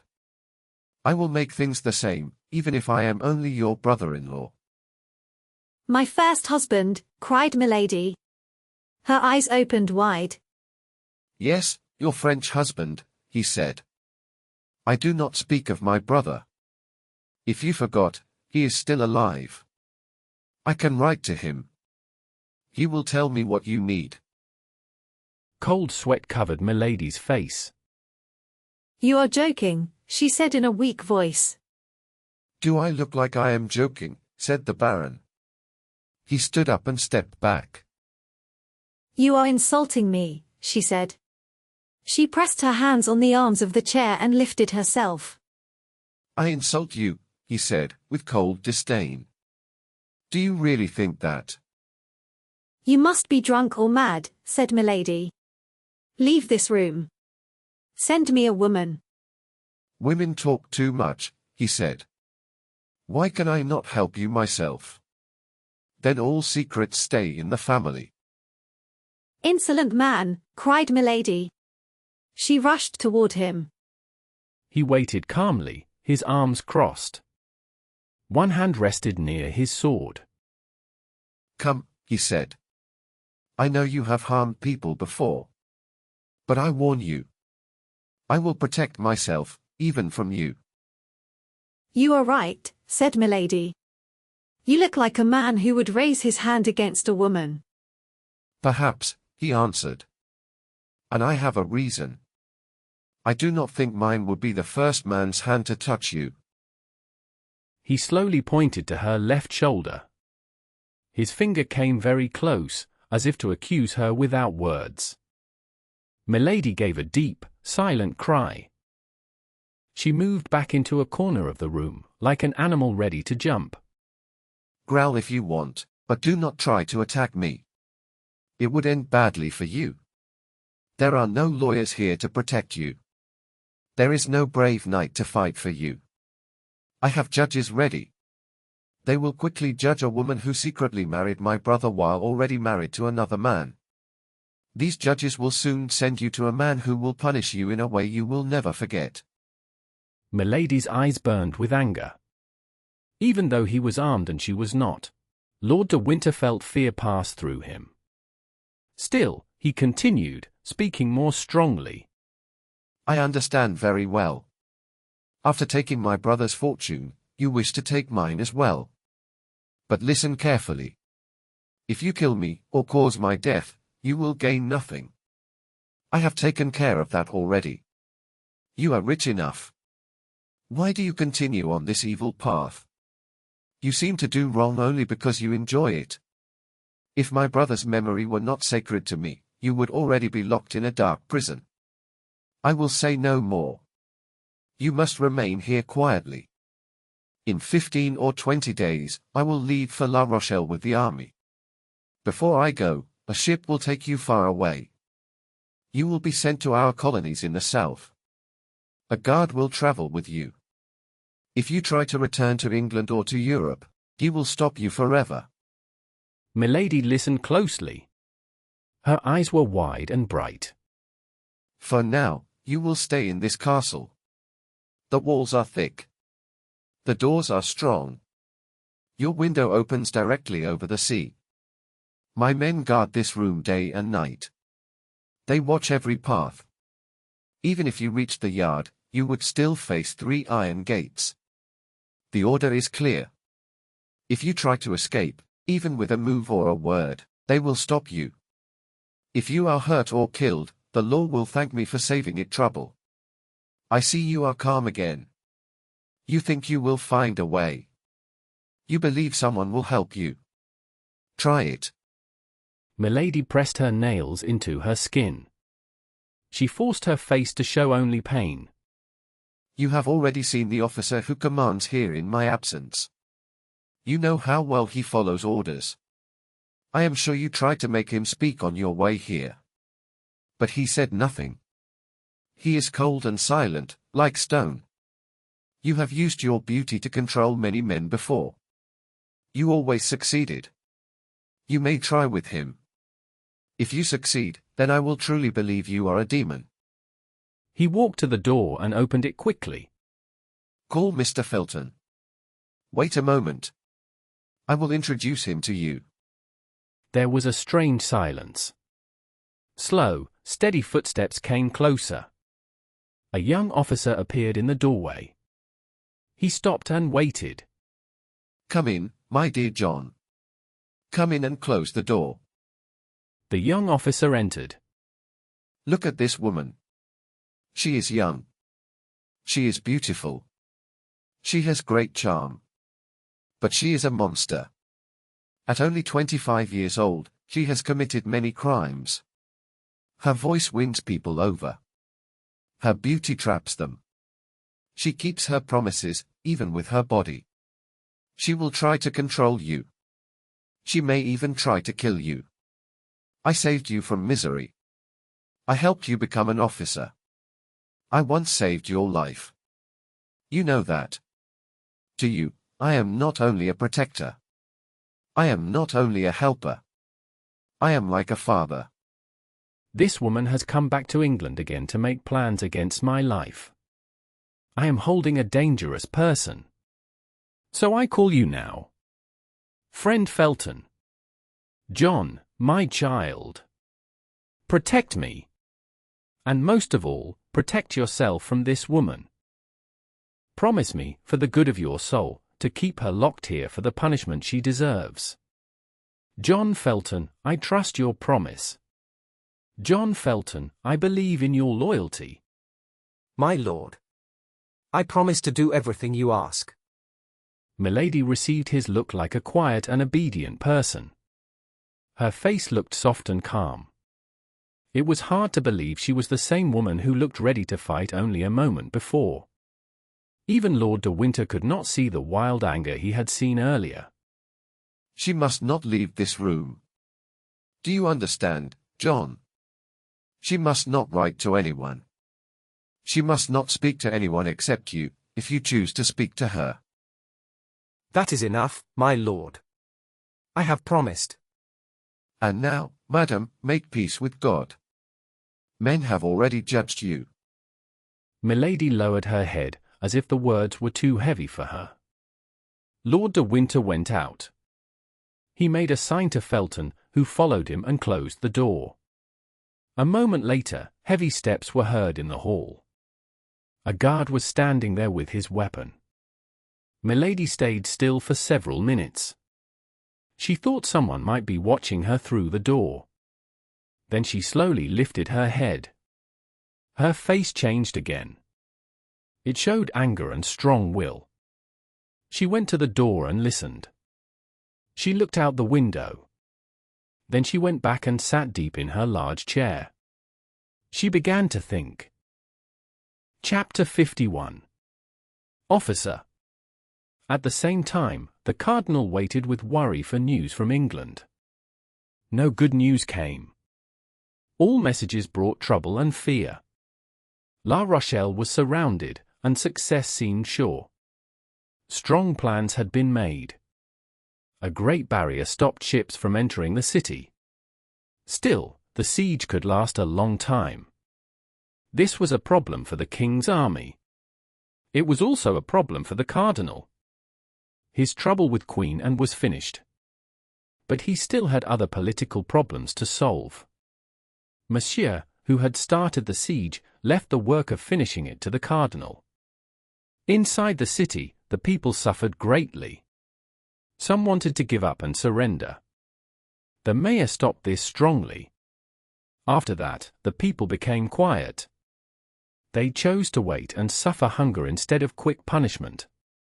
Outside the city, the soldiers often caught messengers and spies. These people tried to go between La Rochelle and Buckingham. When someone was caught, the judgment was very fast. The cardinal gave a short order. The king was asked to watch the punishment. He came and watched carefully. Sometimes this helped him pass the time. But he still became tired of the siege. He often spoke about going back to Paris. Time passed, and La Rochelle did not surrender. One day, a spy was caught with a letter. The letter said the city was at its limit. It did not ask for help soon. It said something worse. It said that if help did not come in 15 days, everyone would already be dead from hunger. So the people of La Rochelle had only one hope. That hope was Buckingham. They believed in him completely. If they learned that he would not come, they would lose all courage. The cardinal waited impatiently for news from England. He wanted news that Buckingham would not arrive. The idea of attacking the city directly was often discussed. Each time, it was refused. La Rochelle was very strong. Also, the cardinal knew that such a fight would cause terrible bloodshed. Frenchmen would fight Frenchmen. This went against his long plans. He believed in order and control, not chaos. If the city were taken by force, many people would die. This would remind everyone of old and dark events in France. In the year 1628, this was something the cardinal did not want the country to see again. The king remembered past events, like the killings in 1572. Still, he agreed with the hardest plan. The general said that La Rochelle could not be taken by force. They said it could only be beaten by hunger. The king was a strong Catholic, so this plan did not trouble him. The cardinal could not stop thinking about his dangerous agent, the woman he had sent. He feared her. He knew her strange nature. Sometimes she acted like a quiet snake. Sometimes she acted like a brave lion. He wondered if she had betrayed him. He wondered if she was dead. He knew one thing for sure. Whether she helped him or fought him, she would not stay still without a strong reason. But he did not know what stopped her now. Even so, he still trusted her. He believed she would return to him. In the past, he had learned terrible secrets about her. Only his power had protected her. He felt that she belonged to him. She had no other protector strong enough to save her from danger. So the cardinal decided to continue the war by himself. He would not depend on others. He would only wait for luck if it came. He pushed forward the building of the Great Wall in the sea. This wall was meant to block food and slowly starve La Rochelle. He looked often at the unhappy city. Inside it, there was deep suffering, but also great courage. He remembered an old political saying. It meant that to rule, one must divide people. Long ago, King Henry IV had sent bread into Paris during a siege. The cardinal chose a different way. He sent small letters over the walls. In these notes, he told the people that their leaders were unfair and cruel. He said the leaders had plenty of grain but kept it for themselves. They believed it was acceptable if women, children, and old people died, as long as the fighting men stayed strong. Until then, many people had accepted this idea. Some did so out of loyalty. Others felt too weak to fight it. But the letters changed things. The notes reminded the men that the dying people were their own families. They were their children, wives, and fathers. The letters said it would be fairer if everyone suffered together. Then the people could make decisions as one. The letters worked as the cardinal hoped. Many citizens began secret talks with the royal army. The cardinal felt pleased when he saw his plan succeed. But then something unexpected happened. A man from La Rochelle entered the city. No one knew how he passed the royal guards, who watched very carefully. The man had come from Portsmouth. He said he had seen a great fleet. It would sail in 8 days. Soon after, Buckingham sent a letter to the mayor. He wrote that a great alliance was forming against France. He promised that English, Imperial, and Spanish armies would attack together. The letter was read aloud all over the city. Copies were placed on street corners. Even those who had started secret talks stopped them. They decided to wait for the help that was promised with such pride. This news brought back the cardinal's old worries. Once again, he had to look toward the sea with fear. At the same time, the royal army lived an easy and happy life. They had enough food and money. The soldiers tried to outdo each other in bold acts and good spirits. They caught enemy spies and dealt with them quickly. They made risky trips to the wall and the sea. They invented wild plans and carried them out calmly. These activities made time pass fast for them. For the people of La Rochelle, the days felt very long. Hunger and fear filled their lives.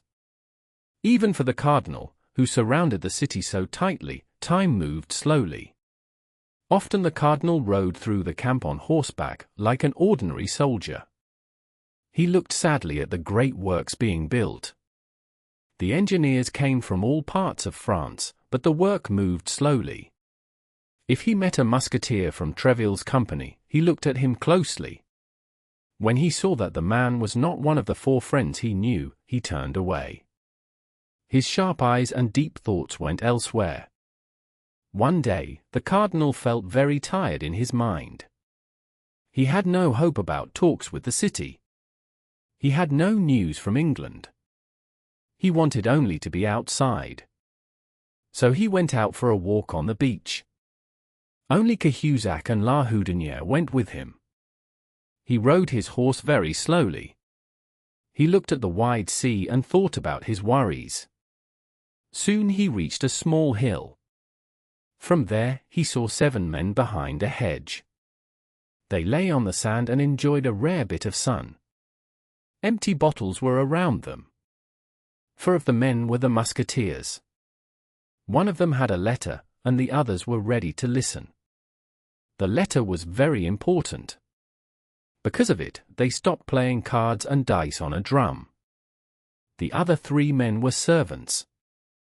They were opening a very large bottle of wine. The cardinal felt very sad that day. When he felt like this, he did not like to see other people happy. He also had a strange thought. He often believed that his own sadness made others joyful. He made a sign to Cahusac and La Houdinière to stop. He got down from his horse. He walked toward the group. The soft sand made his steps quiet, and the hedge hid him. He hoped to hear their talk. When he was close, he saw the talkative Gascon. He now knew these men were musketeers. He was sure the others were Athos, Porthos, and Aramis. This made him even more curious. His face grew hard. He moved closer, very quietly. But he heard only a few unclear sounds. Then a loud short cry broke the silence and made him jump, and it also caught the musketeer's attention. "Officer," cried Grimaud. "You are talking, you fool," said Athos. He lifted himself on one arm and stared at Grimaud sharply. Grimaud said nothing more. He only pointed toward the hedge. This showed the cardinal and his men. At once, the musketeers stood up. They greeted the cardinal with respect. The cardinal looked very angry. "It seems the musketeers are on guard," he said. "Do you expect the English to come by land? Or do you think you are officers above others? Monseigneur, said Athos. While the others were afraid, he stayed calm and steady. When the musketeers are not on duty, they drink and play dice. And they are certainly above their own servants. Servants, said the cardinal. Servants who warn their masters when someone comes are not servants. They are guards. Your Eminence can see, said Athos, that without this care, we might have let you pass without greeting you. We also wish to thank you for bringing us together. D'Artagnan, he went on, you wanted very much to thank Monseigneur. Now is your chance. Athos spoke in a cool and polite way. His calm manners made him seem very grand. D'Artagnan stepped forward. He spoke a few shy words of thanks, but he stopped when he saw the dark look on the cardinal's face. It does not matter, gentlemen, said the cardinal. I do not like common soldiers acting like great lords, even if they serve in a special group. Discipline is the same for everyone. Athos waited until the cardinal finished. Then he bowed. Discipline, Monseigneur, he said, has not been forgotten by us. We are not on duty now. We believed we were free to use our time as we wished. If you have a duty for us, we are ready to obey. And you can see, he added, that we did not come without our weapons. He pointed to the 4 muskets. They stood together near the drum with the cards and dice on top. Your Eminence may think, said D'Artagnan, that we would have come to greet you. But we did not know it was you. You were coming with only a few men.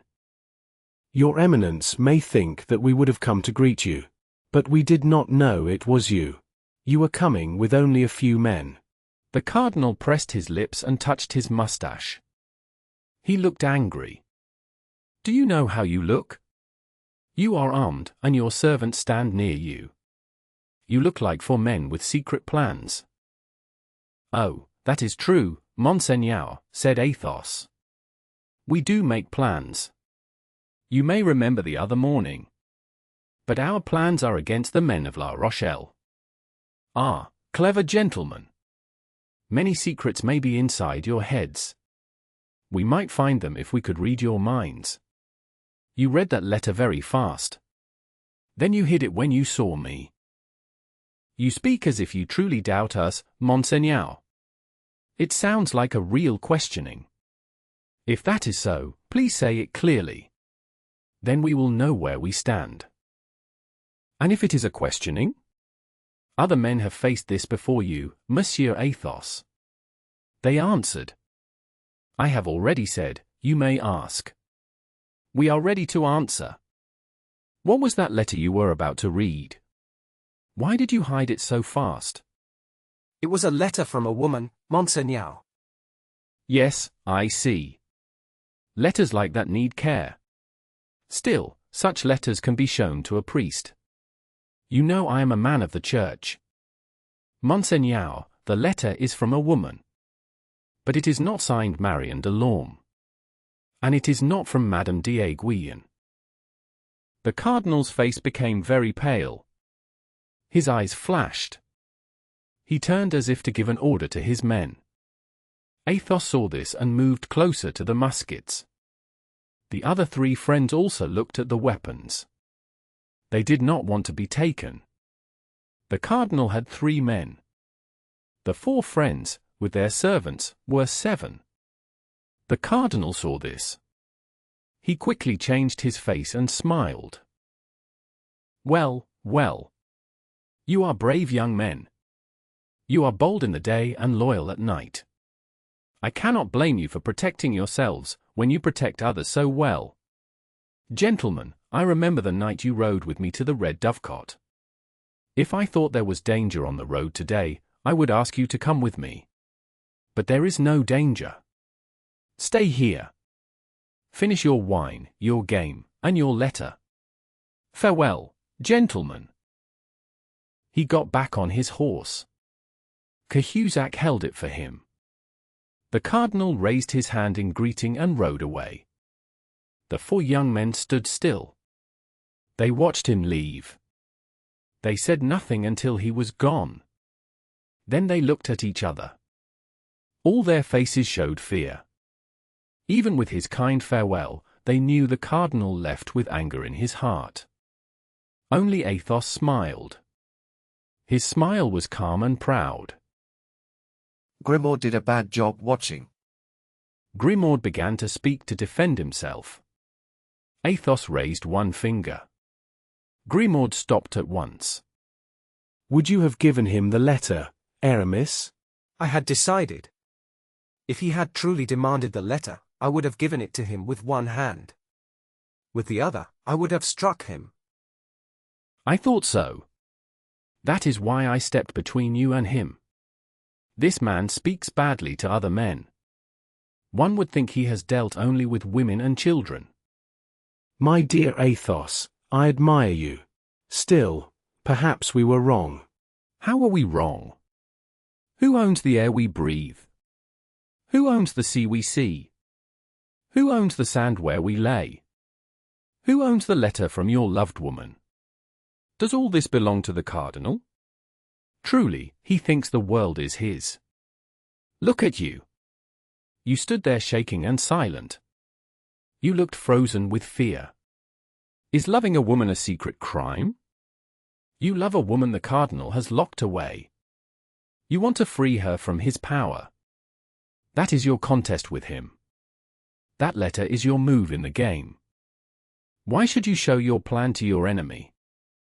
That is never wise. Let him discover it if he can. We will try to discover his plan too. That sounds very reasonable, Athos. So let us stop talking about the past. Aramis should read again the letter from his cousin, from the beginning, before the cardinal stopped him. Aramis took the letter from his pocket. The three friends stood close to him. The three servants stood again near the wine jar. You only read a few lines. Please read it again from the start.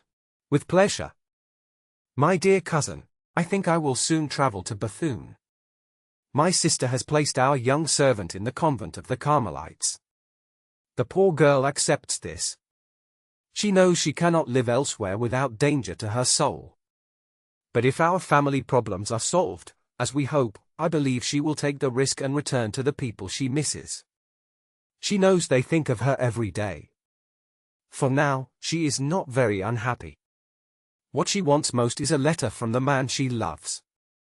I know it is not easy to send letters into a convent. But as I have shown you before, I know how to do such things, and I will take care of it. My sister thanks you for always remembering her.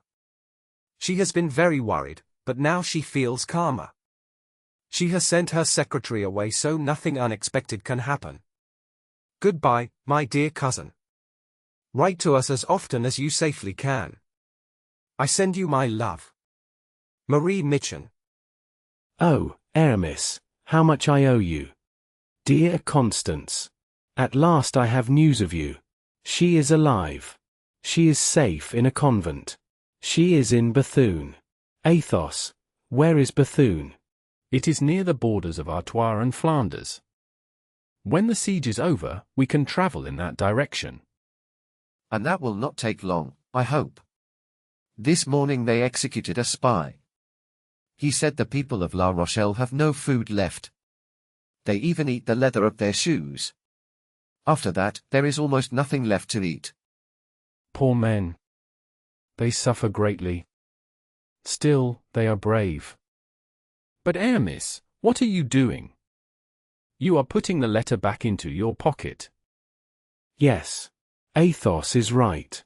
The letter should be destroyed. But if we burn it, who knows? Maybe the cardinal can still learn something from the ashes. He surely could. So what shall we do with the letter? Come here, Grimaud. Because you spoke without permission, you will do something for us. You will eat this piece of paper. After that, you will drink this glass of wine as a reward. First, here is the letter. Eat it well. Grimaud smiled. He looked at the glass of wine in Athos's hand. He chewed the paper carefully and swallowed it. Well done, Monsieur Grimaud. Now drink this. Very good. You do not need to say thanks. Grimaud drank the Bordeaux wine in silence. He lifted his eyes upward, showing great pleasure without saying a word. And now, unless the cardinal has the strange idea to examine Grimaud, I think we can feel safe about the letter. At the same time, the cardinal continued his slow ride. These 4 men must belong to me. Chapter 52. Captivity, the first day. Let us return to Milady. We looked away from her for a moment, toward the coast of France. Now we see her again, in the same hopeless state as before. She is lost in dark thoughts. Her mind feels like a deep, sad place. For the first time, she feels real fear. For the first time, she doubts herself. Twice her plans have failed. Twice she has been discovered and betrayed. Both times, one man has stood against her. It is as if fate sent him to stop her. That man is D'Artagnan. He has defeated her. He has tricked her in love. He has hurt her pride. He has blocked her goals. Now he has destroyed her plans. He has taken away her freedom. He even puts her life in danger. Still more, he had lifted the corner of her mask.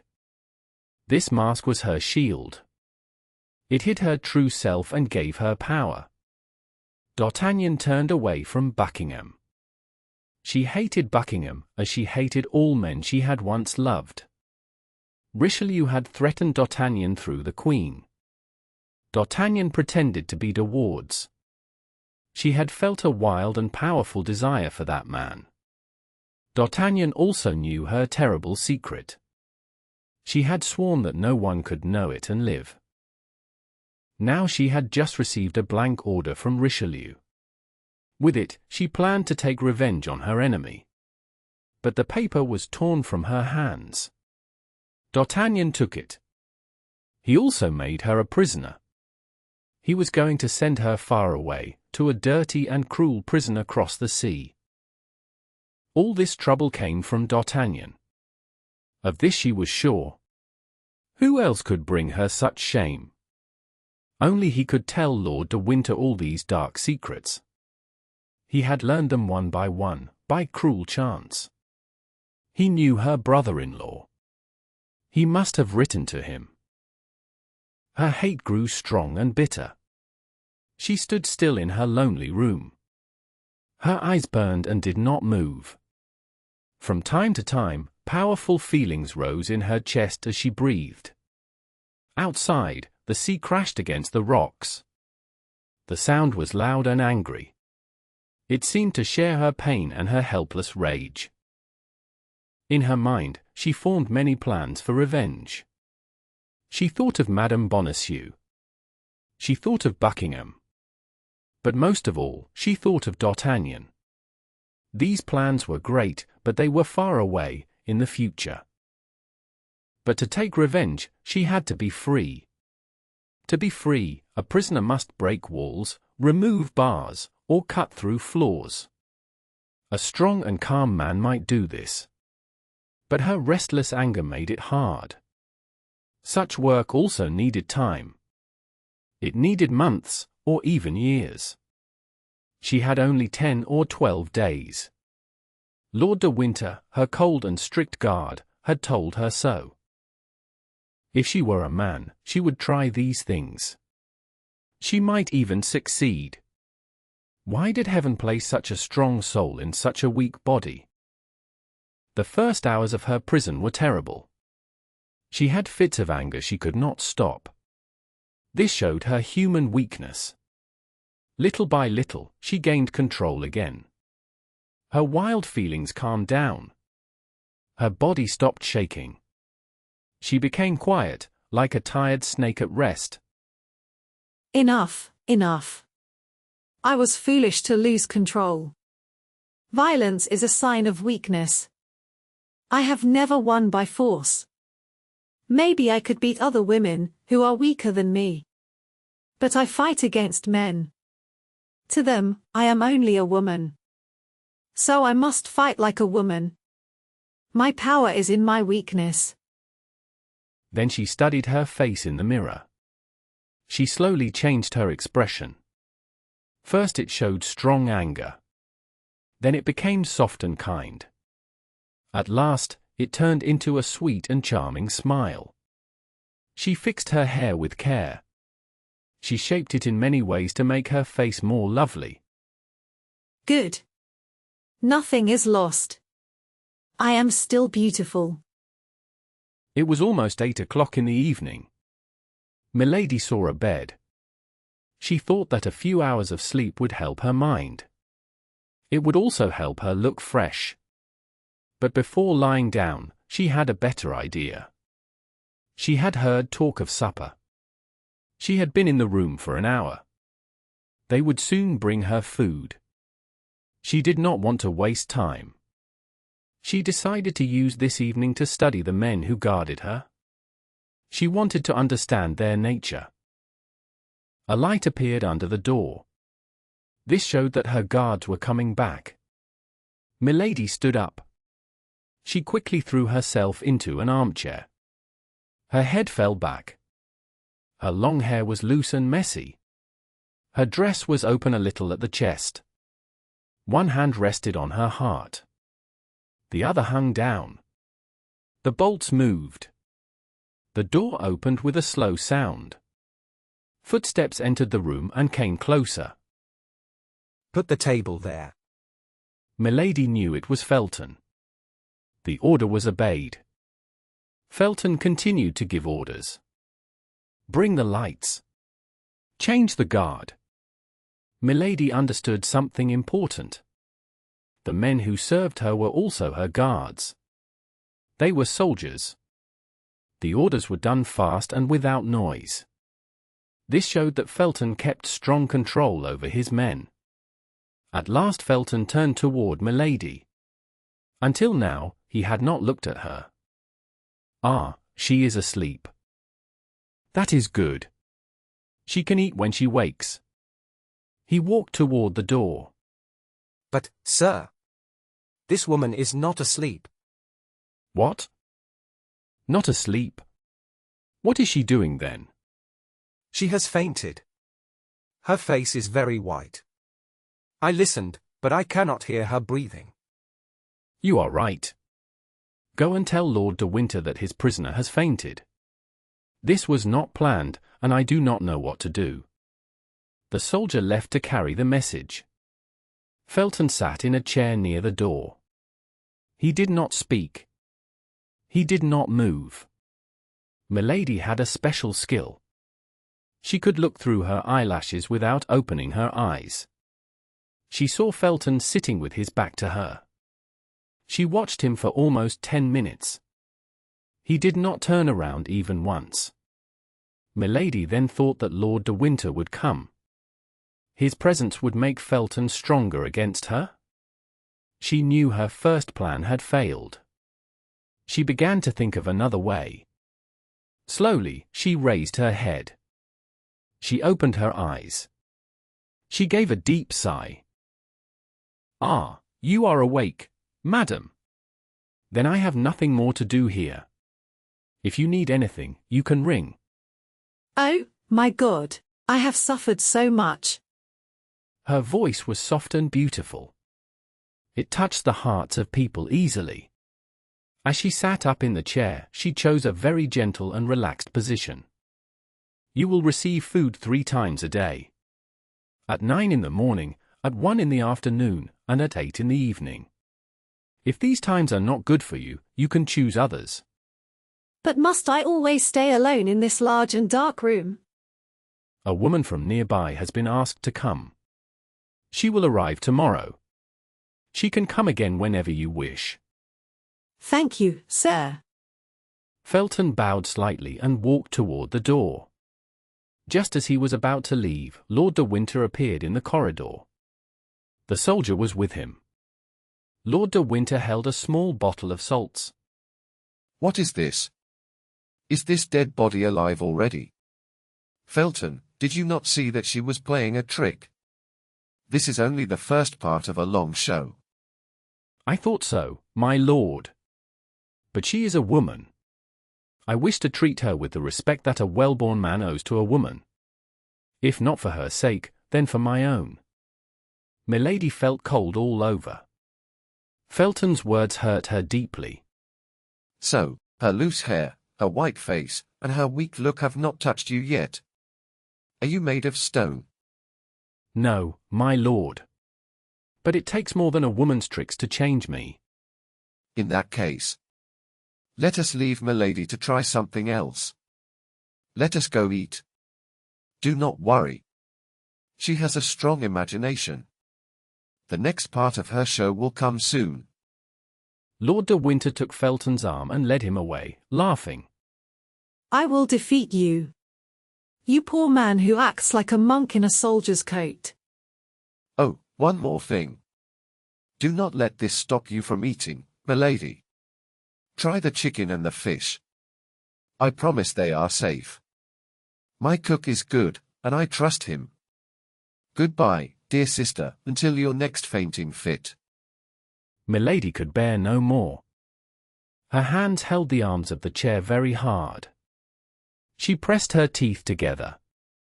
Her eye stayed on the door as it closed after Lord de Winter and Felton. When she was alone, deep sadness filled her again. She looked at the table. She saw a knife that shone in the light. She ran to it and grabbed it. But she felt strong disappointment. The blade was round and soft. It was made of silver. It could not hurt anyone. Loud laughter came from behind the half-closed door. The door opened again. Ha, ha! Do you see, my brave Felton? Do you see that I was right? That knife was for you. She wanted to kill you. This is what she always does. She tries to remove anyone who troubles her. If I had listened to you, the knife would be sharp and made of steel. Then you would be dead. She would have hurt you first, and then others. Look, John, see how well she knows how to hold a knife. Milady still held the harmless knife in her tight hand. But these words were too much for her. Her strength left her. Her hands opened. The knife fell to the floor. You were right, my lord. You were right, and I was wrong. They left the room again. This time Milady listened very carefully. She heard their steps grow softer and then disappear in the long hallway. I am lost. I am lost. I am in the power of men I cannot change. They are like cold stone. They know me well. They are safe from all my tricks. But it cannot end the way they want. This thought brought her back to hope. Fear did not stay long in her strong spirit. Milady sat at the table. She ate some food. She drank a little Spanish wine. Her strength and calm returned. Before going to bed, she thought deeply. She studied every word, every step, every movement, and even every silence of the two men. After long thought, she decided that Felton was easier to change than Lord de Winter. One sentence stayed in her mind. If I had listened to you, Lord de Winter had said. This meant Felton had spoken for her. Lord de Winter did not agree with him. Weak or strong, this man has a small feeling of pity in him. I will make that small feeling grow. The other man knows me. He fears me. He knows what could happen if I ever escape. It is useless to try with him. But Felton is different. He is young. He is simple and pure. He seems good. There are ways to break him. Milady went to bed. She fell asleep with a smile on her lips. Anyone who saw her sleep might think she was a young girl dreaming of flowers on her head at a happy festival. Chapter 53. Captivity, the second day. Milady dreamed that she finally had D'Artagnan in her power. In her dream, she watched him die. The sight of his blood made her smile. She slept like a prisoner who has found a first hope. In the morning, people came into her room. She was still in bed. Felton stayed in the hallway. With him was a woman he had spoken of the night before. The woman had just arrived. She came near Milady's bed and offered to help her. I have a fever. I did not sleep at all last night. I am in great pain. Will you be kinder to me than the others were yesterday? I only ask to stay in bed. Would you like me to call a doctor? Felton listened but said nothing. Milady thought quickly. If more people came, Lord de Winter would watch her even more closely. A doctor might also say she was not truly ill. She did not want to fail again. A doctor? What good would that do? Yesterday these gentlemen said my illness was false. Today they would say the same. If they wanted a doctor, they could have called one already. Then, tell us yourself, madam, what you want us to do. How can I know? My God, I only know that I am suffering. Give me anything you like. It means very little. Go and bring Lord de Winter, said Felton. He was tired of her endless complaints. Oh no, no, cried Milady. Please do not call him, sir. I beg you. I am fine. I need nothing. Do not call him. She spoke with strong feeling and power. Her voice pulled Felton toward her without him wanting it. He stepped a little into the room. He is coming, thought Milady. Madam, if you are truly ill, said Felton, we will send for a doctor. But if you are lying, it will be bad for you. Still, we will have done our duty. Milady did not answer. She turned her head on the pillow. She began to cry. Her sobs were deep and sad. Felton watched her for a short time. His face stayed calm. Then, seeing this would take long, he left the room. No woman followed him, and Lord de Winter did not come. I think I see the path now, whispered Milady with dark joy. She pulled the blankets over her head so no one could see her pleasure. 2 hours passed. Now my sickness must end, she said quietly. I must get up and win something today. I have only 10 days. By tonight, 2 days will be gone. In the morning, they came into her room with her breakfast. Milady thought they would soon return to take the table away. Then Felton would come again. She was right. Felton returned. He did not look to see if she had eaten. He made a sign, and the servants took the table out. It had been brought in already prepared. Felton stayed. He held a book. Milady sat in a chair near the fire. She looked beautiful, pale, and calm. She seemed quiet and ready for suffering. Felton came closer. Lord de Winter, he said, is a Catholic, like you, madam. He thinks you may feel sad without the customs of your church. So he allows you to read the order of your Mass each day. This book has the words. Felton placed the book on a small table near her. When he said the words Your Mass, his voice sounded cold. He smiled with quiet scorn. Milady lifted her head and looked closely at him. His simple hair. His plain clothes. His hard, smooth forehead. She knew his kind. He was one of those dark Puritans she had seen before. She had seen them in the court of King James. She had seen them in France too, where they sometimes came for safety. At that moment, a sudden idea came to her. It was one of those quick thoughts that come in great danger.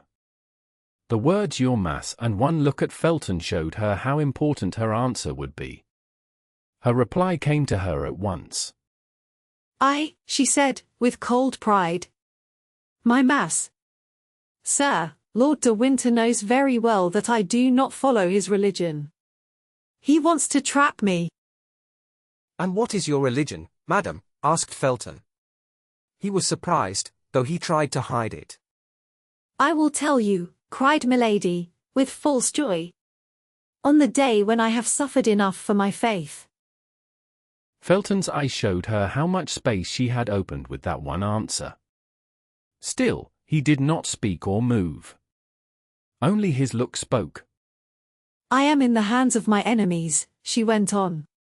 Her voice was full of strong belief, a tone she knew Puritans liked. Let my God save me, or let me die for my God. That is the message I ask you to give Lord de Winter. She pointed at the book without touching it, as if it were unclean. You may take it back, she said. Use it yourself. You are surely tied to Lord de Winter twice over. You help him hurt others, and you share his false beliefs. Felton said nothing. He took the book with the same dislike as before. Then he left, deep in thought. Lord de Winter came around 5 in the evening. All day long, Milady had planned her next steps. She welcomed him like a woman who felt strong again and fully in control. The Baron sat down in the chair across from Milady. He stretched his legs toward the fire. He smiled and spoke in a mocking way. He said it seemed she had changed her beliefs. What do you mean? Her voice was calm but proud. He said she must have changed her religion since their last meeting. He asked if she had married another man with a different faith. Explain yourself. I hear your words, but I do not understand them. He laughed and said maybe she had no religion at all. He said he liked that best. That fits your own ideas very well. He said it did not matter to him. You do not need to hide your lack of belief. Your bad life and your crimes already show it. He became angry and said she was rude and shameless. He said her words were too bold. You speak like this because others can hear you. You want the guards to turn against me. He laughed again and said she was being dramatic. He said that in 8 days she would be sent where she belonged. He said his job would then be finished. Your work is cruel and wrong. She spoke with strong feeling, like someone who wanted to challenge a judge. The Baron stood up. You are losing your mind. Calm yourself, or I will move you to a worse room. The wine you drink makes you act this way. It is not dangerous. It will pass. Lord de Winter left the room, speaking angrily. Felton was behind the door. He had heard every word. Milady knew this. The result is coming. He is too weak to see it before it is too late. The room became quiet again. 2 hours passed. Her supper arrived. The guards found Milady praying out loud. She had learned these prayers from an old servant of her second husband. He had been a strict man. Milady seemed lost in her prayers and did not notice anything around her. Felton made a sign that no one should disturb her. When everything was ready, he left quietly with the soldiers. Milady knew someone might be watching her. She kept praying until the end. She noticed that the guard at her door walked differently. He seemed to listen. She felt pleased. She stood up and went to the table. She ate very little and drank only water.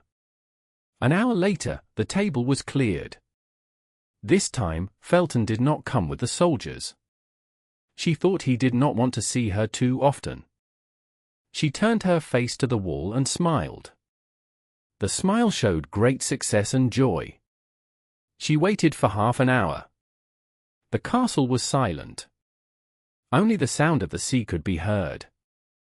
Lord, you leave your servants alone, to see how strong they are. But soon you give your hand, to guide them on. The song was not very good. But the Puritans did not care much about beauty in songs. While she sang, Milady listened. The guard at her door stopped moving. He stood still. She knew then that her voice had an effect. She continued to sing with deep feeling. The sound seemed to travel through the old stone halls. It felt as if it could soften hard hearts. Stop. Your song is sad and unpleasant. It is too much to hear such singing. Be quiet. No one has ordered you to stop her singing. Remember your duty. Watch her. Stop her only if she tries to escape. A great joy filled Milady's face. But it lasted only a moment and quickly disappeared. Without showing that she had heard the talk, she began to sing again. She had heard every word. She used all the beauty and power in her voice. It sounded sweet and strong, like a gift from something dark and tempting. For all my tears and fears, my long exile, my chains, I still have youth and prayers, and God who knows my pains. Her voice was very strong and full of feeling. The simple, rough song now sounded beautiful. Even strict men who loved plain songs never heard such beauty. Felton felt as if he heard an angel singing to give comfort. Milady went on. One day the doors will open wide, with God our hope will come. And if that hope should fail us then, in death we find our calm. She put all her soul into this verse. This song troubled the young officer deeply. He opened the door fast. Milady saw him. He was pale, as always, but his eyes looked wild and burning. Why do you sing like this, and with such a voice? Forgive me, sir. I forgot that my songs are not welcome in this place. Maybe I hurt your beliefs. I did not wish to do that. I promise you. Please forgive a fault that was not meant. She looked very beautiful at that moment. Her face showed deep religious feeling. Felton felt blinded by her beauty. He thought he saw the angel he had just heard. Yes, yes. You disturbed the people in the castle. The poor young man did not see how strange his words sounded. Milady watched him closely and read his feelings with great care. Then I will be silent. She lowered her eyes. Her voice was gentle and calm. No, no, madam. Only do not sing so loudly, especially at night. After these words, Felton felt he could not stay firm any longer. He rushed out of the room. You did right, Lieutenant. Such songs upset the mind. But we grow used to them, because her voice is so beautiful. Chapter 54. Captivity, the third day. Felton had begun to fall under her influence. But there was still more to do. He must stay close, or rather be left alone with his thoughts. Milady did not yet clearly see how to do this. Still, she knew she must go on. She had to make him speak, so she could answer him. Milady knew her greatest power was her voice. She could change it from simple human speech to something that sounded almost holy. Even with all this power, she might fail. Felton had been warned to be careful. From that moment, she watched him closely. She watched his actions, his words, his looks, and his movements. She even noticed his breathing, as if it were a quiet sigh. She studied everything, like an actor learning a new role. With Lord de Winter, her plan was easier. She had decided it the night before. She would stay quiet and proud when he was there. Sometimes she would show cold dislike. Sometimes she would say a sharp word. She wanted to make him angry. His harsh behavior would then stand against her calm and patient manner. Felton would see this. Maybe he would not speak, but he would notice. In the morning, Felton came as usual. Milady let him arrange breakfast. She did not say one word to him. When he was about to leave, she felt a small hope. She thought he was going to speak. His lips moved, but no sound came out. He forced himself to stop. He pushed the words back into his heart and left the room. Around midday, Lord de Winter came in. The winter day was fairly bright. A weak English sun shone through the bars of her prison window. It gave light but no warmth. Milady stood at the window and pretended not to hear the door open. After acting happy, after acting sad, now you act gloomy. Yes, yes. I understand. You would like to be free on that beach. You would like to be on a good ship, moving on the green sea. You would like to be on land or water, planning one of your clever traps for me. Be patient. Be patient. In 4 days, you will stand on the land again. The sea will be open to you. It will be too open for your liking. In 4 days, England will be free of you. Milady put her hands together. She lifted her beautiful eyes to the sky. Lord, Lord, please forgive this man, as I forgive him myself. Yes, pray, cursed woman. Your prayer is easy. You are in the hands of a man who will never forgive you. Then he left the room. As he closed the door, a sharp look came through the small opening. Milady saw Felton. He quickly moved aside so she would not see him. Then she dropped to her knees and began to pray. My God, you know I suffer for a holy reason. Give me strength to bear it. The door opened quietly. Milady acted as if she did not hear it. God of justice, God of kindness, will you let this man finish his terrible plans?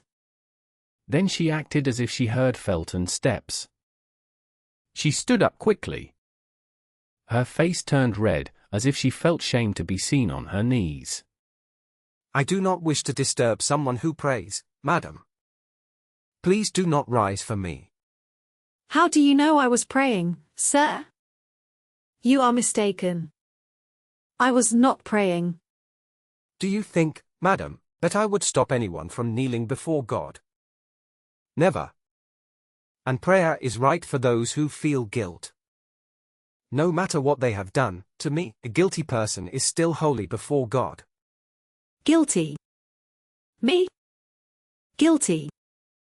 Oh my God, you know if I am guilty or not. You may say I am judged, sir. But God, who loves martyrs, sometimes lets innocent people be judged.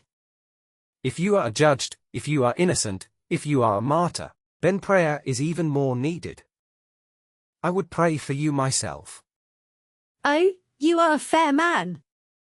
I cannot go on. I fear I will not have the strength when the hard moment comes, when I must stand firm in my belief. Please listen to a hopeless woman. You have been misled, sir, but that is not my point. I ask only one favor. If you give it to me, I will bless you in this life and the next. Speak to my lord, madam. I do not have the power to forgive or punish. God has given that duty to someone above me. No, to you alone. Listen to me. Do not add to my ruin.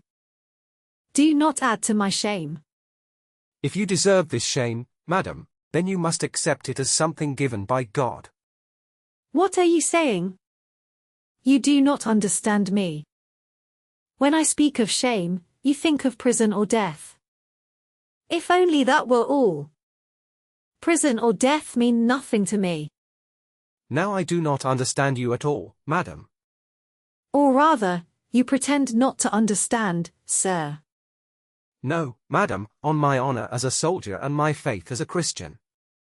Then you do not know Lord de Winter's plans for me. I do not. That cannot be. You are his trusted man. I never lie, madam. He hides them badly. You must guess them. I guess nothing. I wait until someone tells me. Lord de Winter has told me nothing more than what he said in front of you. Then, you are not part of his plan. You do not know he wants to give me a disgrace worse than any punishment. You are wrong, madam. Lord de Winter could not do such a thing. Good, Milady thought to herself. Without knowing what it is, he already calls it a crime. The friend of that cruel man is capable of anything. Whom do you call that cruel man? Are there two men in England who deserve such a name? You mean George Villiers? The man whom pagans and unbelievers call the Duke of Buckingham. I never thought there was an Englishman in England who needed such a long talk to understand who I meant. The hand of God is over him, said Felton. He will not escape the punishment he deserves. Felton spoke about the Duke with strong hate. Many people in England felt the same way. Catholics called the Duke a thief and a bad man. The Puritans called him Satan. Milady lifted her eyes and cried, "Oh, my God, my God! When I ask you to punish this man, I do not do it for myself. I ask it for the freedom of a whole nation." Do you know him, then? Asked Felton. At last he asks me, Milady thought with joy. She felt she was winning. Aloud she cried, "Know him? Yes, yes. Sadly, yes. To my great sorrow for all my life." She twisted her arms and acted as if her pain was too much to bear. Felton felt his strength leave him. He walked toward the door. Milady watched him closely. She rushed after him and stopped him. "Sir," she cried, "please be kind. Please listen to me. That knife which the Baron took from me, because he knows what I would do with it. Oh, listen to me. Give it to me for 1 minute only. I beg you. I will kneel before you. You can lock the door so you know I will not hurt you. My God! You are the only good and kind person I have met. You may be my savior. 1 minute only, Mr. Felton. 1 minute, and I will give it back to you through the door. Only 1 minute, and you will save my honor." To end your own life, cried Felton in fear. He forgot to pull his hands away from hers. To end your own life. "I told you, sir," Milady whispered. Her voice grew weak. She sank to the floor. "I told my secret. He knows everything. My God, I am lost." Felton stood still. He could not decide what to do. He still doubts, Milady thought. I must go further. Footsteps sounded in the corridor. Milady knew the step of Lord de Winter. Felton knew it too and moved toward the door. Milady jumped to him. "Oh, say nothing," she whispered strongly. "Say nothing of what I told you to that man, or I am lost. And it will be your fault." As the steps came closer, she stopped speaking. She was afraid of being heard. With a look of great fear, she put her hand over Felton's mouth. Felton gently moved her hand away. Milady fell into a chair. Lord de Winter passed the door without stopping. Soon his steps faded away. Felton stayed very pale. He listened for a moment. Then, when all was silent, he breathed like a man waking from a dream and rushed out of the room. Milady listened to his steps going the other way. She smiled and said softly, "At last, you belong to me." Then her face grew dark. "If he tells the Baron," she said, "I am lost. The Baron knows I would not truly harm myself.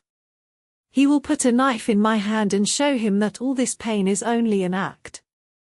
She stood before the mirror and looked at herself carefully. She had never looked more beautiful. "Oh yes," she said with a smile, "but he will not tell him." In the evening, Lord de Winter came to supper. Milady said, "Sir, must you always be here to watch me? Can you not spare me the pain your visits bring?" "How, dear sister," said Lord de Winter. "Did you not tell me with that sweet mouth of yours that you came to England only to see me happy? You said you missed this so much that you risked everything for it. You faced the sea, storms, and prison. Well, here I am. Be content. Besides, today I have a reason for my visit." Milady shook with fear. She thought Felton had told him everything. Her heart beat harder than ever before. She was sitting. Lord de Winter took a chair and pulled it close to her. He sat beside her. Then he took a paper from his pocket and opened it slowly. "Here," he said, "I want to show you the kind of paper I have prepared. It will guide the life I agree to leave you." He looked down at the paper and began to read. "Order to conduct. The name is blank," said Lord de Winter, stopping. "If you have any wish, you may tell me," he said. "If it is not too far from London, I will listen. I will read the order again. Order to keep the woman called Charlotte Backson. She was marked by the court of France, but later released after punishment. She must live in this place. She must never go more than 3 leagues away. If she tries to escape, she will die. She will receive 5 shillings each day for food and a bed." "That order is not for me," Milady said in a calm voice. "It has another name." "A name? Do you have a name, then?" "I use your brother's name." "You are wrong," he said. "My brother is only your second husband. Your first husband is still alive. Tell me his name. I will write it instead of Charlotte Backson." "No? You will not speak. You stay silent? Then you will be written down as Charlotte Backson." This time Milady was silent from fear, not pride. She believed the order was ready to act. She thought she would be sent away that very night. Her thoughts became dark and confused. Then she saw something important. The paper had no signature. She felt great joy and could not hide it.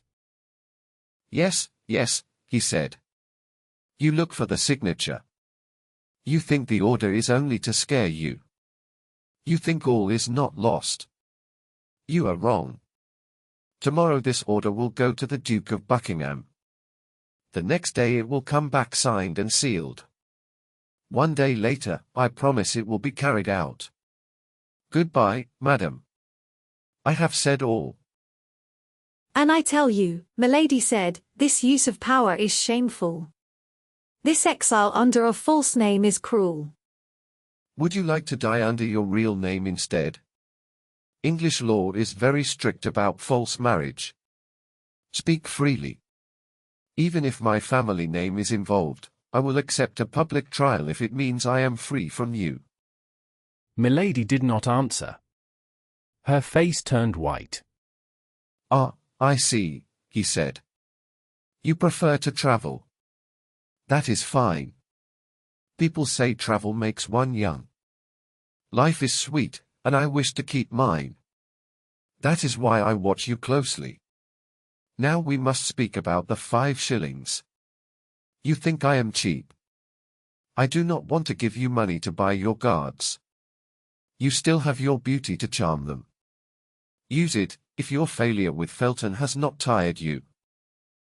Felton has told him nothing, Milady thought. So all is not lost. "And now, madam, until we meet again," he said. "Tomorrow I will tell you when my messenger leaves." Lord de Winter stood up, bowed with mock respect, and left the room. Milady breathed again. She still had 4 days. 4 days were enough to win Felton's heart. Then a dark thought came to her. Maybe Lord de Winter would send Felton himself to get the order signed. If that happened, Felton would be away from her. She needed to see him every day to succeed. Still, one thing gave her hope. Felton had said nothing. She did not show fear. She sat at the table and ate. Then, as the night before, she knelt down and prayed aloud. Again, the guard stopped to listen. Soon she heard soft steps in the hall. They stopped near her door. "It is him," she said softly. She began the same holy song that had moved Felton the night before. Her voice was sweet and clear. It sounded full of feeling. But the door did not open. Once or twice she thought she saw young, burning eyes through the small opening. She did not know if it was real or only her hope. This time, he did not come in. After she finished her song, she heard a deep sigh. Then the steps moved away slowly, as if with sorrow. Captivity, the 4th day. The next day, Felton entered Milady's room. He saw her standing on a chair. In her hands, she held a long cord made from torn cloth. The pieces were twisted together and tied at the ends. When Felton came in, she jumped down quickly. She tried to hide the cord behind her back. Felton looked very tired. His face was pale, and his eyes were red from lack of sleep. His expression was hard and strict. He walked slowly toward her. Milady sat down on the chair. She did not hide the cord well, and one end could still be seen. "What is this, madam?" "That? It is nothing. Prisoners become bored. I was bored, so I played with the cloth and made a cord." Felton looked at the wall behind her. Above her head, he saw a metal hook fixed into the stone. It was used to hang clothes or weapons. He stepped back in shock. Milady noticed this at once, even though she kept her eyes low. "What were you doing on the chair?" "Why does that matter?" "It matters to me. I want to know." "Do not ask me. You know true Christians must not lie." "Then I will say it. You wanted to end your life. Remember, madam, God hates lies, but he hates self-harm even more." When God sees someone treated unfairly and pushed between shame and death, he forgives. In that case, death becomes a holy act. "You say too little, or too much. Please explain yourself." So I can tell my pain and you call it a story? So I can tell my plans and you report them to my enemy? No, sir. And why should you care if I live or die? You guard only my body. Maybe you will even be paid more. "Me? Do you think I would take money for your death? You cannot believe that." Let me do as I wish, Felton. Soldiers want honor, do they not? If I die, you will rise higher. "What have I done to you? That you place such a heavy weight on me before God and people? In a few days, you will leave this place. Then your life will no longer be in my care. After that, you may do as you wish." So that is it. You wish only to be safe from blame if I die. "It is my duty. I must protect your life, and I will." But do you understand your duty? If I am guilty, it is hard but fair. If I am innocent, what will God say of your actions? "I am a soldier. I follow orders." Do you think God excuses blind servants? You stop me from harming my body. But you help someone who wishes to destroy my soul. "I tell you again. No harm will come to you. I trust Lord de Winter as I trust myself." Fool! No one should promise for another man. You stand with the strong and help crush the weak. "It is impossible," Felton whispered. But deep in his heart, he felt her words were true. "You are a prisoner. You will not gain your freedom through me. But you will also not lose your life because of me." Yes. But I will lose something far more precious than life. I will lose my honor, Felton. And you are the one I accuse. Before God and before all people, I say you are responsible for my shame. Felton tried to remain strong, but he failed. He saw a beautiful woman who cried in pain and then spoke with fire. Her beauty and her sorrow joined together, and it was too much for him. He was young and full of strict beliefs. His heart loved God and hated evil, and these feelings pulled him apart. Milady saw his struggle at once. She felt the storm inside him and moved forward with care. She stood tall and calm, her arms open. Her hair fell loose around her face. One hand held her dress close, and her eye shone with power. She walked toward him and spoke in a strong, clear voice. Her words sounded like a holy song, full of sacrifice and judgment. Who are you? Are you from God or from hell? Are you an angel, or a dark spirit? Are you a lower, or a start? Do you not know me, Felton? I am not an angel. I am not a demon. I am a woman of this world. I share your faith. That is all. Yes, yes. I doubted before, but now I believe. You say you believe, yet you still serve Lord de Winter. You leave me in the hands of my enemies. They are enemies of England and enemies of God. You give me to a man who spreads lies and corruption. You give me to the Duke of Buckingham. Many call him great, but true believers know his evil. I give you to Buckingham? I do.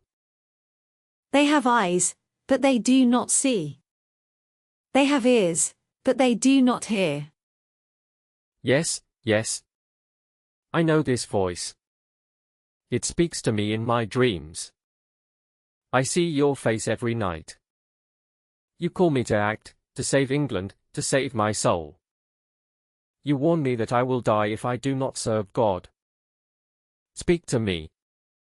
I understand you now. For a brief moment, a dark joy flashed in Milady's eyes. It vanished at once. Felton saw it and stepped back in fear. The light in her eyes shook him deeply. He remembered Lord de Winter's warnings. He recalled how Milady had tried to charm him from the first day. He lowered his head, yet could not look away. It was as if she held his gaze with unseen chains. No. I am not chosen to save cities or destroy enemies. This task is too heavy for me. Let me escape shame through death. Let me choose martyrdom. I do not ask for freedom like a criminal. I do not ask for revenge. Let me die.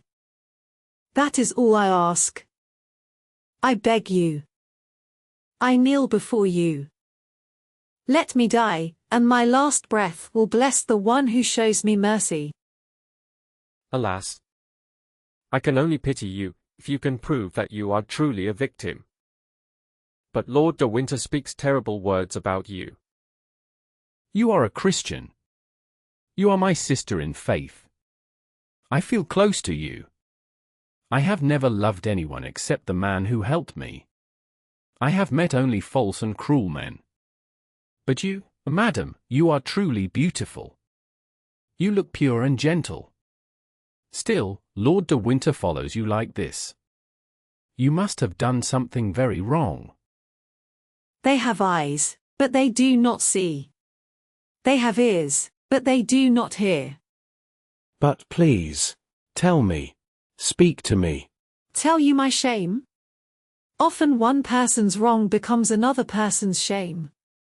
Should I tell my shame to you, a man, when I am a woman? No, never. I cannot. To me, as a brother. Milady looked at him for a long time. He thought she was unsure, but she was really studying him and trying to touch his heart. Felton joined his hands and begged her. Very well. I will trust my brother. I will dare to. At that moment, they heard the steps of Lord de Winter. This time he did not just pass the door. He stopped and spoke to the guard. Then the door opened, and he came in. When Felton heard him, he quickly stepped back. When Lord de Winter entered, Felton stood far from Milady. The Baron came in slowly. He looked carefully from Milady to the young officer. "You have been here a long time, John. Has this woman been telling you about her wrong actions?" That would explain the long talk. Felton was shocked. Milady knew she must help him at once. "Ah, you fear your prisoner may escape. Then ask your good guard what favor I just asked from him." "You asked for a favor?" Yes, my lord. "And what favor?" A knife. She said she would give it back through the door a minute later. "So there is someone here that this kind lady wants to hurt." "That someone is myself."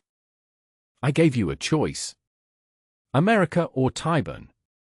Choose Tyburn. The rope is more certain than a knife." Felton turned pale and stepped forward. He remembered that Milady had held a rope before. "You are right. I have often thought of it. And I will think of it again."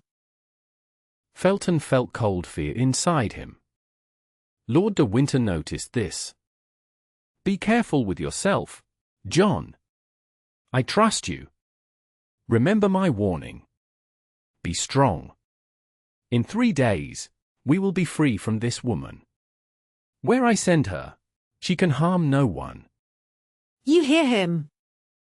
She spoke as if to heaven, but Felton knew she spoke to him. Felton lowered his head and thought deeply. The Baron took his arm and led him away. He kept looking back at Milady until the door closed. "I am not as close to success as I thought. De Winter is no longer foolish. He is careful now. His wish for revenge has changed him. As for Felton, he is unsure. He is not like that cursed D'Artagnan. A Puritan loves only pure women, and he shows it with folded hands. A musketeer loves women and holds them close." Milady waited with great impatience. She feared the day would end without seeing Felton again. At last, about an hour later, she heard a low voice at the door. The door opened, and Felton came in. He moved quickly and left the door open. He made a sign for her to be silent. His face showed strong emotion. "What do you want with me?" Listen. I sent the guard away so I could speak to you alone. No one knows I am here. The Baron has just told me a terrible story. Milady put on the gentle smile of a suffering woman and shook her head. Either you are very evil, or the Baron, my helper, my father, is cruel. I have known you for 4 days. I have loved him for 4 years. So I do not know who to believe. Do not fear my words. I only want to know the truth. Tonight, after 12, I will come and see you. You must make me believe you. "No, Felton, no, my brother. The price is too high. I know how much this will hurt you. No, I am already lost. Do not be lost with me. My death will speak louder than my life. My silence in death will teach you more than my words as a prisoner." Be quiet, madam. Do not talk to me like this. I came to ask you something. Promise me, by your honor. Swear by what is most holy to you. Swear that you will not try to take your own life. "I cannot promise. I respect promises and oaths more than anyone. If I promise, I must keep it." Well, promise only until you see me again. If, after you see me again, you still wish it, then you will be free. I will even give you the weapon you want. "Well, for you, I will wait." Swear it. "I swear it, by our God." Are you satisfied? Yes.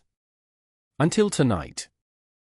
He rushed out of the room and shut the door. He waited in the hall with the soldier's weapon in his hand, like a guard at his post. Soon the soldier returned, and Felton gave the weapon back to him. Through the small window, Milady saw Felton make a strong, excited sign and leave with great joy. She went back to her place and smiled with cold contempt. She repeated God's name in a mocking way, the same name she had just used in her oath, though she did not truly believe in him. My God! What a foolish fanatic! My God, it is I, only I, and this man will help me take my revenge. Chapter 56. Captivity, the fifth day. Milady had won a small victory, and this success gave her new strength. Before, it had been easy for her to win men. Many men were ready to fall for her charm, and life at court had trained them to do so. Milady was beautiful, so desire came easily. She was also clever, so she could break the mind's resistance. But this time was different. Felton was simple, strict, and closed. A hard life had made him cold and firm. His faith and daily religious habits protected him from normal temptation. His mind was full of strong ideas and strict plans. There was no space for light love or pleasure. Such feelings grow in comfort and idle time, and Felton knew neither. Still, Milady had opened a crack. She did this by showing false goodness to a man who disliked her, and by using her beauty on a man who had lived a pure life. In this way, she discovered new ways to move others, even someone so hard and resistant. Yet many times that evening, she felt doubt. She lost hope in fate and in herself. She did not pray to God, as we know. But she believed in dark forces that rule human life. She believed that small causes can change everything, like a tiny seed that can rebuild a broken world. Milady prepared herself carefully for Felton's return. She also planned her next moves. She knew she had only 2 days left. Once Buckingham signed the order, everything would end. He would sign it easily because the name was false, and he would not know who the woman really was. After that, the Baron would send her away at once. Milady knew that a woman sent into exile has little power to charm.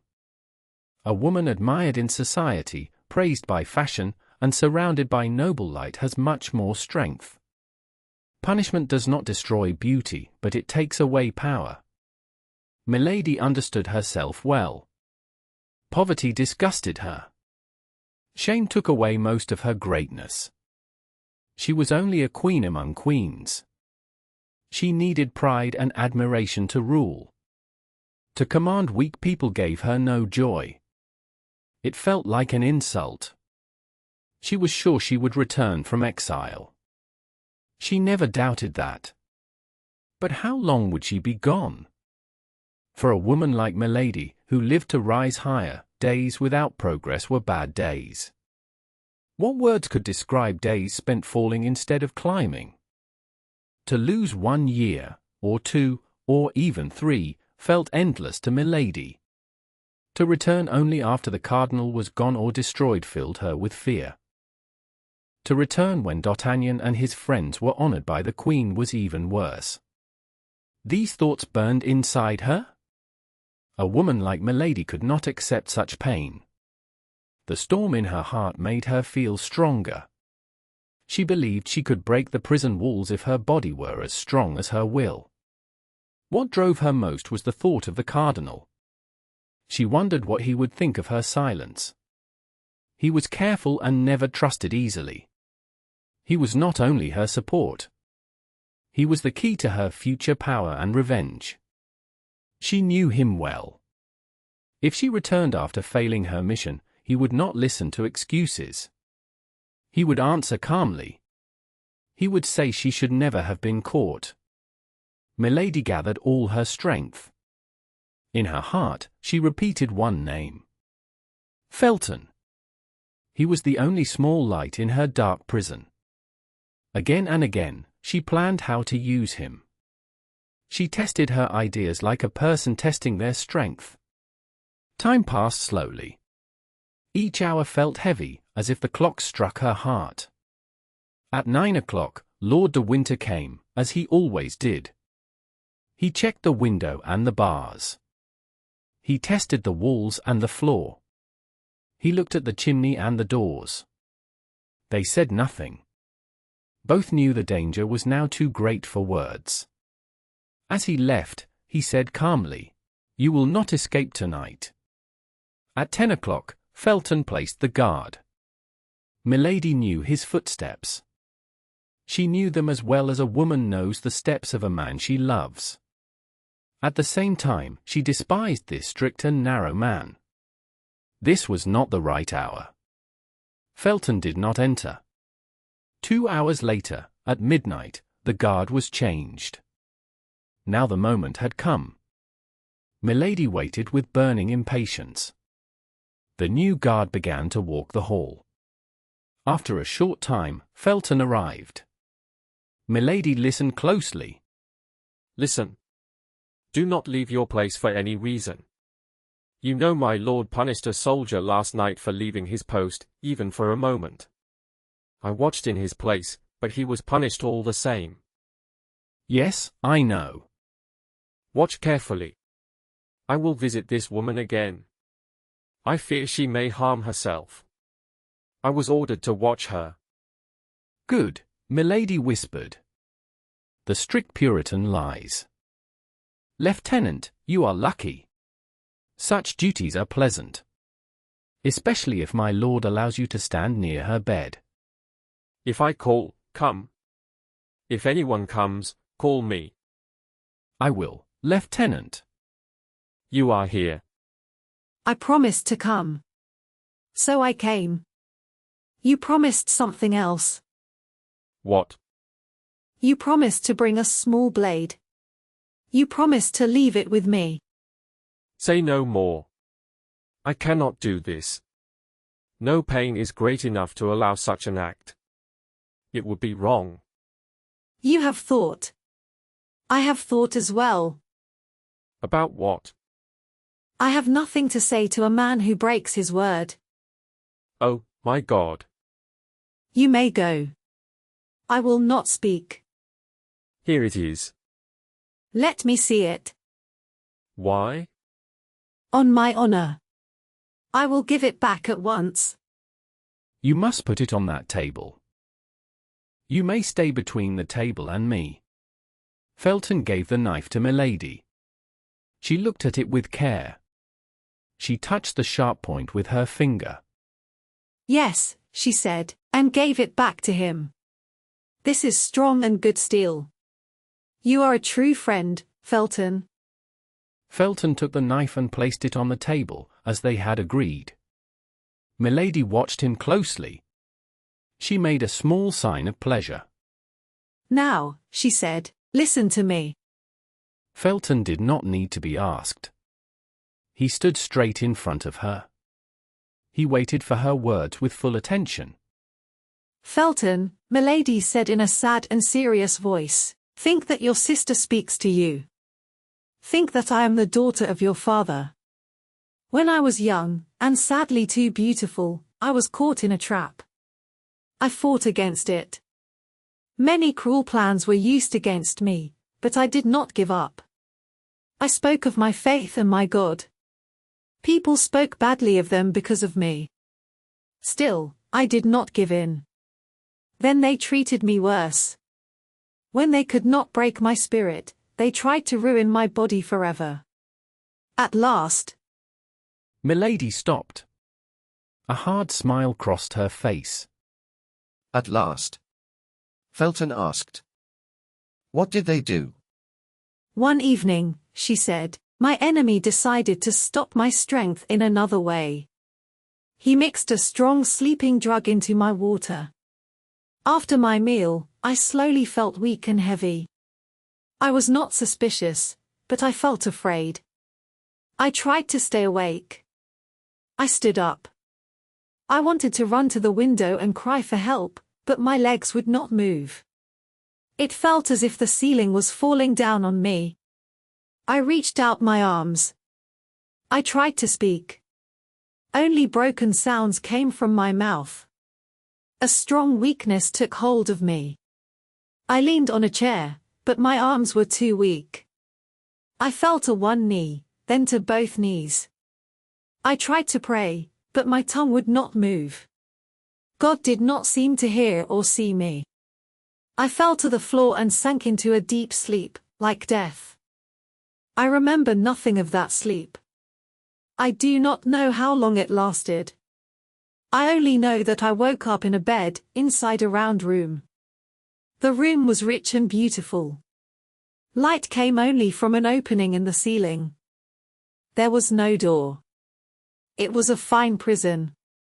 For a long time, I could not understand where I was. My mind felt slow and dark. I had weak memories of travel, of a moving carriage, and of a terrible dream where I had no strength. But everything was unclear, like it belonged to another life. Sometimes I thought I was still dreaming. I stood up, shaking. My clothes were on a chair near me. I did not remember taking them off or going to bed.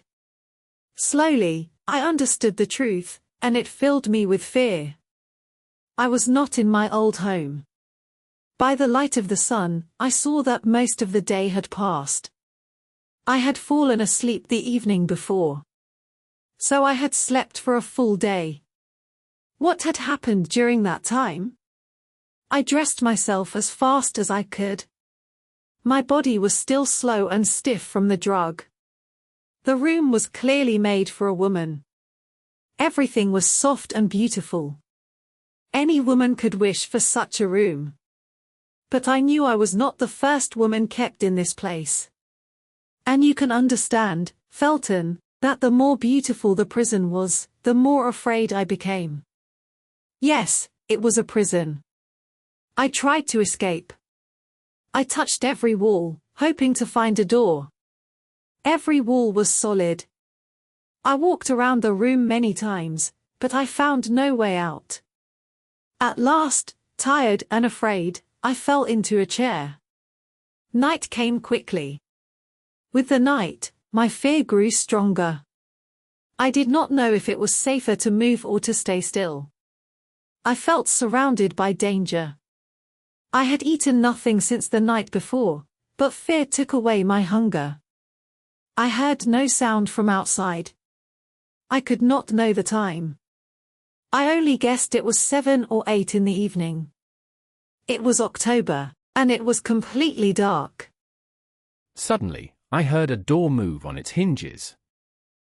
The sound made me jump. A bright ball of fire appeared above the glass part of the ceiling. Strong light filled my room. I saw, with fear, a man standing very close to me. In the middle of the room, a table appeared as if by magic. It was set for 2 people, with food ready to eat. I knew this man. He was the one who had followed me for a year. He had promised to ruin my honor. With his first words, he made me understand that he had done so the night before. Villain. Yes, a villain. He thought that because he took advantage of me while I slept, everything was finished. He came to me and expected me to accept my shame. He believed it was already done. He offered me his money and his life in return for my love. I answered him with all the proud anger my heart could give. I spoke with cold and sharp words. He seemed used to such words. He stayed calm and even smiled, with his arms crossed. When he thought I had finished speaking, he stepped toward me. I ran to the table. I took a knife and held it against my chest.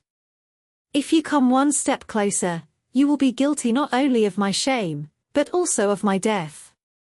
There must have been truth in my face, my voice, and my body, because he stopped. Your death? No. You are too lovely for me to lose you like that, after I have had you only once. Good. Less than half an hour later, I felt the same terrible signs again. This time, I had only drunk half a glass of water. So I stayed awake a little longer. I did not fall fully asleep. I felt very heavy and weak. I could still understand what was happening around me. But I had no strength to defend myself or to escape. I pulled myself toward the bed. I wanted to reach my only protection, my knife. I could not reach the pillow. I fell to my knees. I held one of the bedposts with both hands.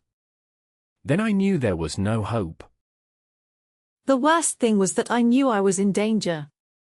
My body was weak, but my mind was awake. I could see. I could hear. Everything felt like a terrible dream, but it was real. I saw the lamp rise and leave me in darkness. Then I heard the door. I knew that sound, even though I had heard it only twice before. I felt someone coming closer. I tried to move. I tried to cry out. With great effort, I lifted myself up. But I fell at once, and the person caught me. Tell me who this man was. This time, my body could still feel. I knew I was in danger. I fought with all the strength I had. I was weak, but I did not give up at once. I know this because I heard him speak. He complained. He mocked me. He was angry that I did not surrender easily. At last, my strength left me. This time, it was not sleep that defeated me. I fainted. Felton listened without a word. He did not move. Sweat ran down his pale face. His hand pressed against his chest under his coat. When I woke up, my first thought was to reach under my pillow for the knife. If it could not protect me, it could at least punish me. But when I held it, a terrible idea entered my mind. I promise to tell you everything, Felton. I will speak the truth, even if it destroys me. You wanted to punish this man, did you not? Yes. I knew this thought was wrong. But it would not leave me. This dark idea is the reason for my suffering now. Go on. I want to hear how justice comes. I decided it must happen as soon as possible. I was sure he would return the next night. During the day, I felt safe. At breakfast, I ate and drank without fear. I planned to pretend to eat at supper. I needed strength from the morning to face the night. I hid a glass of water from breakfast. Thirst had once been my worst pain. The day passed slowly. It only made my decisions stronger. I hid my thoughts carefully. I knew I was watched. Sometimes, I even smiled. Felton, I cannot tell you what I thought then. You would fear me. Please go on. I need to hear the end. Evening came. Everything followed the same routine. In the dark, my supper arrived. The lamp was lit. I sat at the table. I ate only fruit. I pretended to pour water. But I drank only the water I had saved. The change was done with great care. Even if I had spies, they could not notice it. After supper, I showed the same signs of weakness as the night before. This time I let myself fall from tiredness, or perhaps I had grown used to danger. I walked slowly to my bed. I let my robe fall and lay down. I found my knife where I had hidden it, under my pillow. I pretended to sleep, but my hand held the knife very tight. 2 hours passed, and nothing happened. Oh my God, who could have believed this the night before? I began to fear that he would not come. At last, I saw the lamp rise softly and disappear into the ceiling. My room became dark. I tried hard to see through the darkness. Almost 10 minutes passed. I heard nothing but my own heart beating. I prayed to heaven that he would come. Finally, I heard the door open and close. Even through the thick carpet, I heard a step that made the floor sound. Even in the dark, I saw a shadow moving closer to my bed. Hurry, hurry. Do you not see that every word you say hurts me deeply? Then I gathered all my strength. I told myself that the time for revenge, or rather for justice, had come. I thought of myself as another Judith. I held my knife tight.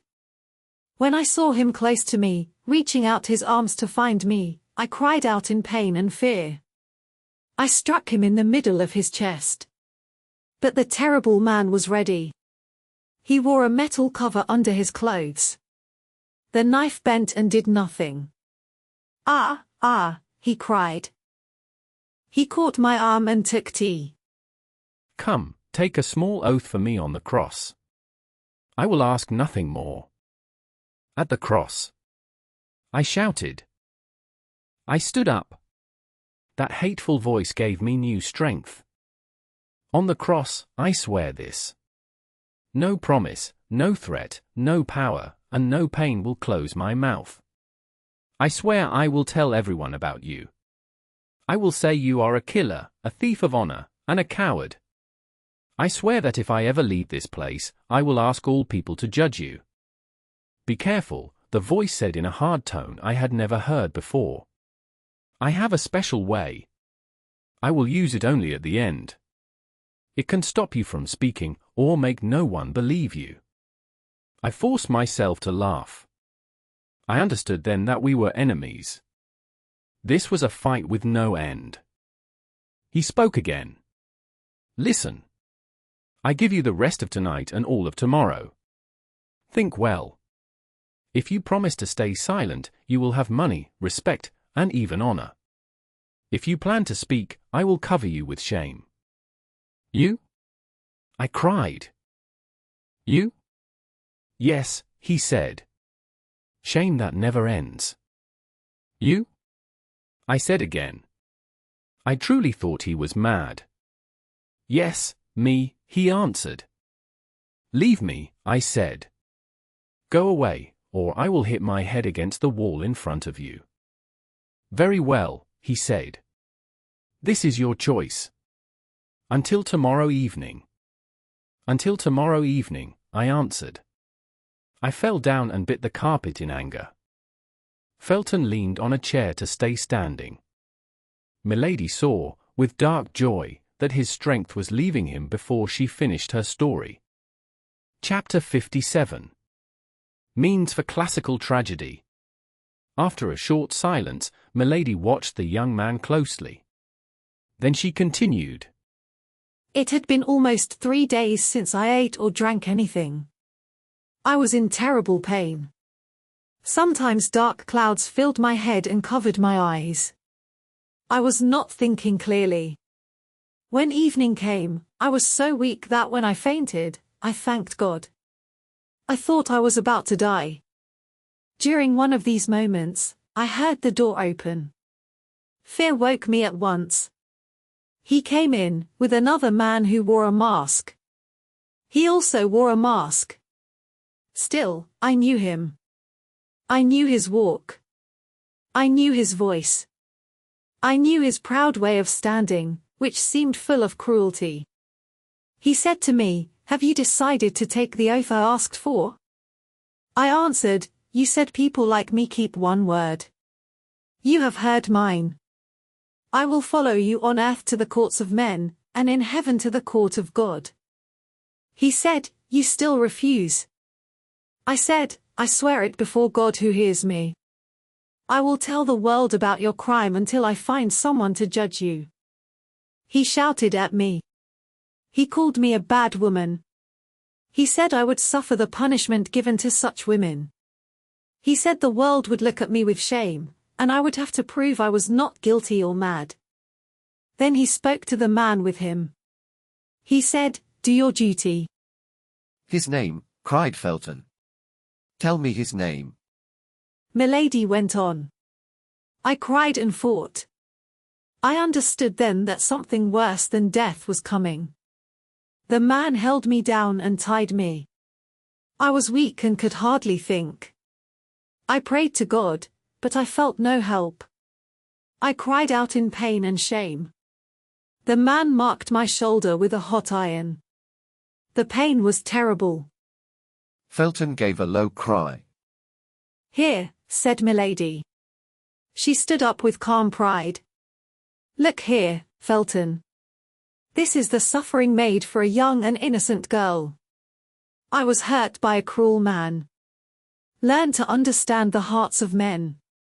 Do not become their blind tool again. With a quick move, Milady opened her dress and showed her shoulder. Her face looked angry and ashamed. On her skin was a mark that would never leave. But, cried Felton, that mark is a fleur-de. The mark was gone. Only her beauty stayed. Forgive me. Forgive me. Oh, forgive me. Milady saw love in his eyes. Love only. Forgive you for what? Forgive me for helping the people who hurt you. Milady gave him her hand. So beautiful, so young. He kissed her hand again and again. Milady looked at him in a way that took his strength away. Felton was a strict man of faith. He dropped her hand and kissed her feet. He did not only love her now. He worshipped her. After some time, Milady seemed calm again. She always had control of herself. Felton saw her hide her beauty with modest care. This only made his desire stronger. I ask only one thing now. Tell me the name of the man who truly destroyed your life. For me, there is only one. The other was only a tool. What, my brother, must I say his name again? Do you still not know who he is? What? Him. Always him. The real guilty man. The real guilty man is the man who hurts England. He attacks true believers. He has harmed the honor of many women. He follows his bad wishes. He will make England suffer. Today he helps Protestants, and tomorrow he will betray them. Buckingham. It is Buckingham. Milady hid her face in her hands, as if the name brought her great shame. Buckingham did this to this pure woman. My God, why do you not stop him? Why do you leave him powerful and respected? To harm us all. God leaves the man who leaves himself. But punishment will come to him. Human justice must come before God's justice. Men are afraid of him. So they protect him. I am not afraid. And I will not protect him. Milady felt dark joy inside her. But how can Lord de Winter, my protector, like a father to me, be part of this? Listen, Felton. Next to weak and cruel men, there are sometimes good and brave men. I was promised to a husband. I loved him, and he loved me. He was like you, Felton.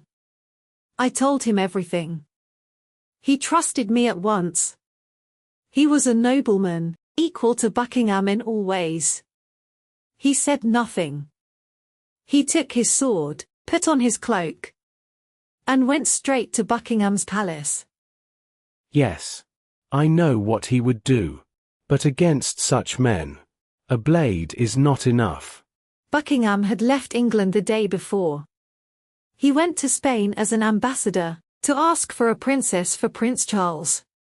My promised husband came back.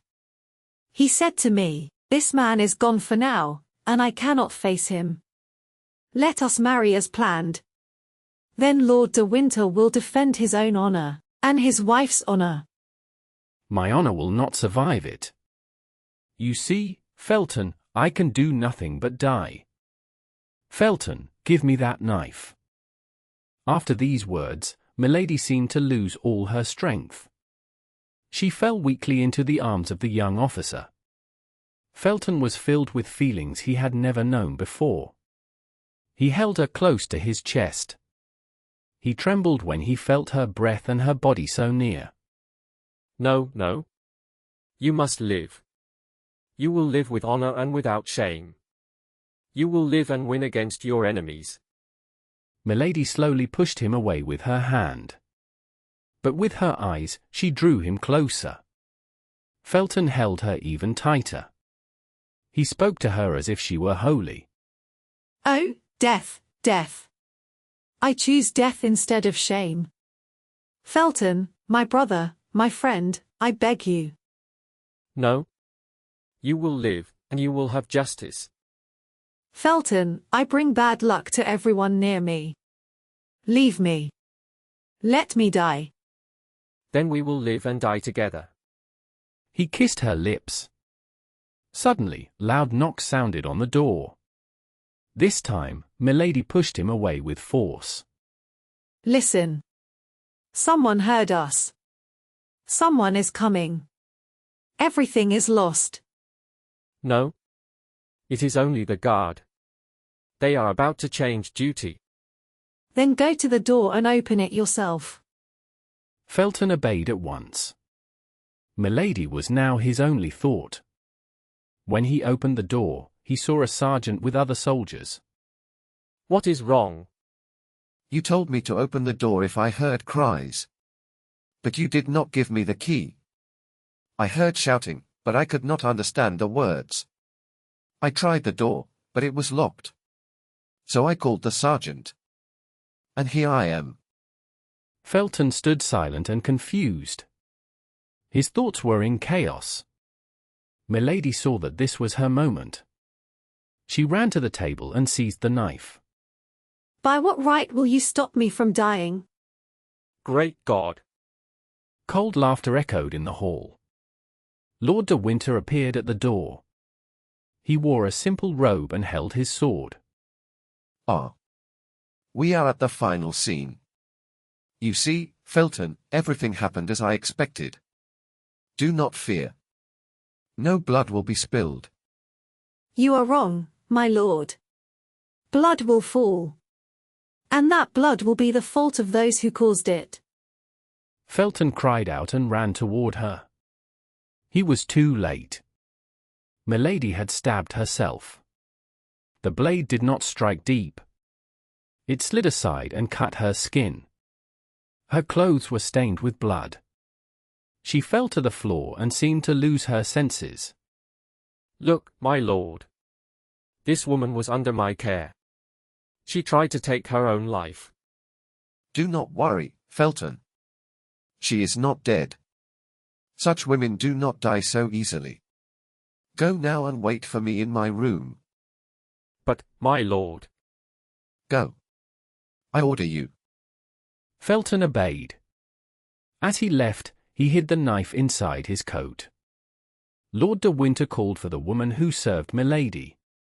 He told her to care for the prisoner. Then he left. Even with his doubts, he sent for a doctor at once. Near 4 o'clock in the morning, the doctor arrived. The time after Milady hurt herself was very short. The wound was already closed. The doctor could not see how deep it was or which way it went. He only checked her pulse. He said the injury was not serious. In the morning, Milady said she had slept badly and needed rest. Because of this, she sent away the woman who took care of her. She had one hope.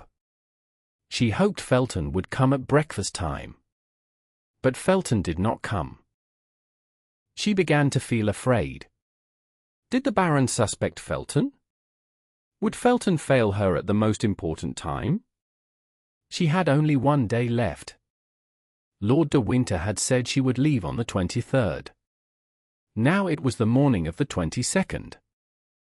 She waited calmly until dinner time. She had eaten nothing in the morning. Still, dinner came at the usual hour. Then Milady saw something that filled her with fear. The soldiers who guarded her wore different uniforms. She asked what had happened to Felton. The soldier said Felton had left the castle an hour before on a horse. She then asked if the Baron was still in the castle. The soldier said yes. He also said the Baron wanted to know if the prisoner wished to speak to him. Milady answered that she felt too weak. She said she only wanted to be alone. The soldier left the room. The food stayed on the table. Felton was gone. The sea soldiers were also gone. Felton was now under doubt. This was the worst moment for Milady. She stood up. She had stayed in bed so people would think she was badly hurt. Now the bed felt painful to her, like fire. She looked at the door. The Baron had nailed a wooden board over the small window. He feared she might still influence the guards through it. Milady smiled with joy. No one could see her now. She could show her feelings freely. She walked fast around the room. She was like a wild animal locked in a cage. If she still had the knife, she would not think of hurting herself. She would think of hurting the Baron. At 6 o'clock, Lord de Winter came in. He carried weapons. Before, Milady thought he was a simple man. Now he was a strong and careful jailer. He seemed to understand everything before it happened. One look at Milady told him what she was thinking. Yes, I see. But you will not harm me today. You have no weapon now. I am careful. You had started to change my poor Felton. He was falling under your dark influence. But I will save him. He will never see you again. It is finished. Pack your clothes. Tomorrow you will L. But will you be able to follow me? Oh, yes. And you're wound. It hurts me, but I can still walk. Then be ready at the first sign. Milady closed the window. She put out the lamp. Then she lay down on the bed, as Felton asked. Outside, the storm made loud sounds. She heard the file scrape on the iron bars. Each time the lightning flashed, she saw Felton's shadow on the window. She lay still for a long time. She hardly breathed. Her body shook with fear. Cold sweat covered her face. Every small sound in the hall made her heart beat fast. That hour felt very long. At last, Felton knocked again. Milady jumped up and opened the window. 2 bars were gone. The space was wide enough for a person. Are you ready? Yes. Should I take anything with me? Money, if you have some. Yes. They did not take it from me. That is good. I spent all my money to hire a ship. Here, said Milady. She put a heavy bag of gold into Felton's hands. Felton took it and threw it to the ground below. Now, he said, will you come? I am ready. Milady stood on a chair. She pushed her upper body through the window. She saw Felton hanging in the dark on a rope ladder. For the first time, she felt real fear.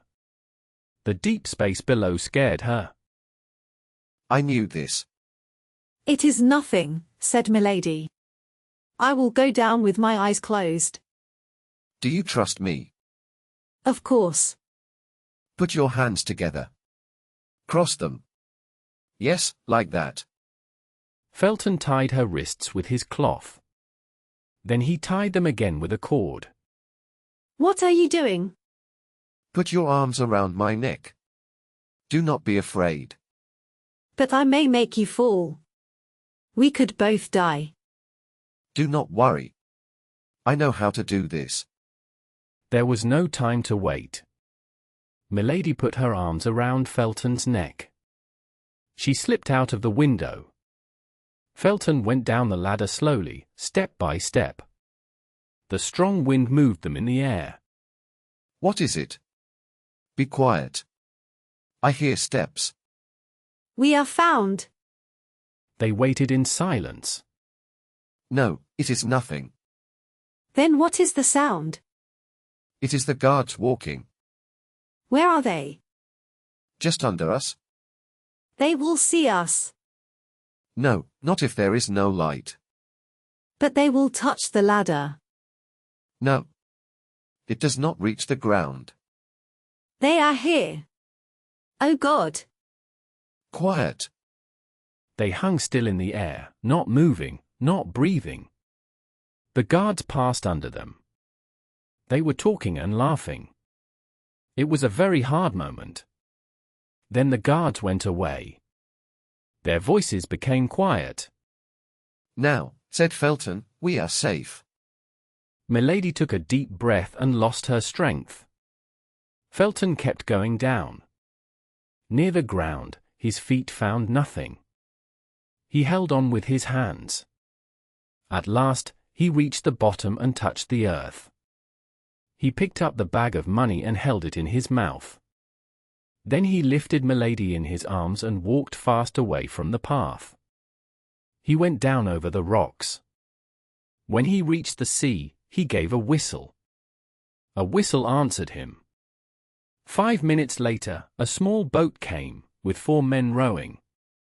The boat could not reach the land because the water was too shallow. Felton walked into the sea up to his waist. He did not want anyone else to carry Milady. The storm was weaker now, but the sea still moved a lot. The small boat jumped on the waves.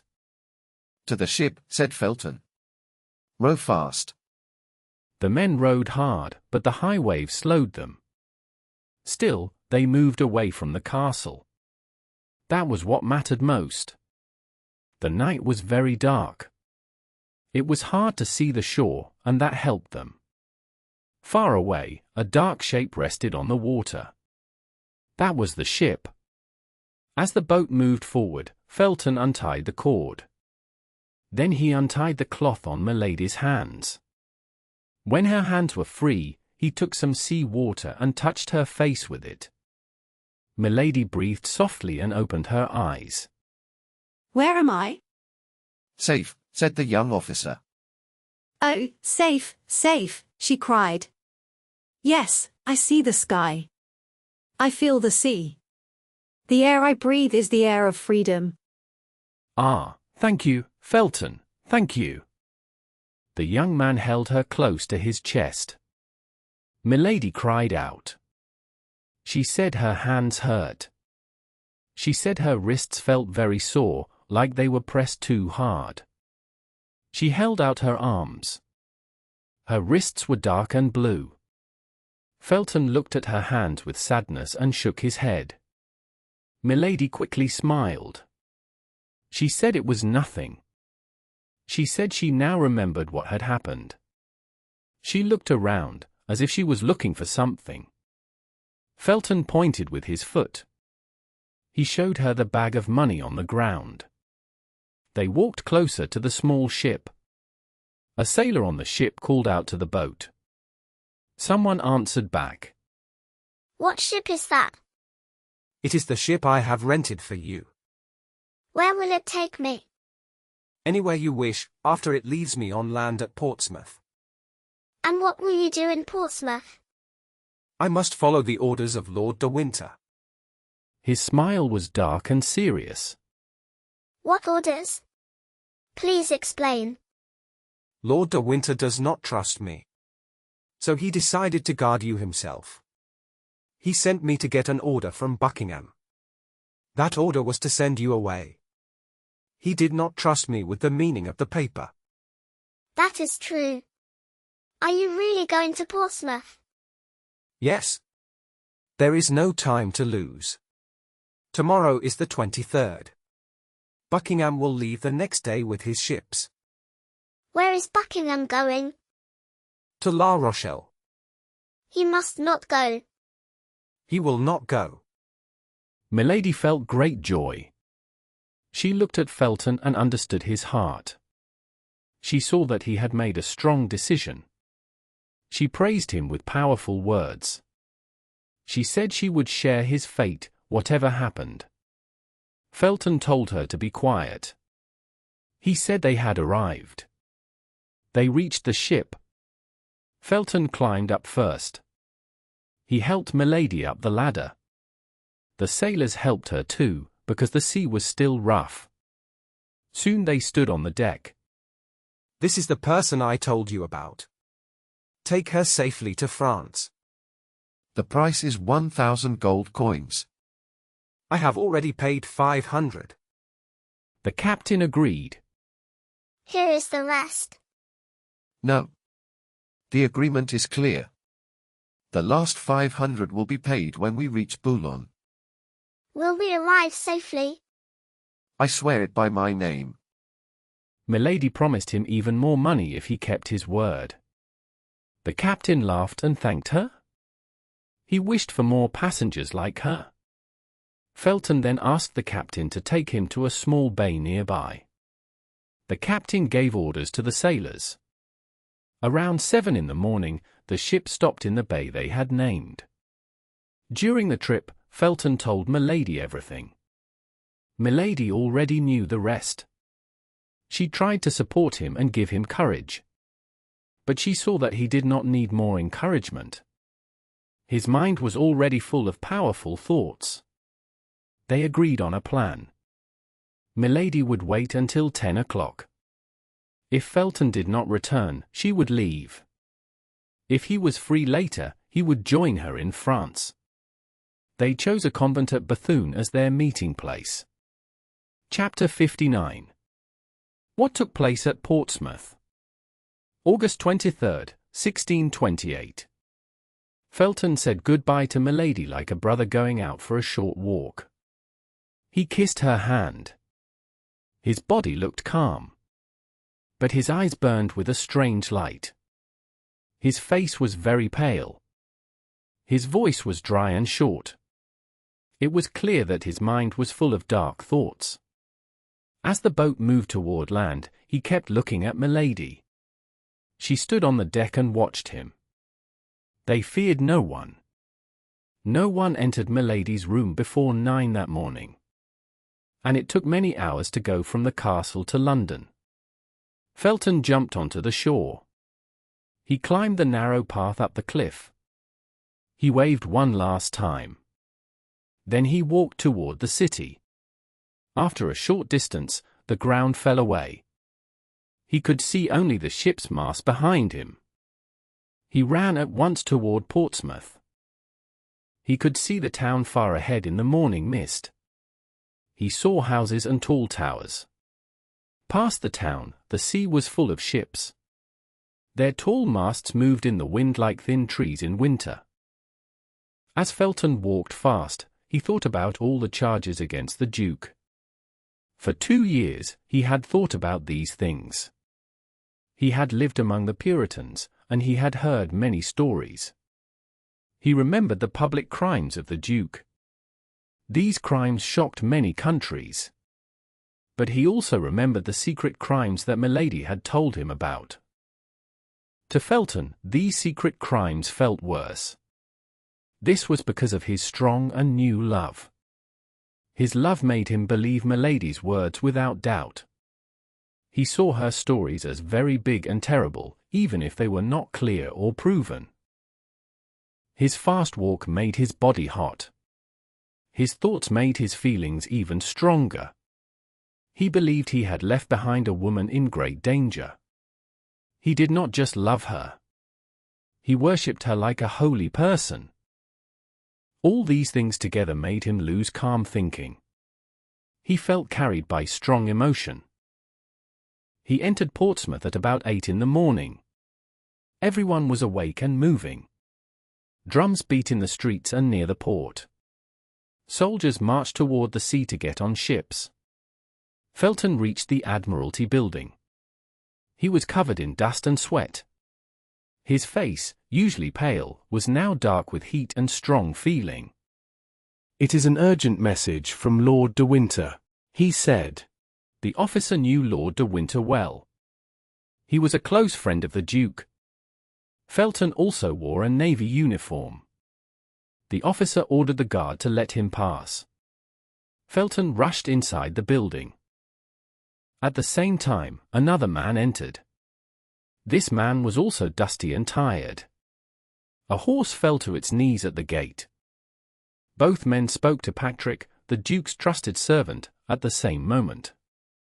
Felton spoke the name of Lord de Winter. The other man refused to give any name. He said he would speak only to the Duke himself. Both wanted to enter first. Patrick knew that Lord de Winter worked for the service and was a friend of the Duke. So he chose Felton. The other man had to wait. It was clear he was angry. Patrick led Felton through a large hall. Deputies from La Rochelle were waiting there. Prince de Soubise stood at their head. Patrick then took Felton into a small room. Buckingham had just left his bath. He was finishing his dressing with great care, as always.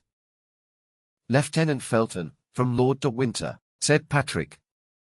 From Lord de Winter? Let him come in. Felton entered the room. Buckingham threw a rich gold robe onto a couch. He began to put on a blue velvet jacket with pearls. Why did the Baron not come himself? I expected him this morning. He asked me to tell your grace that he was sorry he could not come. He must stay at the castle to keep guard. Yes, I know. He has a prisoner. It is about that prisoner that I wish to speak. Then speak. What I must say can be heard by you alone, my lord. Leave us, Patrick. Stay close. I may call you soon. Patrick left the room. We are alone. Now speak. My lord, Baron de Winter wrote to you to ask you to sign an order. It concerns a young woman named Charlotte Backson. Yes. I told him to send me the paper, and I would sign it. Here it is, my lord. Give it to me. He took the paper and read it quickly. He saw it was the correct one. He put it on the table and took a pen. He was ready to sign. Excuse me, my lord, said Felton, stopping him. Do you know that Charlotte Backson is not this young woman's real name? Yes, I know, said the Duke, dipping the pen into the ink. Then you know her true name? I know it, said the Duke, and he moved the pen toward the paper. Felton turned very pale. Felton stood before the Duke, his heart beating fast, his thoughts burning with purpose. And if you know that real name, my lord, will you still sign the paper? Yes, I would sign it even twice. I cannot believe it, your grace. I cannot believe you know this order is about Milady de Winter. I know it very well. I am surprised that you know it too. And will your grace sign it without regret? Sir, you ask very strange questions. I am foolish to answer you. Please answer, my lord. This matter is more serious than you think. Yes, without regret. Milady de Winter is very guilty. Sending her away is already an act of mercy. The Duke took his pen. You must not sign it, my lord. Why should I not? Because you must be fair to the lady. I would be fair by sending her to Tyburn. This woman is dangerous. My lord, she is pure and innocent. I beg you to free her. Are you mad? How dare you speak so? Forgive me, my lord. But do not go too far. Do you threaten me? No, I warn you. One wrong act can bring great punishment. Leave at once. You are under arrest. You ruined her life. Free her, and I ask nothing more. You dare judge me? God will judge you later. I judge you now. The Duke moved toward the door. Sign it, my lord. Never. The Duke reached for his sword. Then God is watching you. Felton struck. Ah, traitor. You have killed me. Shouts filled the room. Felton fled through the chambers and toward the stairs. On the first step, Lord de Winter stood before him. I knew it, too late. Felton did not resist. He was taken away as the Duke lay dying. Laporte, said the Duke in a weak voice. Laporte, do you come from her? Yes, my lord, answered Laporte, the loyal servant of Anne of Austria. But maybe I came too late. Be quiet, Laporte. Someone may hear us. Patrick, do not let anyone come in. Oh, I cannot understand her words. My God, I am dying. The Duke lost consciousness. At the same time, Lord de Winter, the deputies, the leaders of the mission, and the officers of the Duke's house all entered the room. People cried in sadness everywhere. Soon the bad news filled the palace. It spread through the city. A cannon shot told everyone that something sudden had happened. Lord de Winter pulled his hair in pain. 1 minute too late, he cried. 1 minute too late. Oh, my God, what a great loss. Earlier that morning, at 7 o'clock, he had learned that a rope ladder was hanging from a castle window. He ran to Milady's room. It was empty. The window was open. The bars were cut. He remembered the warning sent by D'Artagnan. He feared for the Duke at once. He did not wait to prepare a horse. He jumped on the first one he saw and rode very fast. He reached the courtyard, ran up the stairs, and met Felton at the top step. The Duke was not dead. After some time, he opened his eyes again. Hope returned to everyone. Gentlemen, he said, leave me alone with Patrick and Laporte. Ah, de Winter, is that you? You sent me a strange and troubled man this morning. Look what has happened to me. Oh, my lord, cried the Baron, I will never forgive myself. You should not speak like that, my dear de Winter, said Buckingham, holding out his hand. No man should be mourned for another man's whole life. Please, leave us now. The Baron went out, crying. Only Laporte and Patrick stayed with the wounded Duke. They looked for a doctor, but none had arrived yet. You will live, my lord. You will live, said Laporte again and again. He knelt near the Duke's couch. What did she write to me? Asked Buckingham in a weak voice. Blood flowed, but he hid his pain to speak of the woman he loved. What did she write? Read her letter to me. Oh, my lord, said Laporte. Do it, Laporte. I have no time. Laporte opened the letter and held it near the Duke's eyes. But Buckingham could not read it. Read it, he said. I cannot see. Read it now. Soon I may not hear. I do not want to die without knowing her words. Laporte obeyed and read the letter. My lord, by all the pain I have suffered because of you and for you, I beg you, if you care for my peace, stop the great armies you are preparing against France. End this war. People say it is for religion, but many believe it is because of your love for me. This war may bring great sorrow to England and France.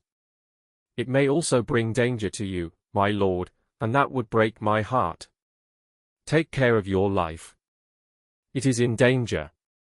It will be dear to me when I am no longer forced to see you as an enemy. Your loving, Anne. Buckingham used all his strength to listen. When Laporte finished, the Duke looked disappointed. Do you have anything else to tell me from her own mouth? He asked. The Queen told me to warn you, said Laporte. She was told that someone planned to harm you. And is that all? Said Buckingham, with impatience.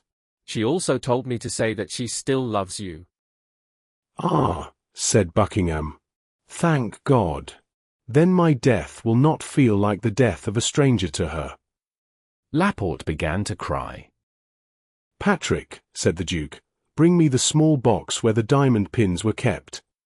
Patrick brought it. Laporte knew it had belonged to the Queen. Now bring the white satin pouch with her letters on it, said the Duke. Patrick obeyed again. Laporte, said Buckingham, these are the only gifts she ever gave me. This silver box and these 2 letters. Take them back to her. And as a last memory. He looked around for something else to give. His eyes were weak and dark. They rested on the knife that had fallen from Felton's hand. You will add this knife, said the Duke softly, as he held Laporte's hand. He had only a little strength left. He put the small bag with perfume at the bottom of the silver box. Then he let the knife fall inside. He made a sign to Laporte to show he could not speak any more. After this, his body shook once more. This time he could not resist. He slid from the sofa and fell to the floor. Patrick cried out loudly. Buckingham tried to smile one last time. But death stopped him. The calm look on his face stayed there like a final sign of love. At that moment, the Duke's doctor arrived. He was very frightened. He had been on the Admiral's ship, and they had to go and get him. He came close to the Duke. He took his hand and held it for a short time. Then he let it fall. There is nothing to do. He is dead. Dead, dead. When people heard this cry, everyone came back into the room. Soon the whole palace and the town were full of fear and confusion. As soon as Lord de Winter saw that Buckingham was dead, he ran to Felton.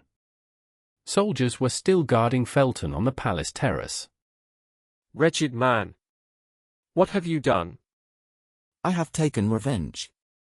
Revenge? No. You were only used by that terrible woman. But I swear to you, this crime will be her last. I do not understand you. I do not know who you mean. I killed the Duke of Buckingham because he refused to make me a captain. He was unfair to me. That is all. Lord de Winter was shocked.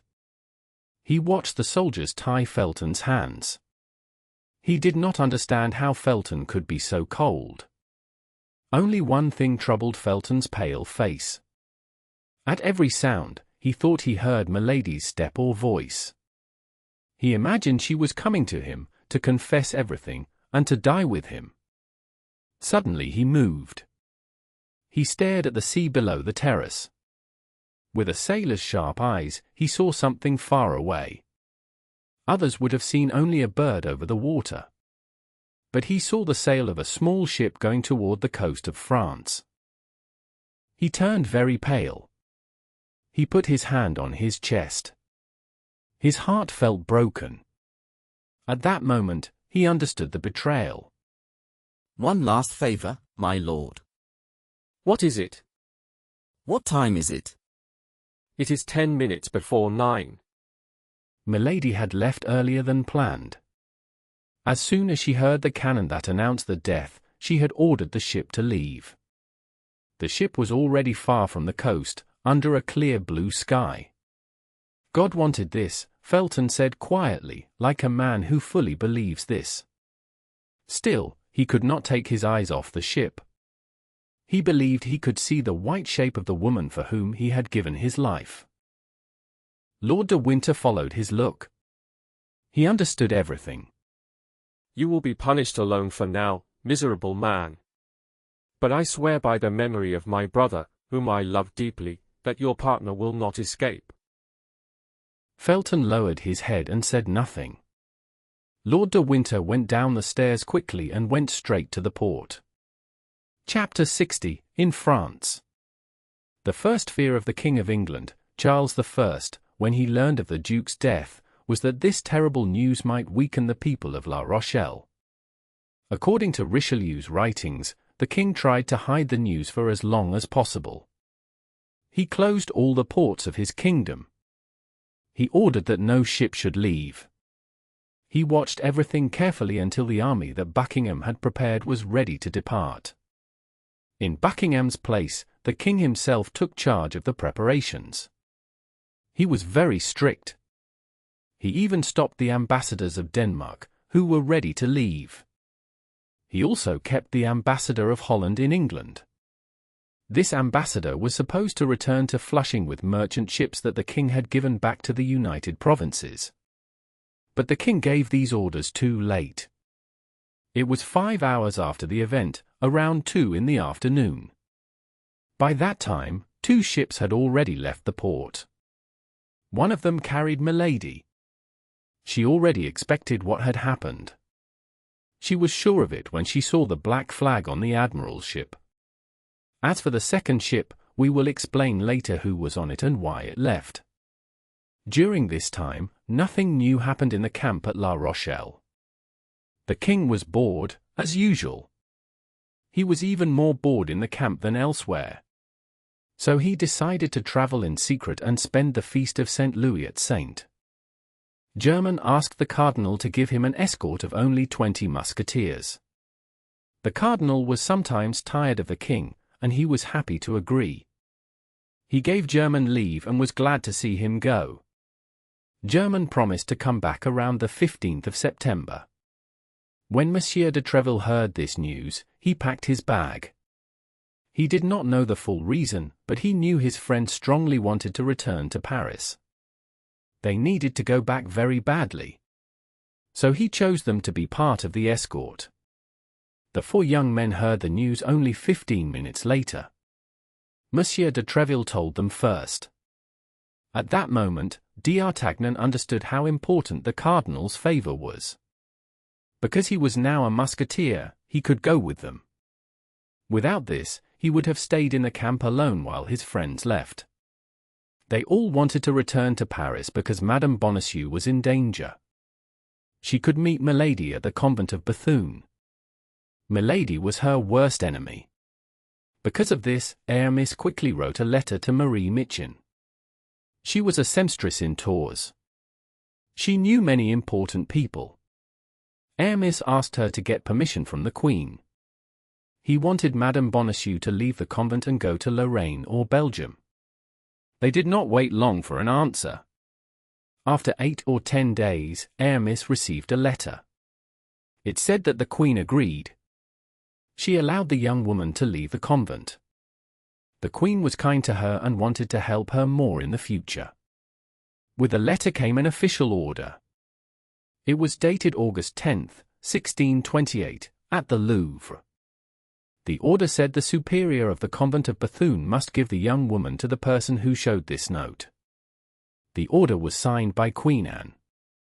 The 4 friends laughed about Aramis and the seamstress. They joked because she called the Queen her sister. Porthos made rude jokes about it. Aramis turned red with shame. After this happened 2 or 3 times, he asked them to stop. He said that if they spoke of it again, he would never ask his cousins for help anymore. So the friends stopped talking about Marie Michon. What mattered most was the order. It allowed them to take Madame Bonacieux out of the Carmelite convent of Bethune. But the order was not useful while they were still in the camp at La Rochelle. The camp was very far from Bethune. D'Artagnan was ready to ask Monsieur de Treville for leave. He wanted to explain why he needed to go. But before he could do this, new news arrived. The king was going to Paris with an escort of 20 musketeers. The 4 friends were chosen to go with him. They were very happy. The servants went ahead with the luggage.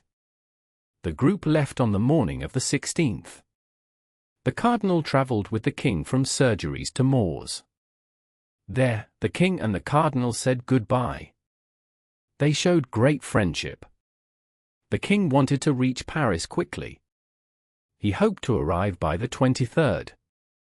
Still, he stopped sometimes during the trip. He enjoyed hunting birds, a hobby he learned long ago. 16 of the musketeers were happy with these breaks. But the other 4 were very unhappy. D'Artagnan felt a strange noise in his ears all the time. Porthos told him it meant that a great lady was speaking about him somewhere. At last, they passed through Paris during the night of the 23rd. The king thanked Monsieur de Treville. He allowed him to give 4 days of leave to the men. But they must not go to public places. If they did, they could be sent to prison. As expected, the first 4 leaves were given to the 4 friends. Athos then asked for 6 days instead of 4. Monsieur de Treville agreed. Athos also added 2 extra nights. They planned to leave on the evening of the 24th at 5 o'clock. As another kindness, Monsieur de Treville wrote the leave as starting on the morning of the 25th. Good heavens! We are making a big problem out of something very simple. In 2 days, using only 2 or 3 horses, I can reach Bethune. That is easy. I have plenty of money. I show the Queen's letter to the superior. I also bring back the dear person I went to find. I do not take her to Lorraine or Belgium. I take her to Paris. She will be safer there. She can hide better, especially while the Cardinal is in La Rochelle. When we return from the countryside, she will have help from her cousin. She will also remember what we have done for her. Then we will get from the Queen what we want. So stay where you are. Do not tire yourselves for nothing. Planchet and I are enough for this easy journey. Athos answered in a calm voice. We still have money. I have not spent all my share. Porthos and Aramis have not spent all theirs. So we can use for horses, not only 1. But think, D'Artagnan. Think about this. Bethune is a town where the Cardinal has called a woman. Wherever she goes, trouble follows her. If you only faced 4 men, I would let you go alone. But you face that woman. We 4 will go together. I hope that with our 4 servants, we will be enough. You frighten me, Athos. What do you fear? Everything. D'Artagnan looked at his friends. Their faces were full of worry, like Athos's face. They rode on as fast as they could. No one spoke. On the evening of the 25th, they reached Arras. D'Artagnan stopped at the Inn of the Golden Harrow. He got off his horse to drink a glass of wine. At that moment, a rider came out of the post-yard. He had just changed horses. He rode fast toward Paris. As he passed the gate, the wind opened his cloak. It was August, but the wind was strong. It also lifted his hat. The man quickly caught it and pulled it low over his eyes. D'Artagnan watched him closely. His face turned white. His glass fell from his hand. What is wrong, sir? Gentlemen, my master is ill. The 3 friends ran to D'Artagnan. But he was not ill. He ran to his horse. They stopped him at the door. Where are you going now? It is him. It is him. Let me catch him. Him? Who? That man. Which man? That terrible man. He always appears when bad things are near. He was with that horrible woman when I first met her. I was looking for him when I hurt Athos. I saw him on the morning Madame Bonacieux was taken away. I know him. I saw him when the wind opened his cloak. The devil! To the horses, friends! Let us follow him. My dear friend, remember this. He rides the other way. He has a fresh horse. Our horses are tired. We will only exhaust them. We will not catch him. Let the man go, D'Artagnan. Let us save the woman. Sir, here is a paper that fell from your hat. Friend, I will give you half a pistole for that paper. With pleasure, sir. Here it is. The boy went back happily. D'Artagnan opened the paper. Well? There is only 1 word. Yes, but that word is the name of a town or village. Armentières. I do not know that place. And the name is written in her hand. Come on. Let us keep this paper well. Maybe my money was not wasted. To horse, my friends. The four friends rode fast on the road to Bethune. Chapter 61. The Carmelite Convent at Bethune. Great criminals often seem protected by fate. They pass through dangers again and again. This lasts until the day when fate finally stops them. It was the same with Milady. She avoided the ships of both countries. She reached Boulogne without trouble. When she landed at Portsmouth, people thought she was an Englishwoman. They believed the French had chased her from La Rochelle. After 2 days at sea, she landed at Boulogne. There, people believed she was a Frenchwoman. They thought the English had treated her badly at Portsmouth because they hated France. Milady also had the best passport. It was her beauty, her noble look, and the money she gave freely. An old governor of the port was kind to her. He smiled and kissed her hand. Because of this, she did not need to follow the usual rules. She stayed in Boulogne only for a short time. She went to the post office and sent a letter. To His Eminence, Monseigneur the Cardinal Richelieu, in his camp before La Rochelle. Monseigneur, please do not worry. The Duke of Buckingham will not go to France. Milady de Boulogne, evening of the 25th. Postscript. As you asked, I will go to the convent of the Carmelites in Bethune. I will wait there for your orders. That same evening, Milady started her journey. Night came on the road. She stopped at an inn and slept. At 5 o'clock the next morning, she continued her trip. 3 hours later, she arrived in Bethune. She asked where the Carmelite convent was and went there at once. The head nun came to meet her. Milady showed her the cardinal's order. The abbess gave her a room and asked for breakfast to be brought. Milady did not think about her past anymore. She only looked to the future. She imagined great rewards from the cardinal. She felt proud because she had served him well, and his name was not linked to the dark events. Her feelings were always changing. Her life moved fast and left trouble behind. But she did not look back. After breakfast, the abbess came to visit her. Life in a convent is quiet and slow. The abbess was happy to meet a new guest.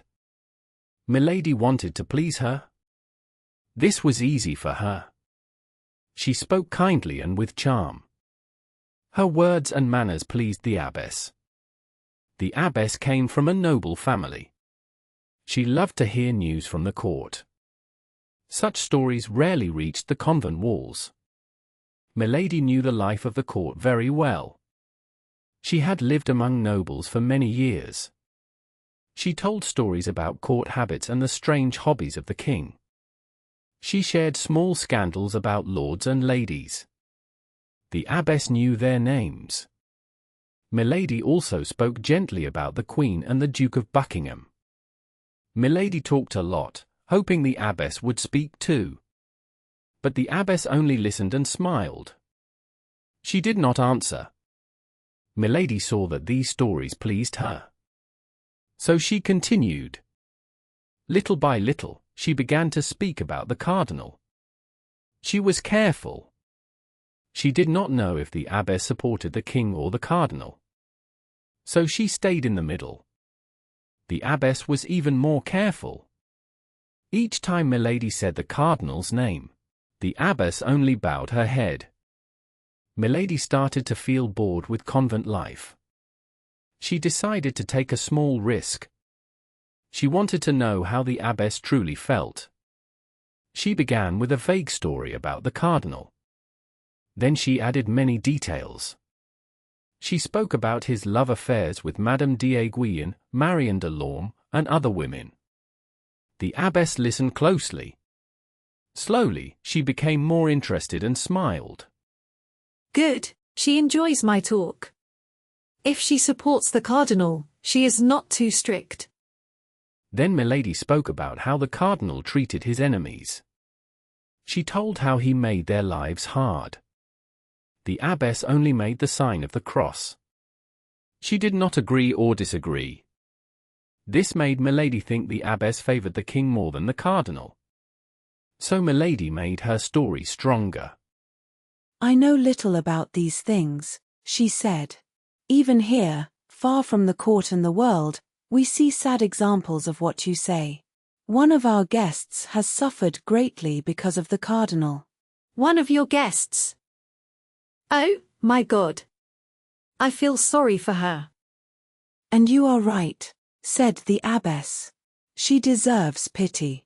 She has known prison, fear, and harsh treatment. She has suffered in many ways. But after all, continued the abbess, Monsieur Cardinal may have good reasons to act this way. Even if the young woman looks like an angel, we must not judge people only by their face. Good, maybe I will learn something here. This is a good moment. She made her face look open and honest. Alas, I know this is true. People say we must not trust a face. But then, what can we trust? If not the most beautiful work of God. For me, I may be fooled all my life. Still, I will always trust a person whose face makes me feel kindness. So, you feel ready to believe this young woman is innocent? The cardinal does not only punish crimes. There are some good qualities that he punishes more strongly than some bad acts.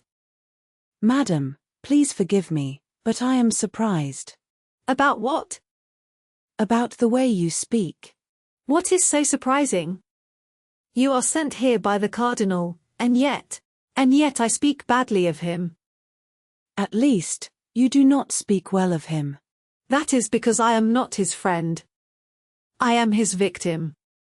But he sent me a letter to recommend you. That letter is really an order. It tells me to stay here like in a prison. One day, one of his men will come to release me. Then why did you not run away? Where could I go? Do you think there is any place the cardinal cannot reach if he wants to? Maybe a man could escape. But what can a woman do? And this young girl who stays here, did she try to escape? No, that is true. But her case is different. I believe she stays in France because of a love story. Ah, if she loves, then she is not completely unhappy. So, I see another poor victim here? Yes. The abbess looked uneasy for a moment, as if she had a new thought. You are not an enemy of our holy faith, are you? Who, me? A Protestant? Oh no. I swear before God who hears us, I am a true and faithful Catholic. Then, madam, do not worry. This house will not be a very hard prison for you. We will try to make your stay as gentle as possible. You will also meet the young woman I spoke of. She is surely troubled because of some trouble at court. She is kind and behaves well. What is her name? She was sent to me by someone very important. She was called Kitty. I did not try to learn another name. Kitty? What? Are you sure? Yes. That is her name. Do you know her?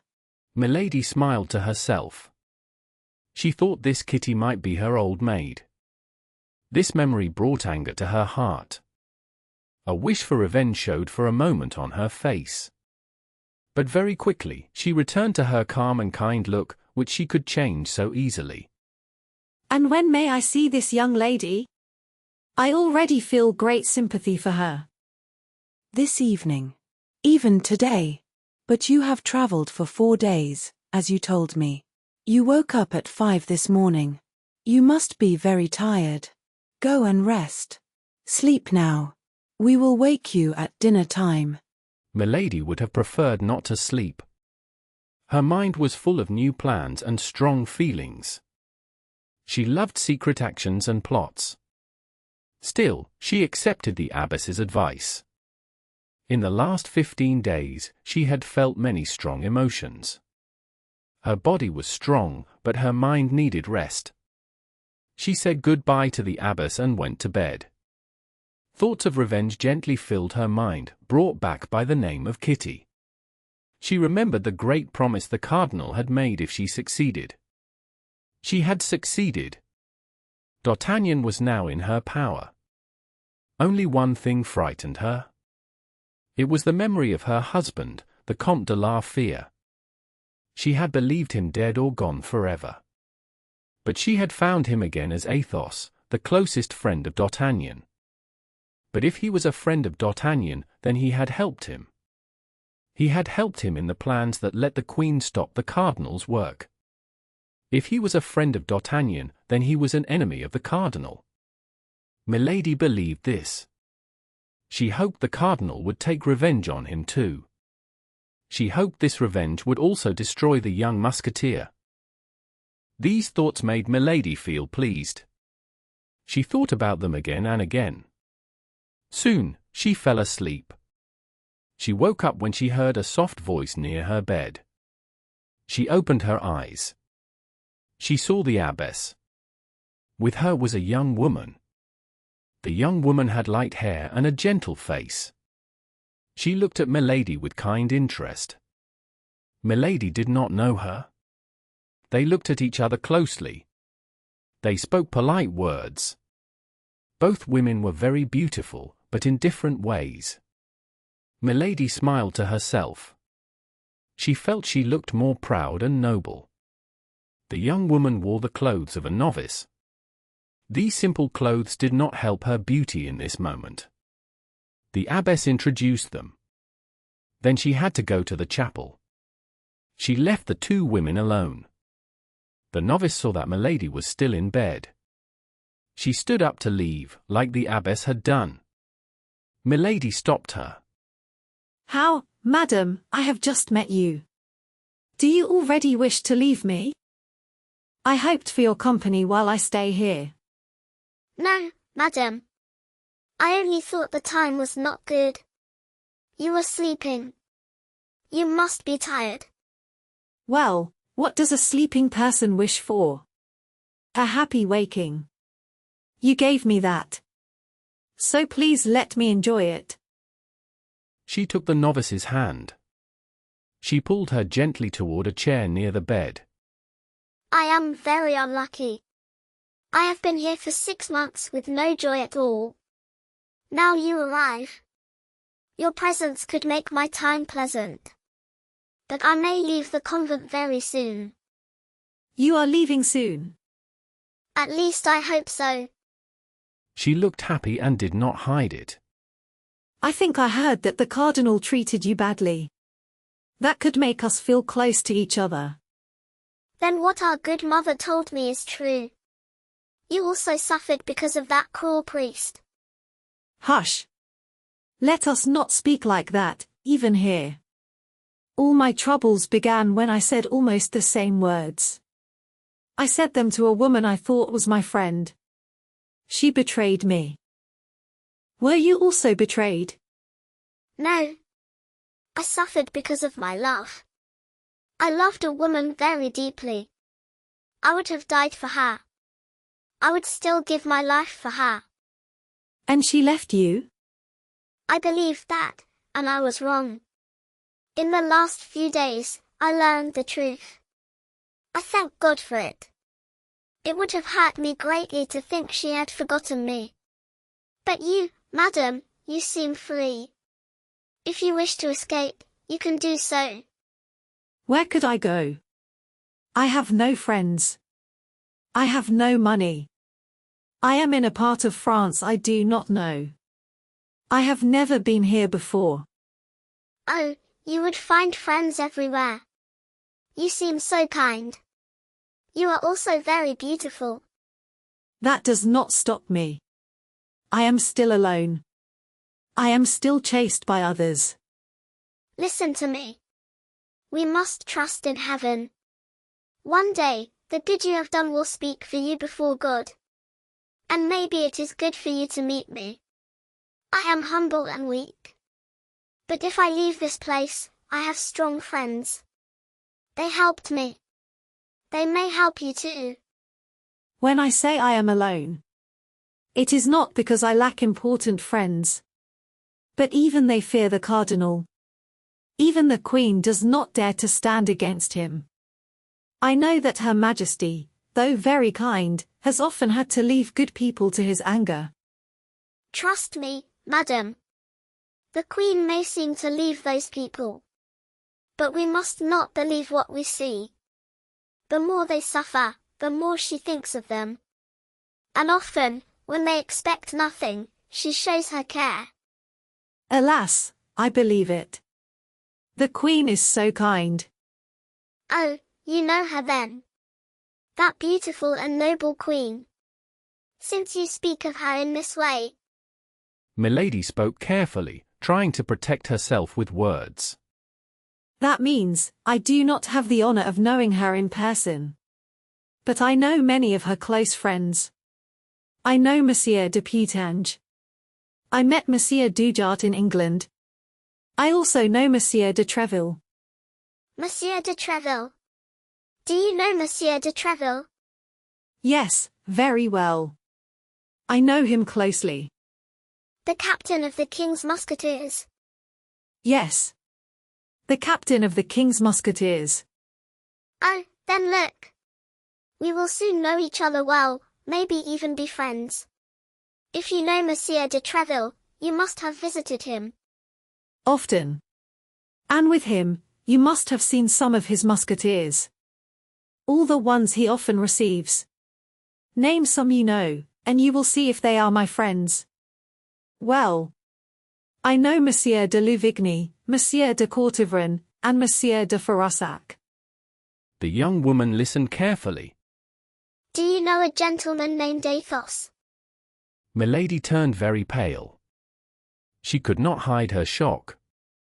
No. But that name surprised me. I also knew that man. It felt strange to meet someone who knows him well. Oh yes, very well. And I also know his friends, Monsieur Porthos and Monsieur Aramis. Really? You know them too? I know them. If you know them, you know they are kind and free men. Why do you not ask them for help, if you need it? I am not very close to them. I know them because I heard one of their friends speak a lot about them. His name is Monsieur d'Artagnan. You know Monsieur d'Artagnan? Forgive me, madam. How do you know him? By what name? Well, I know him as a friend. You are not telling me the truth. You were his lover. No, it is you who were his lover. Me? Yes, you. I know you now. You are Madame Bonacieux. Yes, madam. Are we rivals? Oh no. Never, never. I believe you. But then why did you cry out like that? Do you not understand? How can I understand? I know nothing. Do you not see that Monsieur d'Artagnan is my friend? He may tell me his secrets. I know everything. I know about your taking away from the small house at Saint-Germain. I know about his sadness, and the sadness of his friends. I know they searched for you and found nothing. So I was very surprised when I met you here, face to face. You are the woman we spoke about so often. He loves you with all his heart. He taught me to care for you before I ever saw you. Oh, dear Constance, I have found you at last. Now I see you. Milady opened her arms. Oh, forgive me, forgive me. I love him so much. The two women held each other for a moment. Milady felt strong anger inside, but she hid it well. Oh, you sweet and good young woman. I am so happy to have found you. Let me look at you. Yes, it is truly you. From what he told me, I know you now. The young woman could not imagine the dark cruelty hiding behind that calm face and those kind eyes. She saw only care and sympathy there. Then you know what I have suffered. He told you about his pain, and now you know mine. But to suffer for him brings me joy. Yes, that is joy. Her mind was far away. And now, my punishment is almost finished. Tomorrow, maybe even tonight, I will see him again. Then the past will be gone. Tonight? What do you mean? Do you expect a message from him? I expect him. Him? D'Artagnan here. Yes, him. But that cannot be true. He is at La Rochelle with the cardinal. He will not come back before the city falls. You think so? But is anything impossible for my D'Artagnan? He is brave and true. I cannot believe it. Then read this. She was full of joy and pride. She gave Milady a letter. Milady read it quickly. She knew the handwriting. She thought to herself that there was a secret plan here. The letter said that Madame Bonacieux must be ready. Their friend would come soon to free her. She should prepare to leave and never lose hope. The Gascon gentleman had shown great courage and loyalty again. Yes, this letter is clear. Do you know what warning he gave? No. I only think he warned the Queen about a new plan of the cardinal. Yes, that must be it. She gave the letter back. She lowered her head and became quiet. Just then, they heard a horse running fast. Oh. Could it be him? Milady stayed in bed. She was shocked. Too many surprises came at once. Him? Could it be him? No. It is a man I do not know. But he is coming here. He slows down. He stops at the gate. He rings the bell. Are you sure it is not him? Yes, I am sure. Maybe you did not see well. Oh, if I saw his hat or his cloak, I would know him at once. Milady was dressing quickly. Yes, the man has entered. He is here for you or for me. You look very nervous. Yes, I am. I do not feel safe. I fear the cardinal. Quiet. Someone is coming. The door opened, and the head nun came in. Did you come from Boulogne? Yes. Who wants me? A man who does not give his name. He says he comes from the cardinal. And he wants to speak with me? He wants to speak with a lady who came from Boulogne. Then please let him come in. Oh, my God. Is it bad news? I am afraid so. I will leave you with him. When he is gone, I will come back if you allow me. Please do. The head nun and Madame Bonacieux left the room. Milady stayed alone. She stared at the door. A moment later, she heard steps on the stairs. Spurs made a soft sound. The door opened, and a man came in. Milady cried out with joy. The man was the Comte de Rochefort, the dark servant of the cardinal.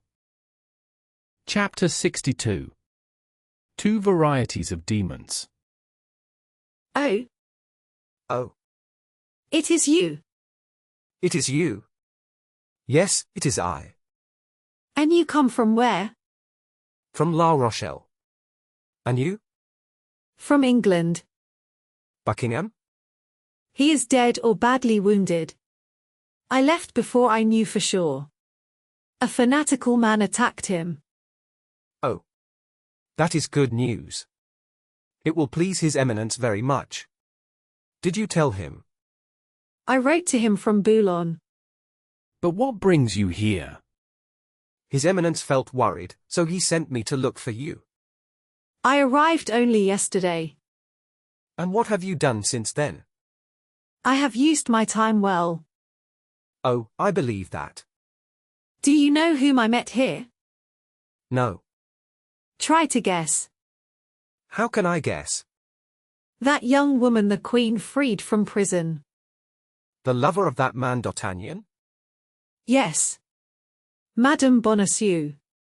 The Cardinal did not know she was hiding here. Well, well, said Rochefort. This is a lucky chance, like the other one. The Cardinal is a very lucky man.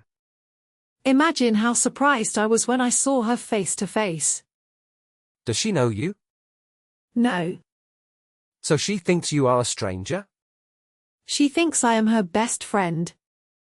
On my honor, only you could do something like that. And it is good that I can. Do you know what is happening here? No. They will come for her tomorrow or the next day. They will bring an order from the Queen. Really? Who will come? D'Artagnan and his friends. They go too far. One day we will need to lock them away. Why not do it now? The Cardinal has a soft feeling for them. I do not understand why. Really? Yes. Then tell him this, Rochefort. Tell him that those 4 men heard our talk at the Red Dovecot Inn. Tell him that after he left, one of them took my travel paper by force. Tell him they warned Lord de Winter about my trip to England. Tell him they almost stopped my mission, like they did before. Tell him that only 2 of them are truly dangerous, D'Artagnan and Athos. The third, Aramis, loves Madame de Chevreuse. We know his secret, so he is not a problem. The fourth, Porthos, is foolish and loud. He is not worth worry. But those 4 men should be at the siege of La Rochelle. I thought so too. But Madame Bonacieux got a letter from Madame the Constable. She showed it to me without care. This letter makes me think the 4 men are coming here to take her away. Oh no. What should we do? What did the Cardinal say about me? He told me to take your messages and return quickly. After he knows what you have done, he will tell you what to do next. So I must stay here? Here, or nearby. You cannot take me with you. No. The order is strict. Near the camp, people may know you. That would cause trouble for the Cardinal. So I must wait here, or close by? Yes. Just tell me where you will wait for news. I must always know where to find you. Remember, I may not be able to stay here. Why not? My enemies could arrive at any time. That is true. But will this young woman escape the Cardinal? Oh, you forget that I am her best friend.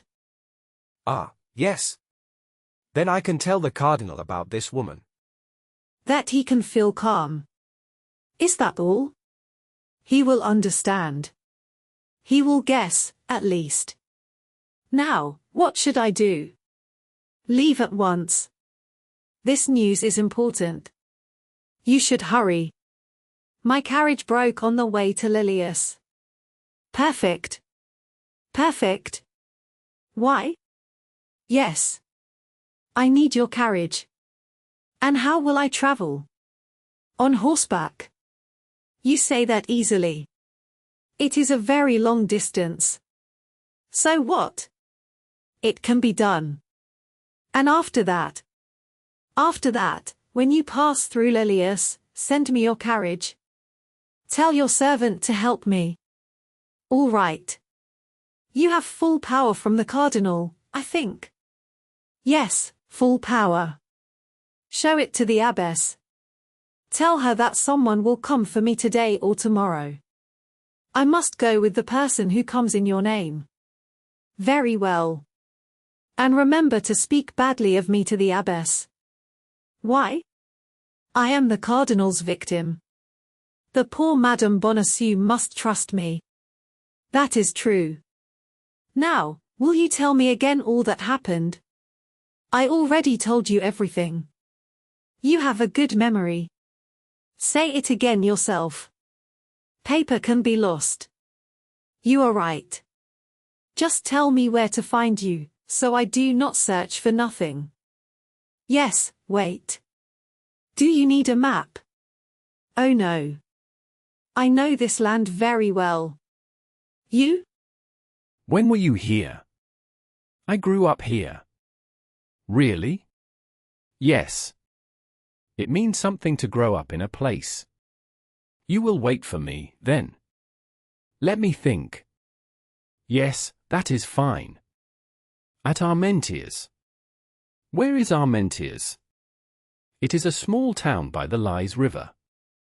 I only need to cross the river, and then I am in another country. Good. But you will cross the river only if there is danger. Yes, that is clear. And if that happens, how will I know where you are? Do you want your servant? Can I trust him? We will see. Give him to me. Nobody knows him. I will leave him where I go away, and he will lead you to me. And you will wait for me at Armentières? At Armentières. Write the name on paper, in case I forget. A town name is safe, yes. Who knows? But it is fine. She wrote the name on half a sheet. Rochefort took the paper, folded it, and put it inside his hat. Do not worry. I will repeat the name on the road so I do not forget. Is that all? I think so. Let me check. Buckingham dead or badly hurt. Your talk with the cardinal heard by the Four Musketeers. Lord de Winter warned before you reach Portsmouth. D'Artagnan and Athos sent to prison. Aramis loves Madame de Chevreuse. Porthos is foolish.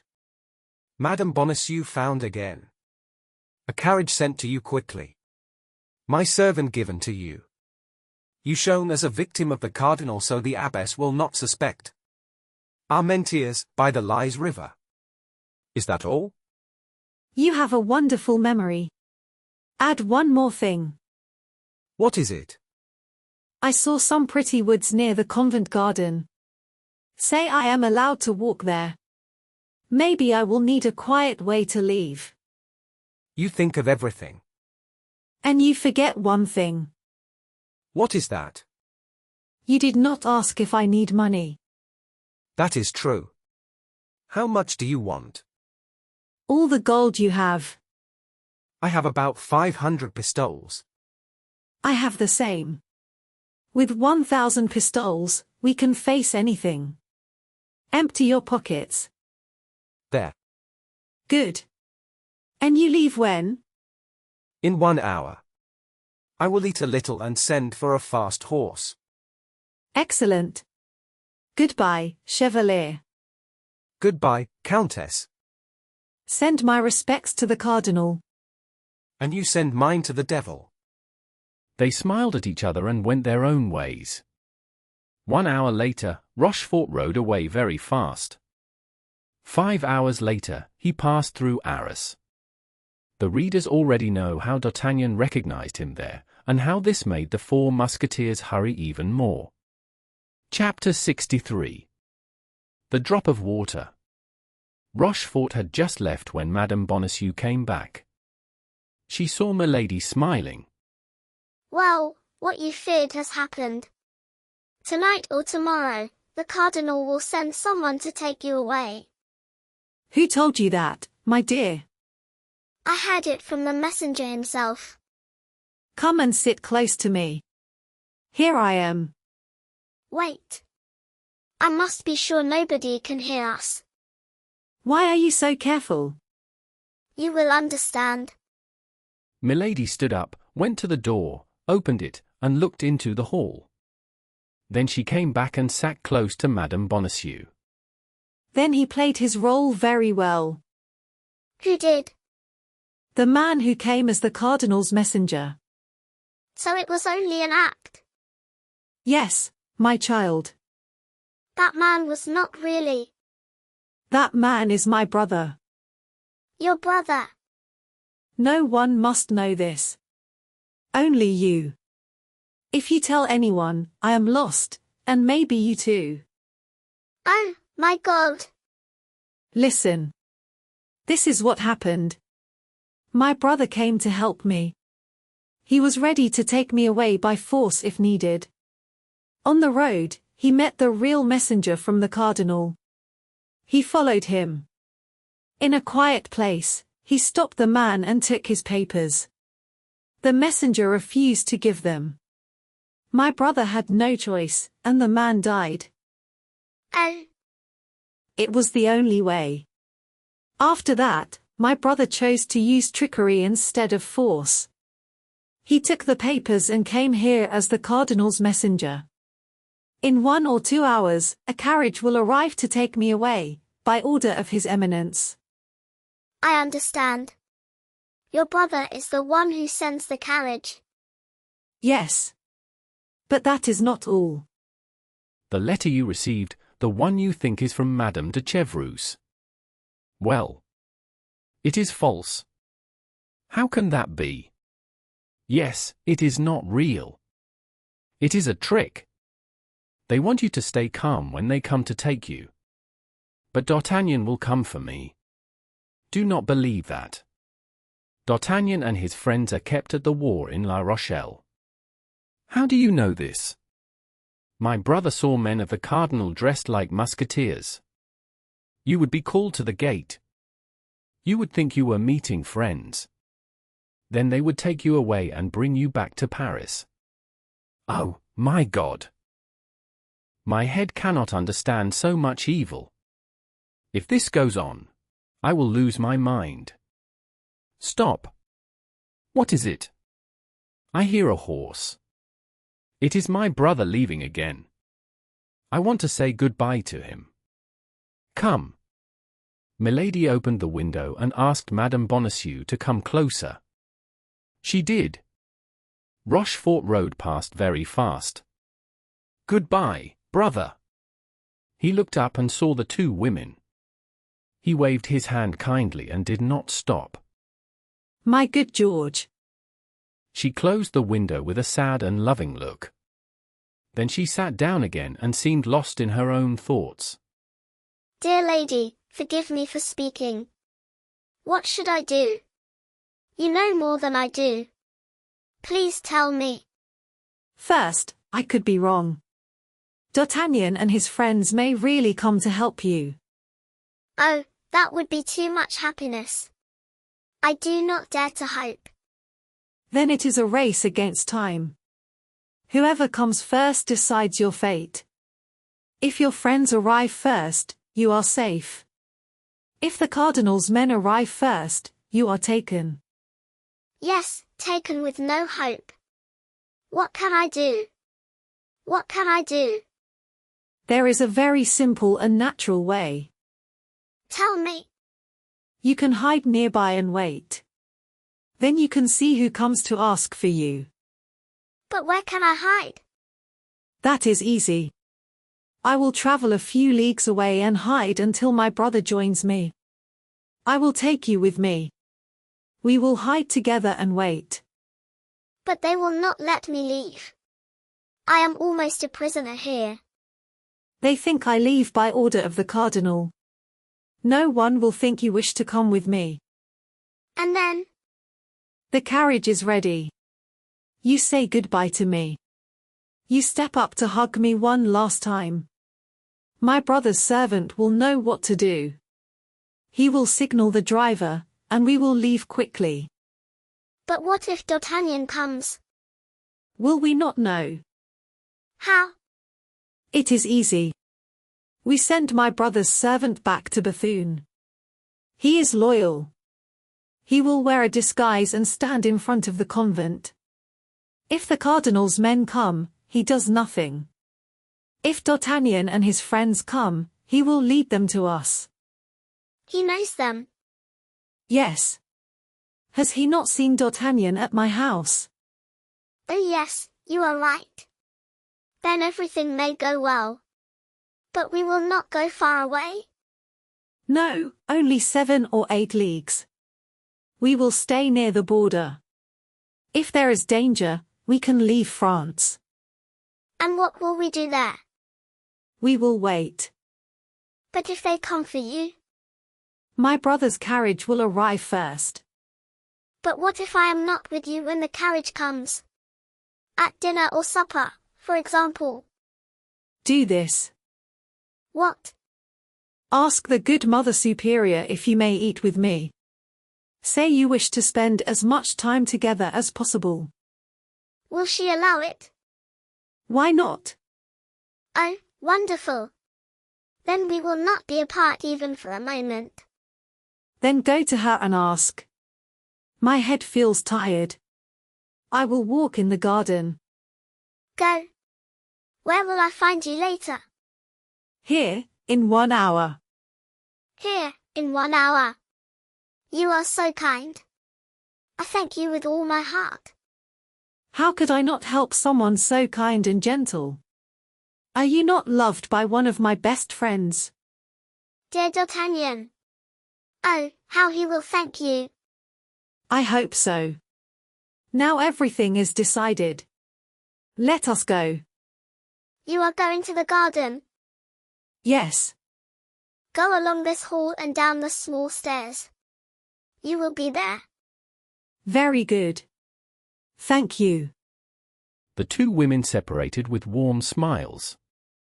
Milady had spoken the truth. Her head was confused.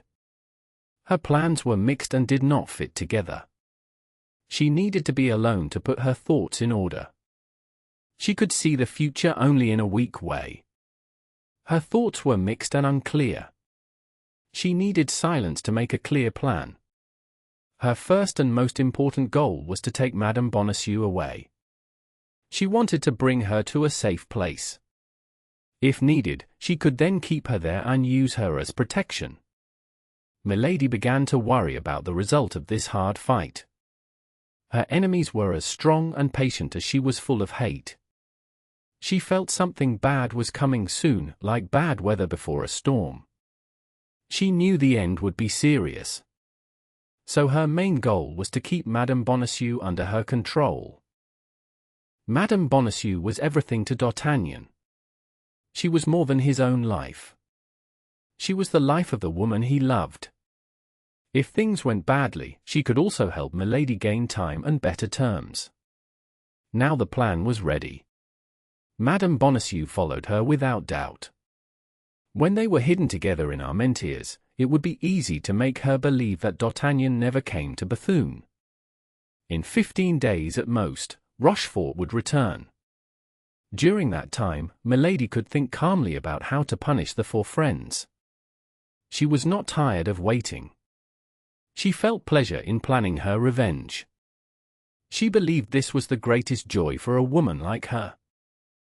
While thinking of all this, she looked around and learned the garden in her mind. Milady was like a careful leader. She prepared for success and for failure. She was ready to move forward or to escape. After an hour, she heard a soft voice calling her. It was Madame Bonacieux. The kind abbess had agreed to Milady's request. First, they would eat supper together. As they reached the courtyard, they heard the sound of a carriage stopping at the gate. Milady listened. Do you hear anything? Yes, the sound of a carriage. It is the one my brother sent for us. Oh, my God! Come, be brave.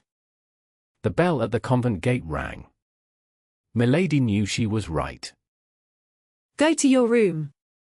You may have some jewels you want to take. I have his letters.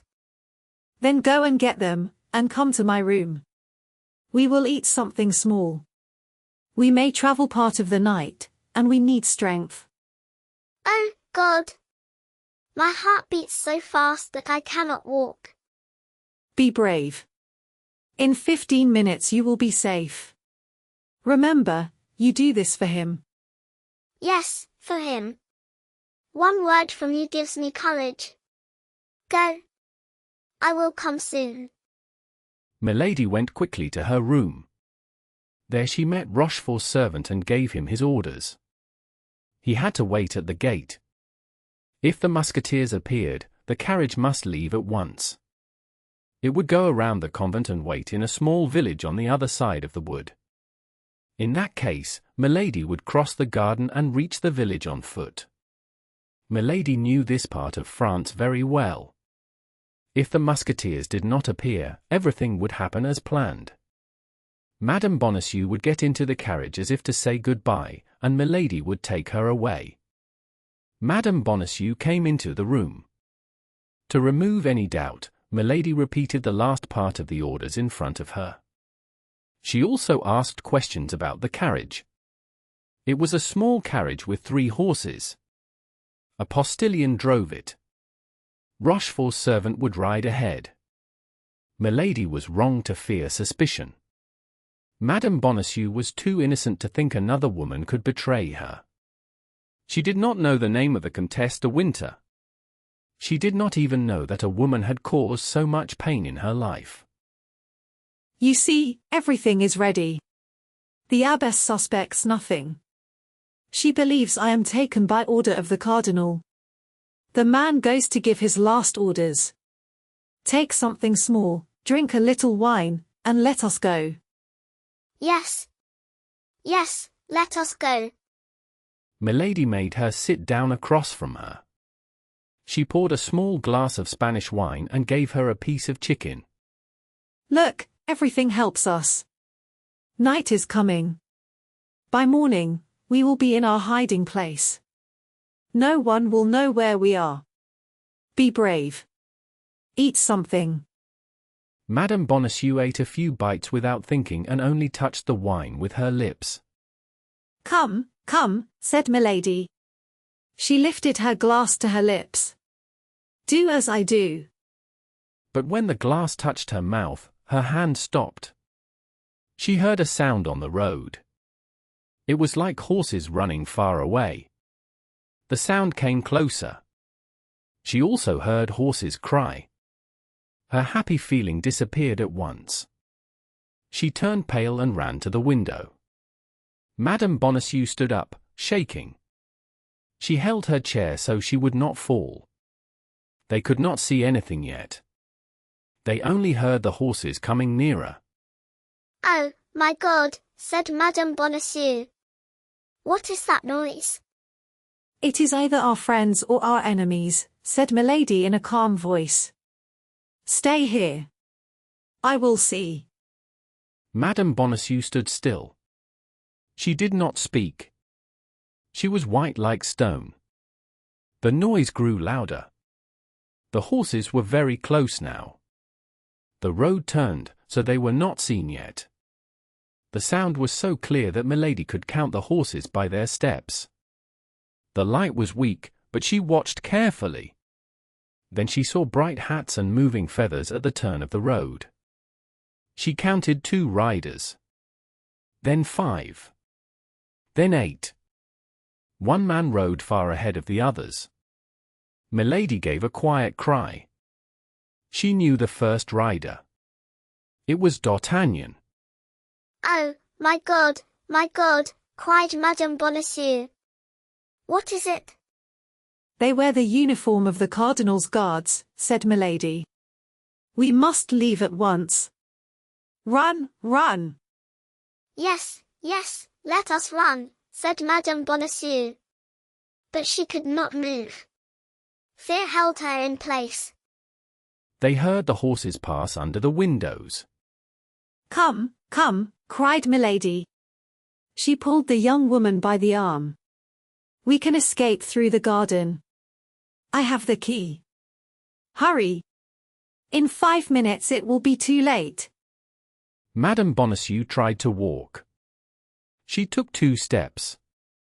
Then she fell to her knees. Milady tried to lift her, but she was not strong enough. Just then, they heard a carriage start to run fast. Then they heard 3 or 4 gunshots. For the last time, will you come? Cried Milady. Oh, my God, said Madame Bonacieux. I have no strength. You see I cannot walk. Go alone. Go alone and leave you here. No, never, cried Milady. Suddenly she stopped. Her eye shone with a hard light. She ran to the table. She opened a ring very fast and poured its contents into Madame Bonacieux's glass. It was a small red grain. It melted at once. Milady took the glass with a steady hand. Drink, she said. This wine will give you strength. Drink. She put the glass to the young woman's lips. Madame Bonacieux drank without thinking. This is not how I wanted to take revenge, said Milady with a dark smile, as she put the glass down. But we do what we can. Then she rushed out of the room. Madame Bonacieux watched her leave. She could not follow. She felt like a person in a bad dream who tries to walk but cannot. A short time passed. There was loud noise at the gate. She expected Milady to return, but she did not. Many times, cold sweat covered her hot face. At last she heard the gate open. She heard boots and spurs on the stairs. Many voices came closer. She thought she heard her own name. Suddenly she cried out with joy and ran to the door. She knew the voice of D'Artagnan. D'Artagnan! D'Artagnan, she cried. Is it you? This way. This way. Constance, Constance, answered the young man. Where are you? My God! At the same time, the door broke open. Several men rushed into the room. Madame Bonacieux fell into an armchair. She could not move. D'Artagnan dropped the pistol in his hand. Smoke still came from it. He fell to his knees in front of her. Athos put his pistol back in his belt. Porthos and Aramis put their swords away.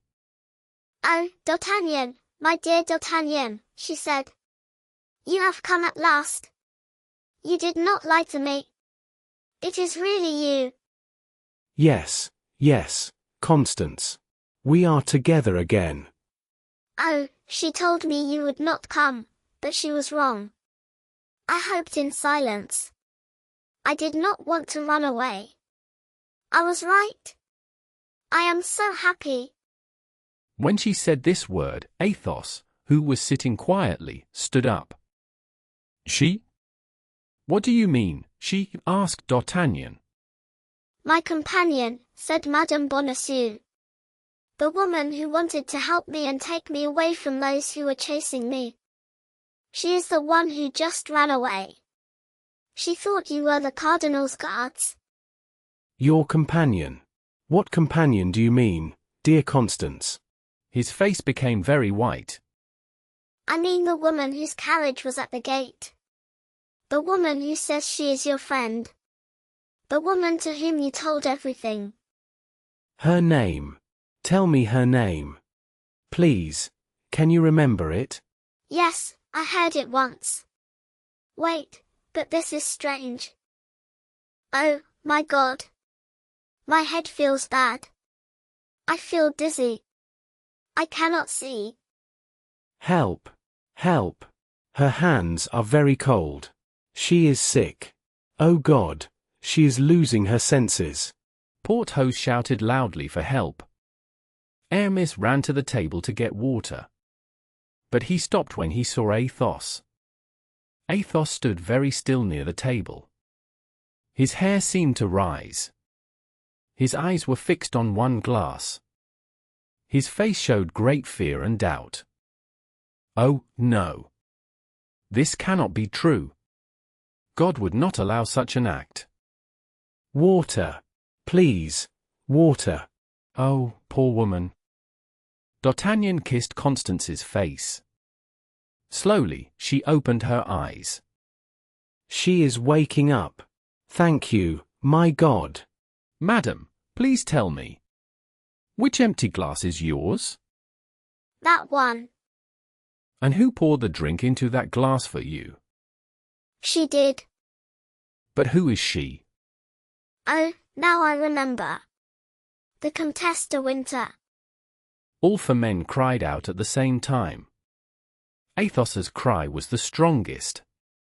At that moment, Constance's face turned pale.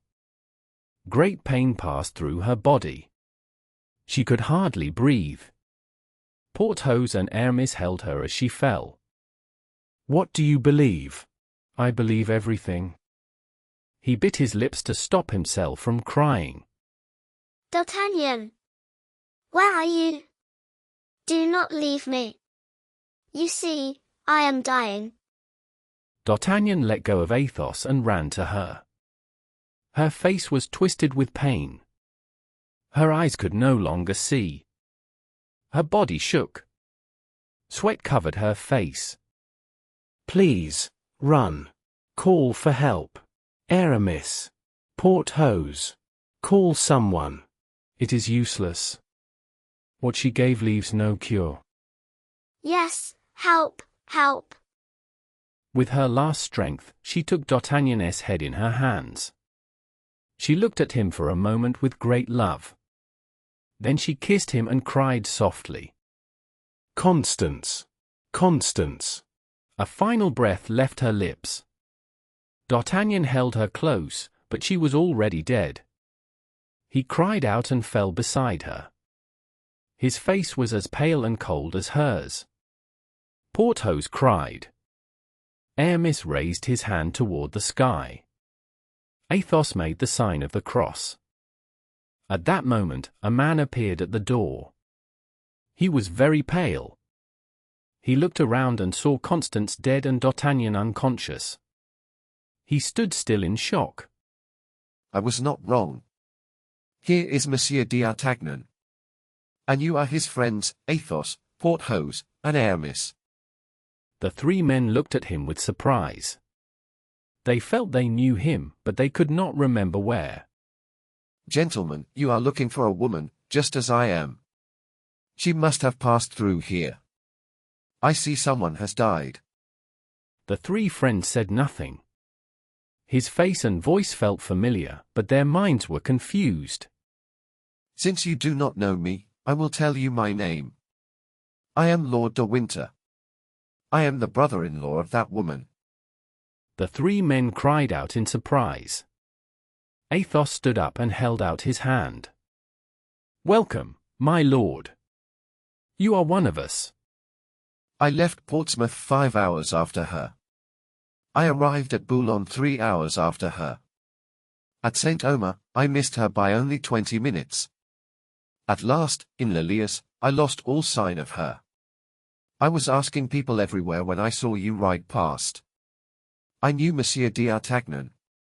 I called to you, but you did not hear me. I tried to follow, but my horse was too tired to keep up. And yet, it seems that, even with all your care, you have come too late. You see. Are they both dead? No. Luckily, Monsieur d'Artagnan has only fainted. Ah, that is better. At that moment, D'Artagnan opened his eyes.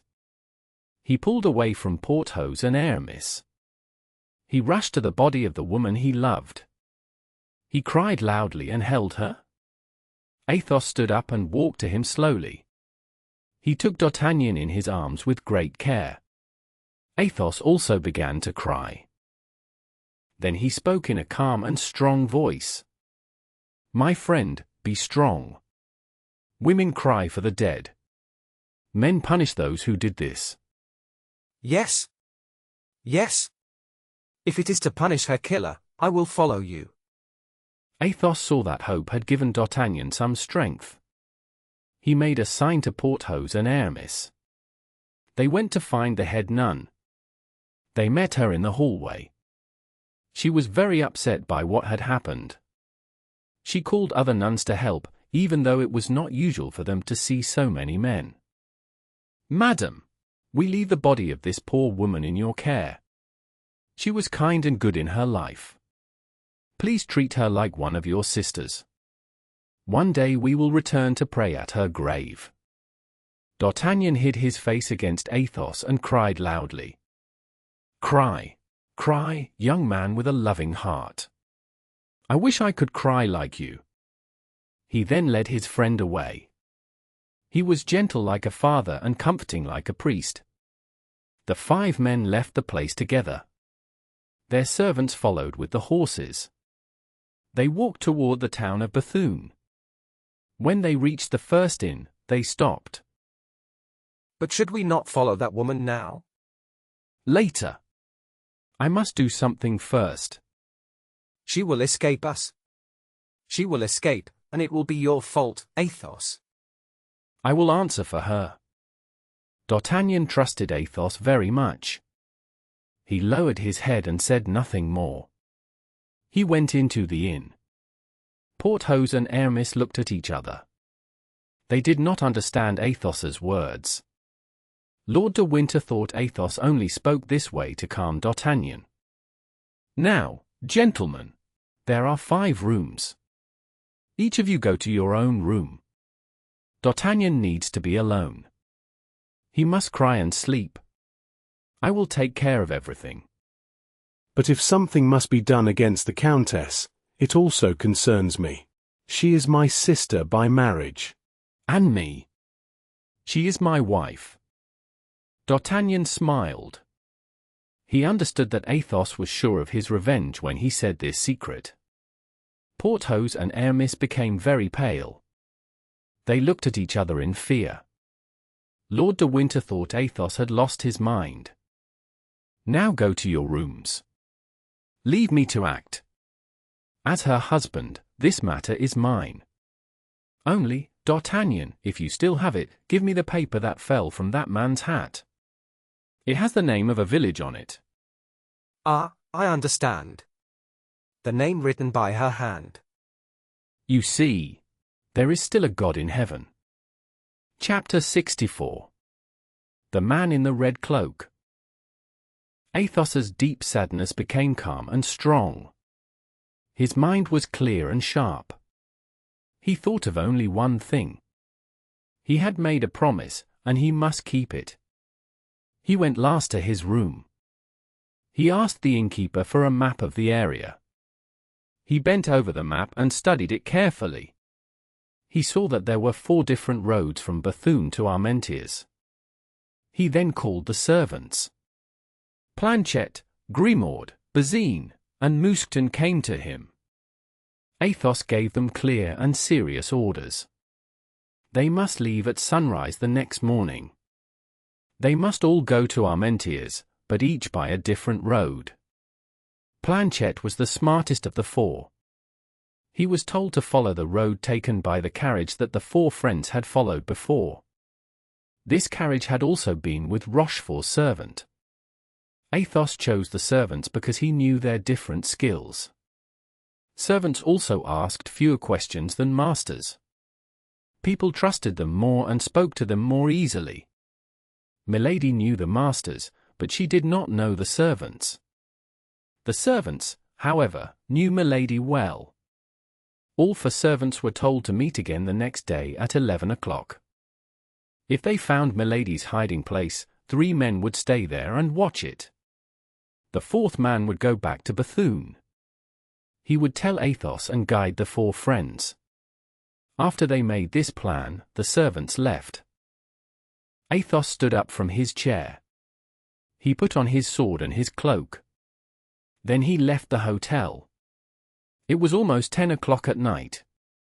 At that hour, the streets of a small town are almost empty. Athos looked worried. He wanted to find someone to ask a question. After some time, he saw a man walking late. Athos went to him and spoke softly. The man was very afraid. He did not answer. He only pointed with his finger. Athos offered him some money to walk with him, but the man refused. Athos walked into the street the man had shown. Soon he came to a place where 4 roads met. He stopped there and looked unsure. He waited because this place gave him a better chance to meet someone. After a few minutes, a night guard walked by. Athos asked him the same question. The guard also looked afraid. He refused to go with Athos and only pointed to a road. Athos followed that road. He reached a poor area at the other side of the town.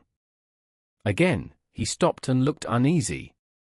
For the 3rd time, he did not know where to go. Then a beggar came by and asked for money.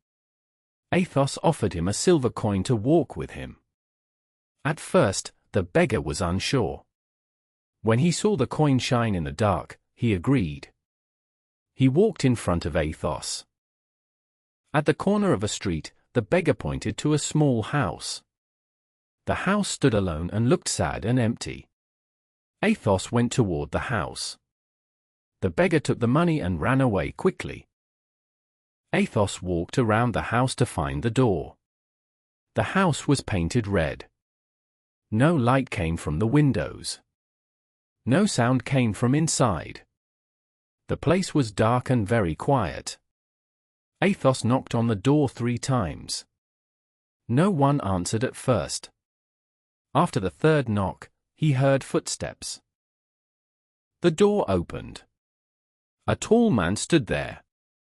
He had pale skin, black hair, and a black beard. He and Athos spoke softly for a moment. Then the tall man made a sign to Athos to enter. Athos went inside, and the door closed behind him. The man led Athos into a workroom. He was putting together a human skeleton with metal wire. The body was complete, but the head lay on the table. The room showed that the man studied nature and science. There were big bottles with snakes inside. Each bottle had a name. Dried lizards hung on the walls. They shone green in dark wooden frames. Bunches of strong-smelling wild plants hung from the ceiling. No family lived there. No servants worked there. The tall man lived alone. Athos looked at the room without much interest. He sat down when the man asked him to. Athos explained why he had come. He told the man what help he needed. As soon as Athos finished, the tall man stepped back in fear. He shook his head and refused. Then Athos took a small paper from his pocket. 2 lines were written on it. It had a signature and a seal. Athos gave it to the man. When the man read it and saw the name and the seal, his face changed. He bowed and showed that he agreed to help. Athos stood up at once. He bowed, left the house, and went back the same way. He returned to the hotel and went to his room. At sunrise, D'Artagnan came in and asked what they should do. "We wait." A little later, the head of the convent sent a message. The burial would take place at noon. About the woman who used poison, they knew nothing. They thought she escaped through the garden. Her footsteps were seen in the sand. The garden door was found closed, and the key was missing. At the set time, Lord de Winter and the 4 friends went to the convent. The bells rang. The chapel doors were open. The choir gate was closed. In the middle of the choir, the body of the young woman lay open to view. She wore her simple novice dress. On both sides of the choir, and behind the grates that opened into the convent, all the Carmelite nuns were gathered. They listened to the holy service. They sang with the priests. They could not see the people outside, and the people could not see them. At the door of the chapel, D'Artagnan suddenly felt weak again. His courage left him. He turned to look for Athos, but Athos was gone. Athos stayed true to his plan of revenge. He asked to be led into the garden. There, on the sand, he followed the light steps of the woman. Her feet left clear marks wherever she walked. He moved toward the gate that led to the wood. The gate was opened, and he went into the forest. Now all his doubts were gone. The road where the carriage had vanished went around the forest. Athos followed this road for some time. He looked closely at the ground. Small spots of blood marked the road. They came from the wounded man who rode with the carriage, or from one of the horses. After walking a long distance, near Festubert, he saw a larger pool of blood. The ground there was pressed down by many horses. Between the forest and this dark place, a little behind the marks of the horses, he saw the same small footprints as in the garden. The carriage had stopped there. At this place, Milady had left the wood and entered the carriage. Athos was satisfied. Everything proved what he feared. He returned to the hotel and found Planchet waiting for him with great impatience. Everything had happened as Athos expected. Planchet had followed the same road.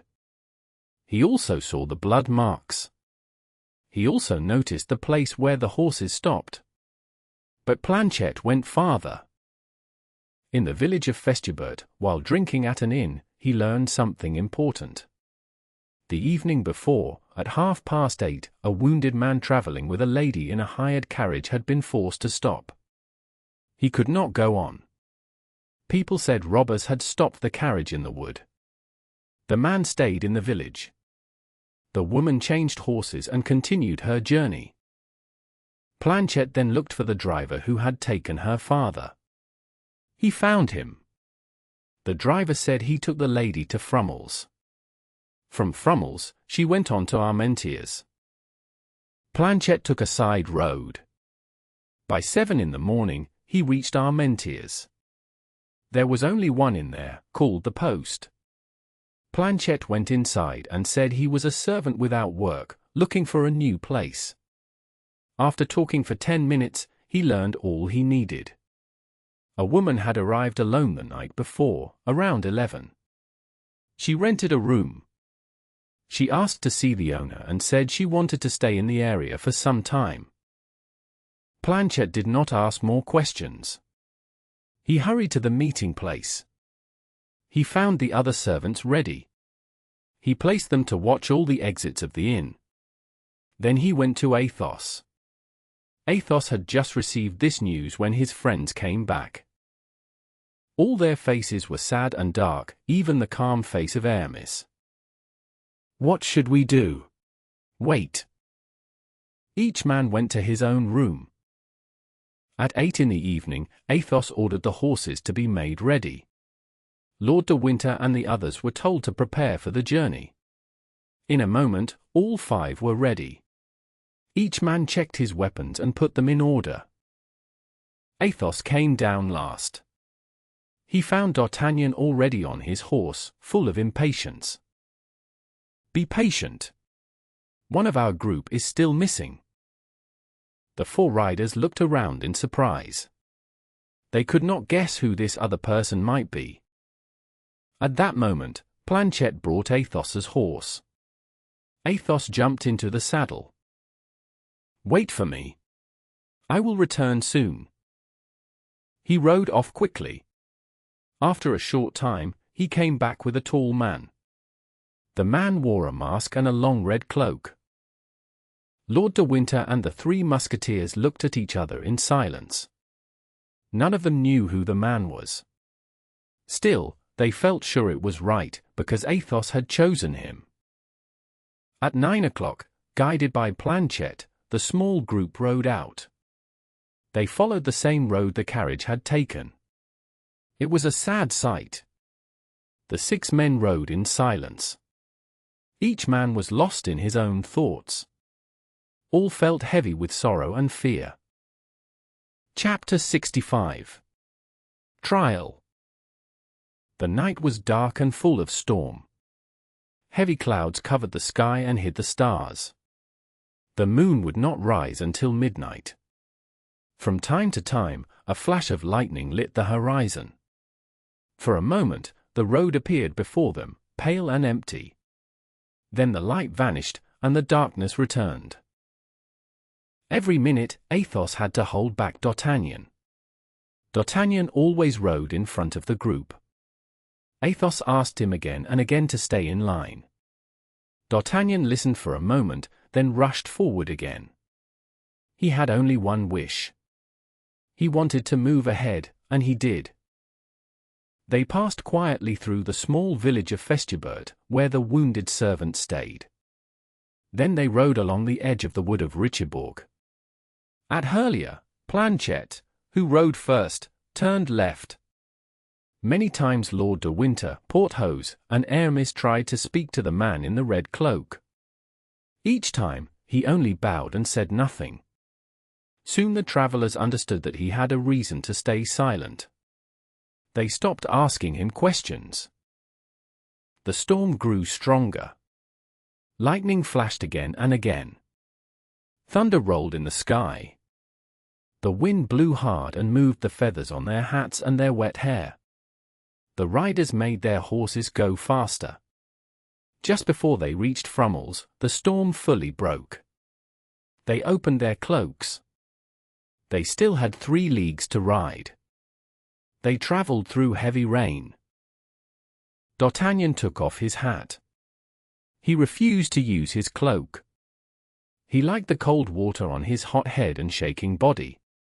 He felt sick and restless, and the rain gave him strange comfort. When the group passed Goskell and came near the post, a man stepped out from under a tree. In the dark, he had looked like part of the trunk. He moved into the road and put a finger to his lips. Athos knew him at once. It was Grimaud. "What news? Has she left Armentières?" Grimaud nodded yes. D'Artagnan pressed his teeth together. "Be quiet, D'Artagnan. This matter is mine. I will question Grimaud." "Where is she?" Grimaud pointed toward the river Lys. "Is she far?" Grimaud bent one finger. "Is she alone?" Grimaud nodded again. "Gentlemen, she is alone. She is less than half a league away, near the river." "That is good. Lead us, Grimaud." Grimaud went across the fields and guided the riders. After about 500 steps, they reached a small stream and crossed it. A flash of lightning showed them the village of Erquinheim. "Is she there?" Grimaud shook his head. Then silence. Another flash lit the land. Grimaud stretched out his arm. In the blue light of the lightning, they saw a small house alone by the river. It stood near a ferry. One window was bright with light. "We are here." At that moment, a man rose from a ditch and came toward them. It was Mousqueton. He pointed at the lighted window. She is there. "And Bazin?" He watched the door while I watched the window. "Good. You are loyal servants." Athos jumped from his horse and gave the reins to Grimaud. He moved toward the window. He signaled to the others to go to the door. A low hedge stood around the house. It was only a few feet high. Athos stepped over it and went to the window. There were no shutters. The short curtains were closed tight. Athos stood on a stone and looked over the curtain. By the light of a lamp, he saw a woman. She wore a dark cloak and sat on a small stool near a weak fire. Her elbows rested on a poor table. Her head lay in her hands, which were very white. He could not see her face clearly. A dark smile crossed Athos's lips. He knew she was the woman he sought. Just then, a horse made a sound. The woman lifted her head. She saw Athos's pale face close to the glass and screamed.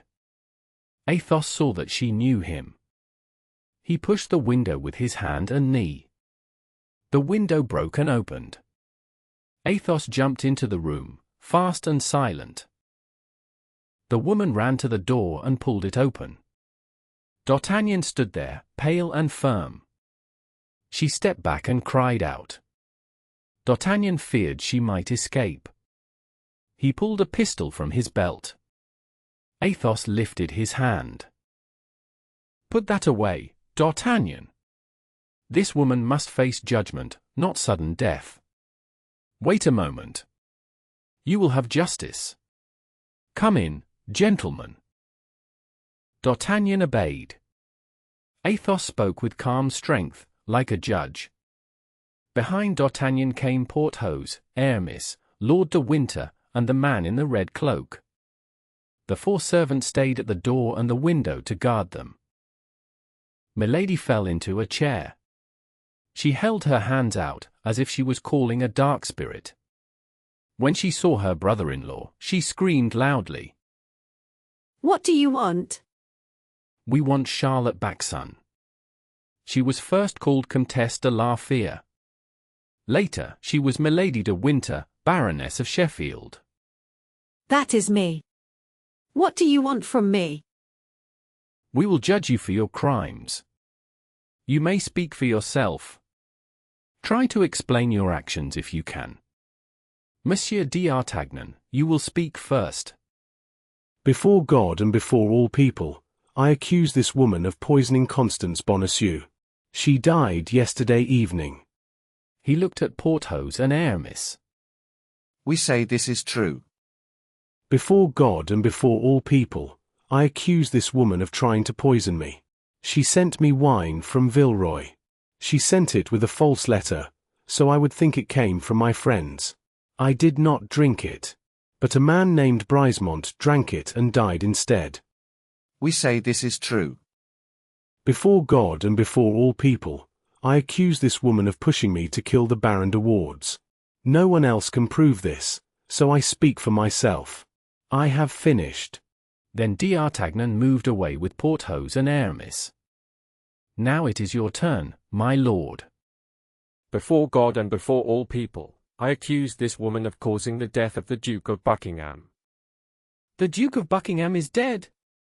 Yes. He was killed.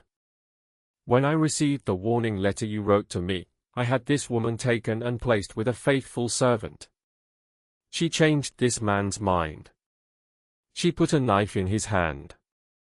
She led him to kill the Duke. At this moment, Felton may be losing his life because of her actions. A cold fear passed through all who listened. They were shocked by these new crimes. That is not all. My brother made you his heir. He died after 3 hours of a strange illness. His body showed dark marks. My sister, how did your husband die? Horror.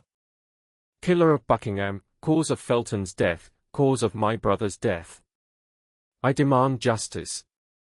If I do not receive it, I will take it myself. He moved to stand beside d'Artagnan. He left space for the next speaker. Milady dropped her head into her hands. Her thoughts spun wildly. She struggled to think clearly. My turn. I married this woman when she was very young. My family was against it. I gave her my name and my fortune. One day, I discovered that she was marked.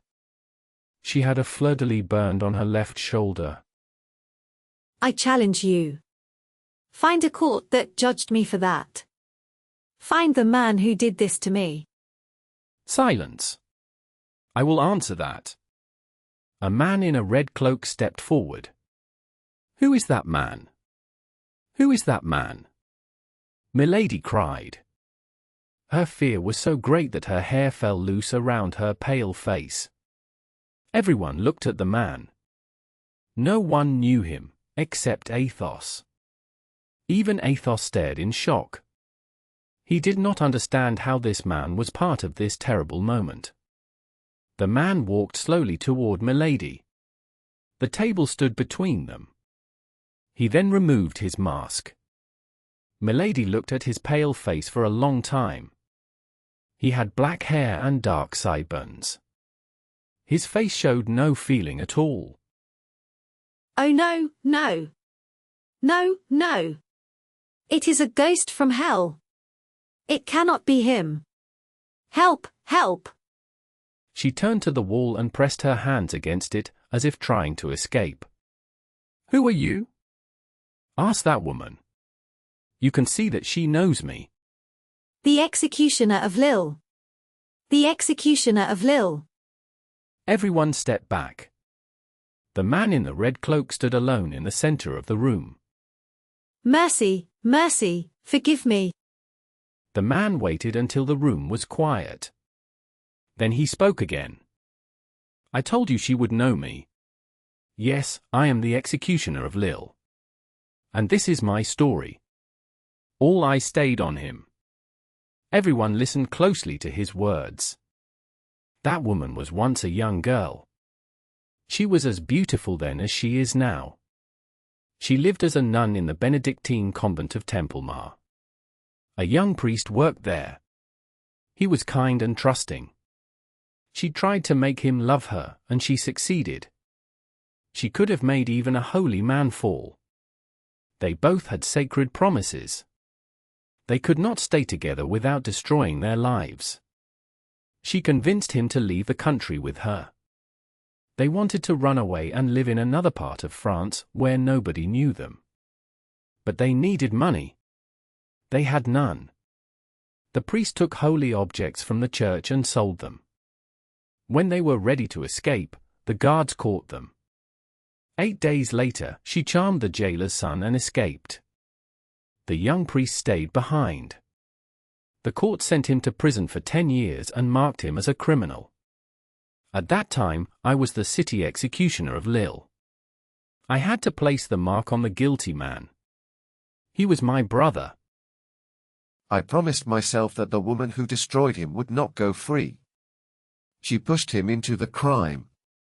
I found where she was hiding. I followed her. I caught her and tied her. I gave her the same mark that my poor brother had received.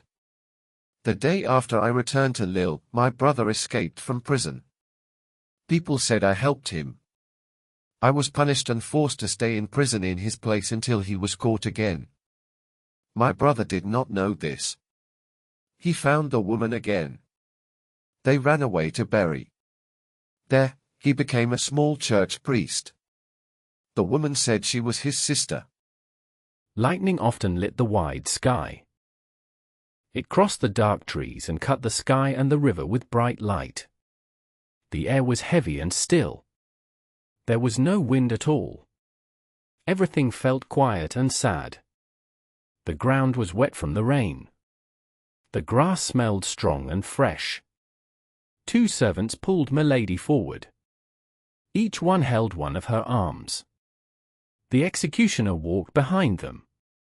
Lord de Winter, D'Artagnan, Porthos, and Aramis walked behind him. Planchet and Bazin came last. They took Milady to the edge of the river. She did not speak, but her eyes moved from face to face. She looked at each man and asked for help with her eyes. When she was a little ahead, she spoke softly to the servants. She promised them a lot of money if they helped her escape. She also warned them that powerful friends would punish them if she died. One servant stopped and was unsure. The other shook with fear. Athos heard Milady's voice and came closer. Lord de Winter did the same. He said the servants must be changed. Milady had spoken to them, and they could not be trusted now. Planchet and Bazin took their places. At the river bank, the executioner came to Milady. He tied her hands and feet. Then she cried out loudly. She called the men cruel and said there were many men killing one woman. She warned them that someone would take revenge for her. Athos answered in a cold voice. He said she was not like other women. He said she had done terrible things and must be stopped. Milady spoke again. She said any man who touched her was doing wrong. The executioner answered calmly. He said his task was to carry out the final judgment. He said this was his duty. While he worked, Milady screamed loudly. Her cries went into the night and into the forest. She said she was not guilty. She begged them to take her to a court. She said they had no right to decide her fate. Lord de Winter reminded her that she had been offered a public trial. He asked why she refused it. She cried that she did not want to die. She said she was too young. D'Artagnan replied that another woman, even younger, had died because of her actions. Milady begged again. She said she would leave the world and live a quiet life. The executioner answered that she had already lived in such a place once and had caused great harm there. Milady cried out in fear and fell to her knees. The executioner lifted her and carried her toward the boat.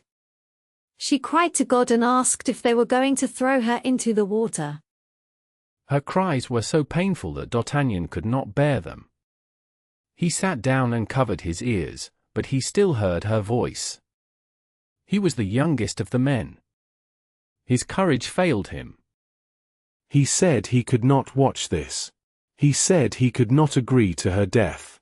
Milady heard his words and felt hope. She called his name and reminded him that she had loved him. D'Artagnan stood and stepped toward her. At once, Athos stood too. He drew his sword and blocked the way. He warned D'Artagnan to stop. D'Artagnan fell to his knees and prayed. Athos then told the executioner to do his duty. The executioner said he would do it, believing it was right. Athos stepped closer to Milady. He said he forgave her for all the pain she caused him. He forgave her for ruining his future and his honor. He wished her peace at the end.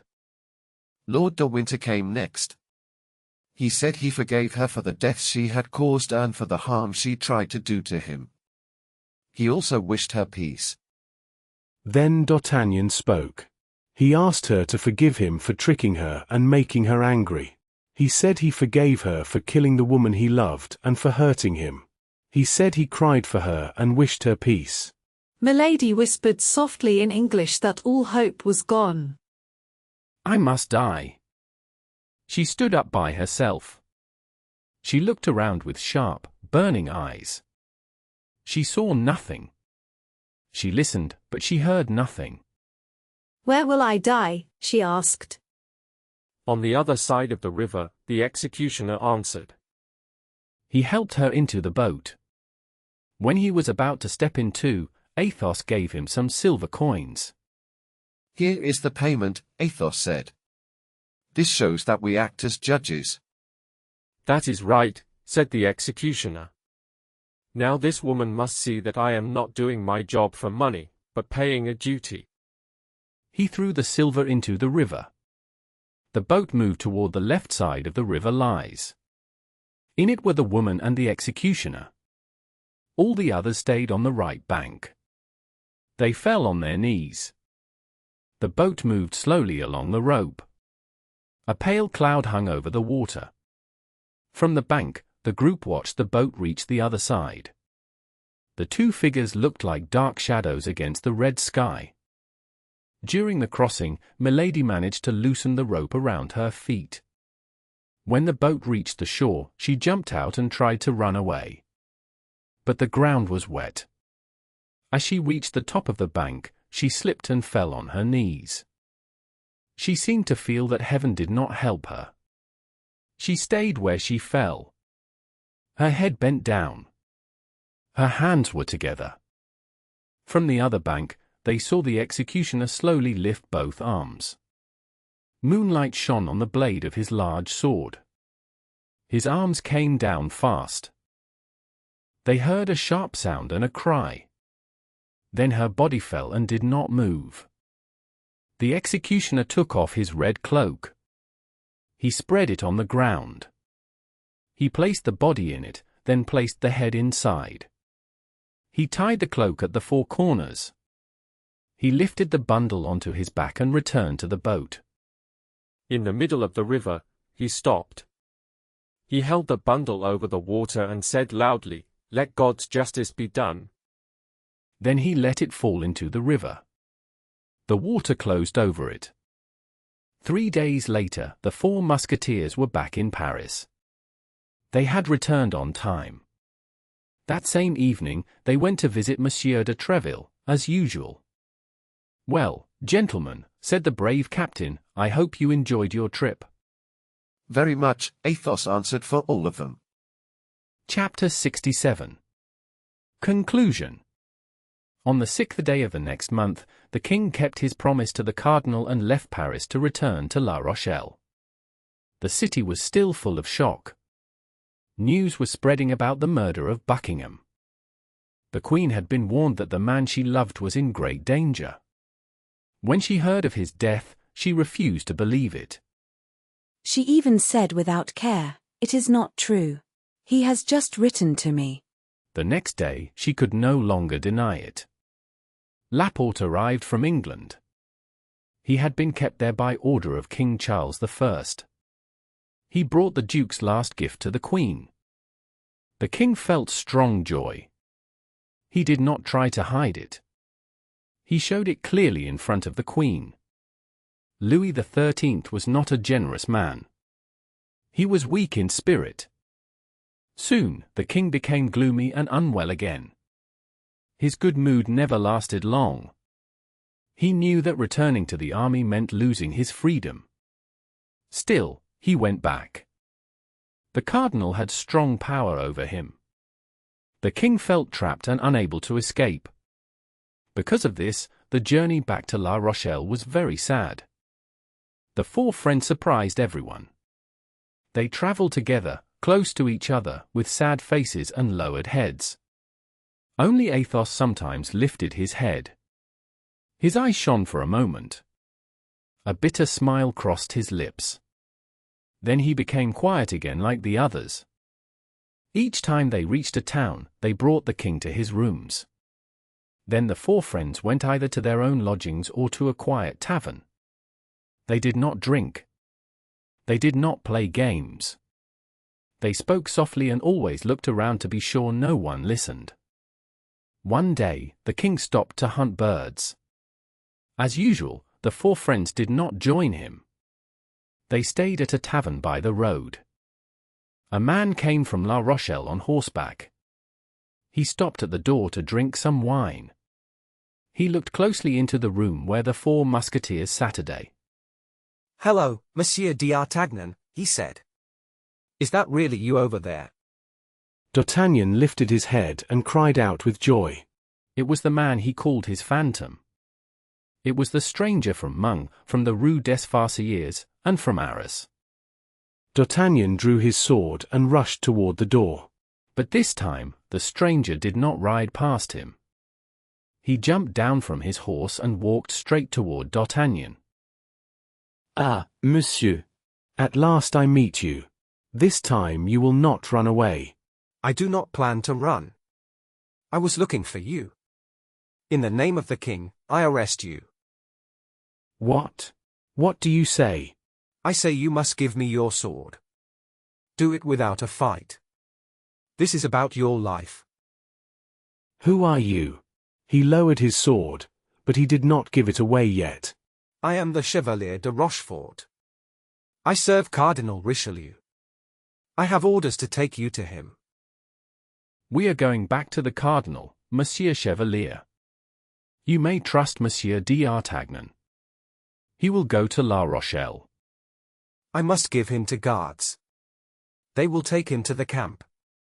"We will be his guards. We give you our word as gentlemen. And also, by our word, Monsieur d'Artagnan will not leave us." Rochefort looked behind him. He saw Porthos and Aramis standing between him and the gate. He understood that the four men now controlled the situation. "Gentlemen, if Monsieur d'Artagnan gives me his sword and adds his promise to yours, I will accept this plan. You will take him to the cardinal's camp." "You have my word, monsieur. Here is my sword." "That is even better. I wish to continue my journey." "If you are going to find Milady, it is useless. You will not meet her. "What has happened to her?" Go back to the camp. You will learn there." Rochefort thought for a moment. The cardinal was only one day away, in surgeries, where he would meet the king. Rochefort decided to follow Athos's advice and go with them.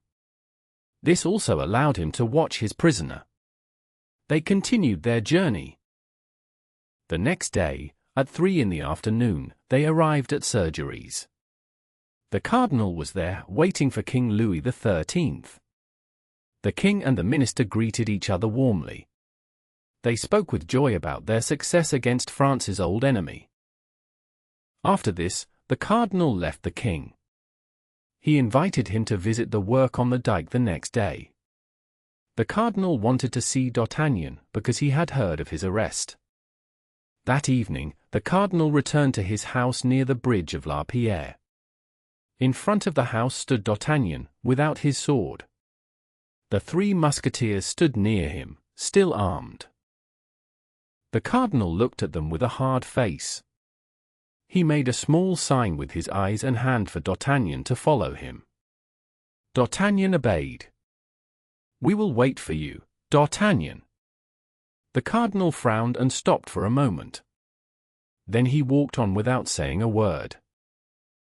D'Artagnan followed him inside. Guards watched the door behind him. The cardinal went into his study and signaled to Rochefort to bring in the young musketeer.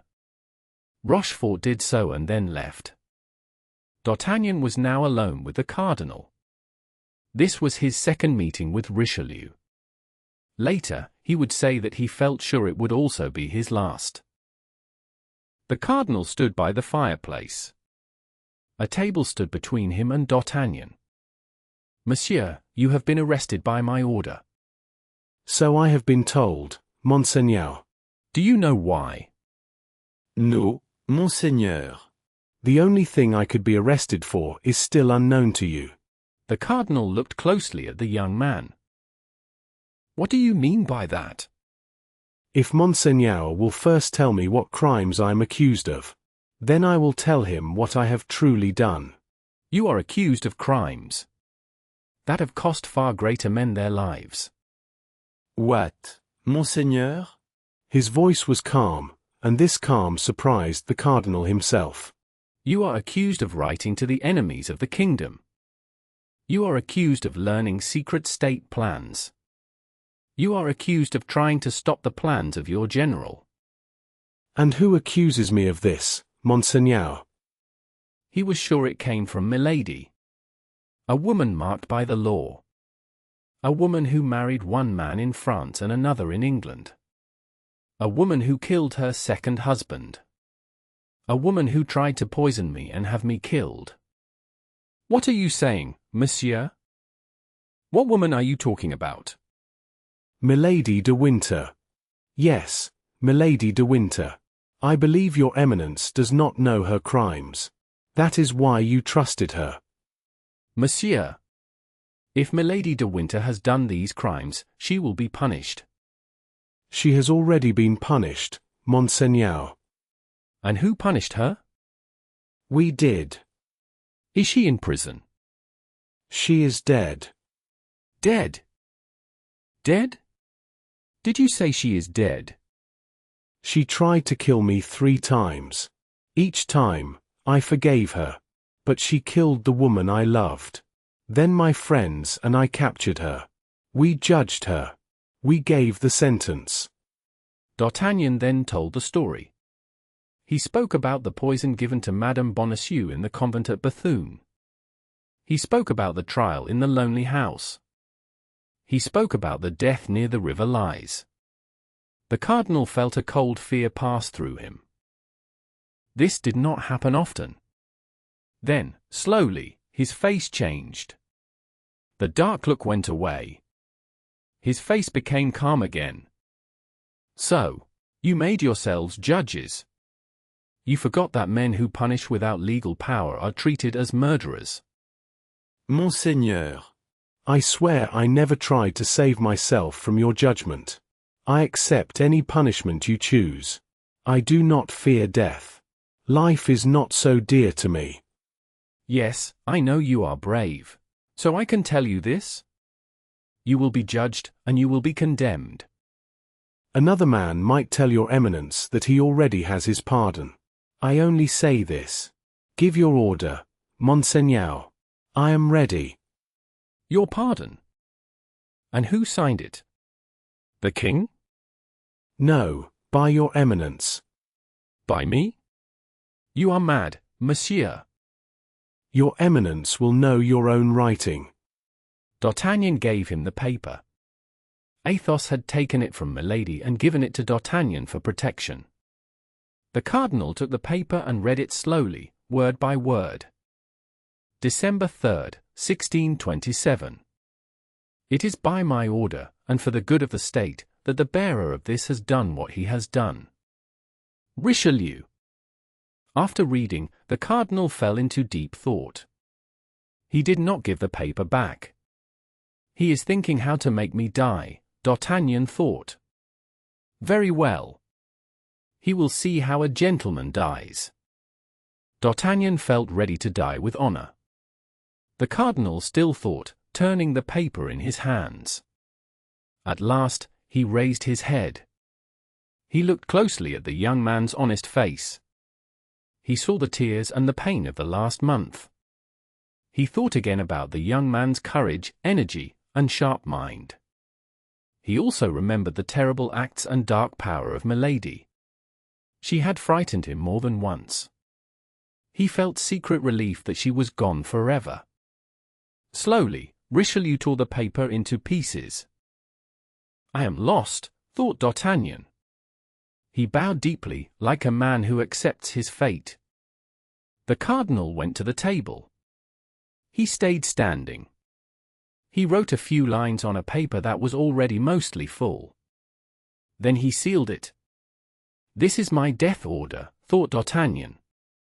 At least he saves me from prison and a long trial. Here, monsieur, I took one blank order from you. I now give you another. The name was missing on the paper. You could write it yourself. D'Artagnan took the paper with doubt. He read it slowly. It was a paper that made someone a lieutenant in the Musketeers. D'Artagnan fell to his knees before the cardinal. My lord, my life belongs to you. You can use it as you wish. But I do not deserve this honor. I have 3 friends. They are better and more worthy than me. You are brave, D'Artagnan. He touched his shoulder in a friendly way. He was pleased to win this proud young man. Do what you want with this paper. Remember this. Even if the name is empty, I give it to you. I will never forget this. You can be sure of that. Rochefort. The Chevalier came in at once. Rochefort. You see Monsieur d'Artagnan. I now count him as one of my friends. Greet each other. Be careful if you want to stay alive. Rochefort and D'Artagnan greeted each other coldly. They only touched lips in greeting. The cardinal watched them closely. They left the room together. We will meet again, won't we? Whenever you wish. The chance will come. Eh? The 2 men smiled, shook hands, and bowed to him. We were starting to worry. Here I am, my friends. I am free. More than that, I am in favor. Tell us everything. Tonight. For now, let us go our own ways. That evening, D'Artagnan went to Athos's room. He found him drinking Spanish wine, as he did every night. D'Artagnan told him all that happened with the cardinal. Then he took the paper from his pocket. Here, my dear Athos. This should be yours. My friend. This is too much for Athos. It is too little for the Comte de la Fere. Keep it. It belongs to you. You paid a high price for it. D'Artagnan then went to Porthos's room. He saw him in rich clothes with bright designs. Porthos was looking at himself in a mirror. Ah, my friend. What do you think of my clothes? They look very good. But I bring you something even better. What is it? The rank of lieutenant in the Musketeers. D'Artagnan told him about the meeting with the cardinal. He gave him the paper. Write your name here. Be my leader. Yes, this would please me. But I would not enjoy it long. On our trip to Bethune, my duchess's husband died. I will marry the widow. Look, I was trying on my wedding clothes. Keep the rank, my friend. Next, D'Artagnan went to Aramis's room. He found him on his knees before a prayer stand. A prayer book lay open. You are our wise friend. You should take this. Your advice has helped us many times. My dear friend, our last adventures made me tired of soldier life. My choice is final. After the siege, I will join the Lazarists. Keep the paper. Fighting suits you. You will be brave and bold. With wet eyes and a happy heart, D'Artagnan went back to Athos. He was still at the table, looking at his last glass of Malaga wine by lamplight. Well, they all refused. That is because no one is more worthy than you. He took a pen. He wrote D'Artagnan's name on the paper. He gave it back to him. Then I will have no friends left. Only sad memories. He put his head in his hands. 2 big tears fell. You are young. Your sad memories still have time to become happy ones. Epilogue. La Rochelle had no help from the English fleet. Buckingham did not come. After a siege of 1 year, the city gave up. On the 28th of October, 1628, the surrender was signed. On the 23rd of December of the same year, the king entered Paris. The people welcomed him with great joy. They behaved as though he had defeated a foreign enemy, not his own people. He entered the city through the Faubourg Saint-Jacques. Green arches stood over the road. D'Artagnan took full charge of his command. Porthos left the army. The following year, he married Madame Coquenard. The chest he had wanted so badly held 800,000 livres. Mousqueton wore fine clothes. He was very happy. All his life, he had wanted only one thing. Now, he could stand behind a golden carriage. Aramis traveled to Lorraine. Then he suddenly disappeared. He stopped writing to his friends. Much later, they learned the truth from Madame de Chevreuse. She told only a few close friends. Aramis felt called to a religious life. He entered a convent, but no one knew which one. Bazin became a lay brother. Athos remained a musketeer under D'Artagnan until 1633. After a journey to Touraine, he too left the service. He said that he had inherited a small piece of land in Roussillon. Grimaud went with Athos. D'Artagnan met Rochefort 3 times in combat. Each time, Rochefort was wounded. One day, D'Artagnan helped him to his feet. You may not be so fortunate next time. It would be better for us both to stop here. I am more your friend than your enemy. Long ago, I could have spoken to the cardinal and caused you great harm. But I did not. They embraced warmly. There was no anger left between them. Planchet received help from Rochefort. He became a sergeant in the Piedmont regiment. Monsieur Bonacieux lived very quietly.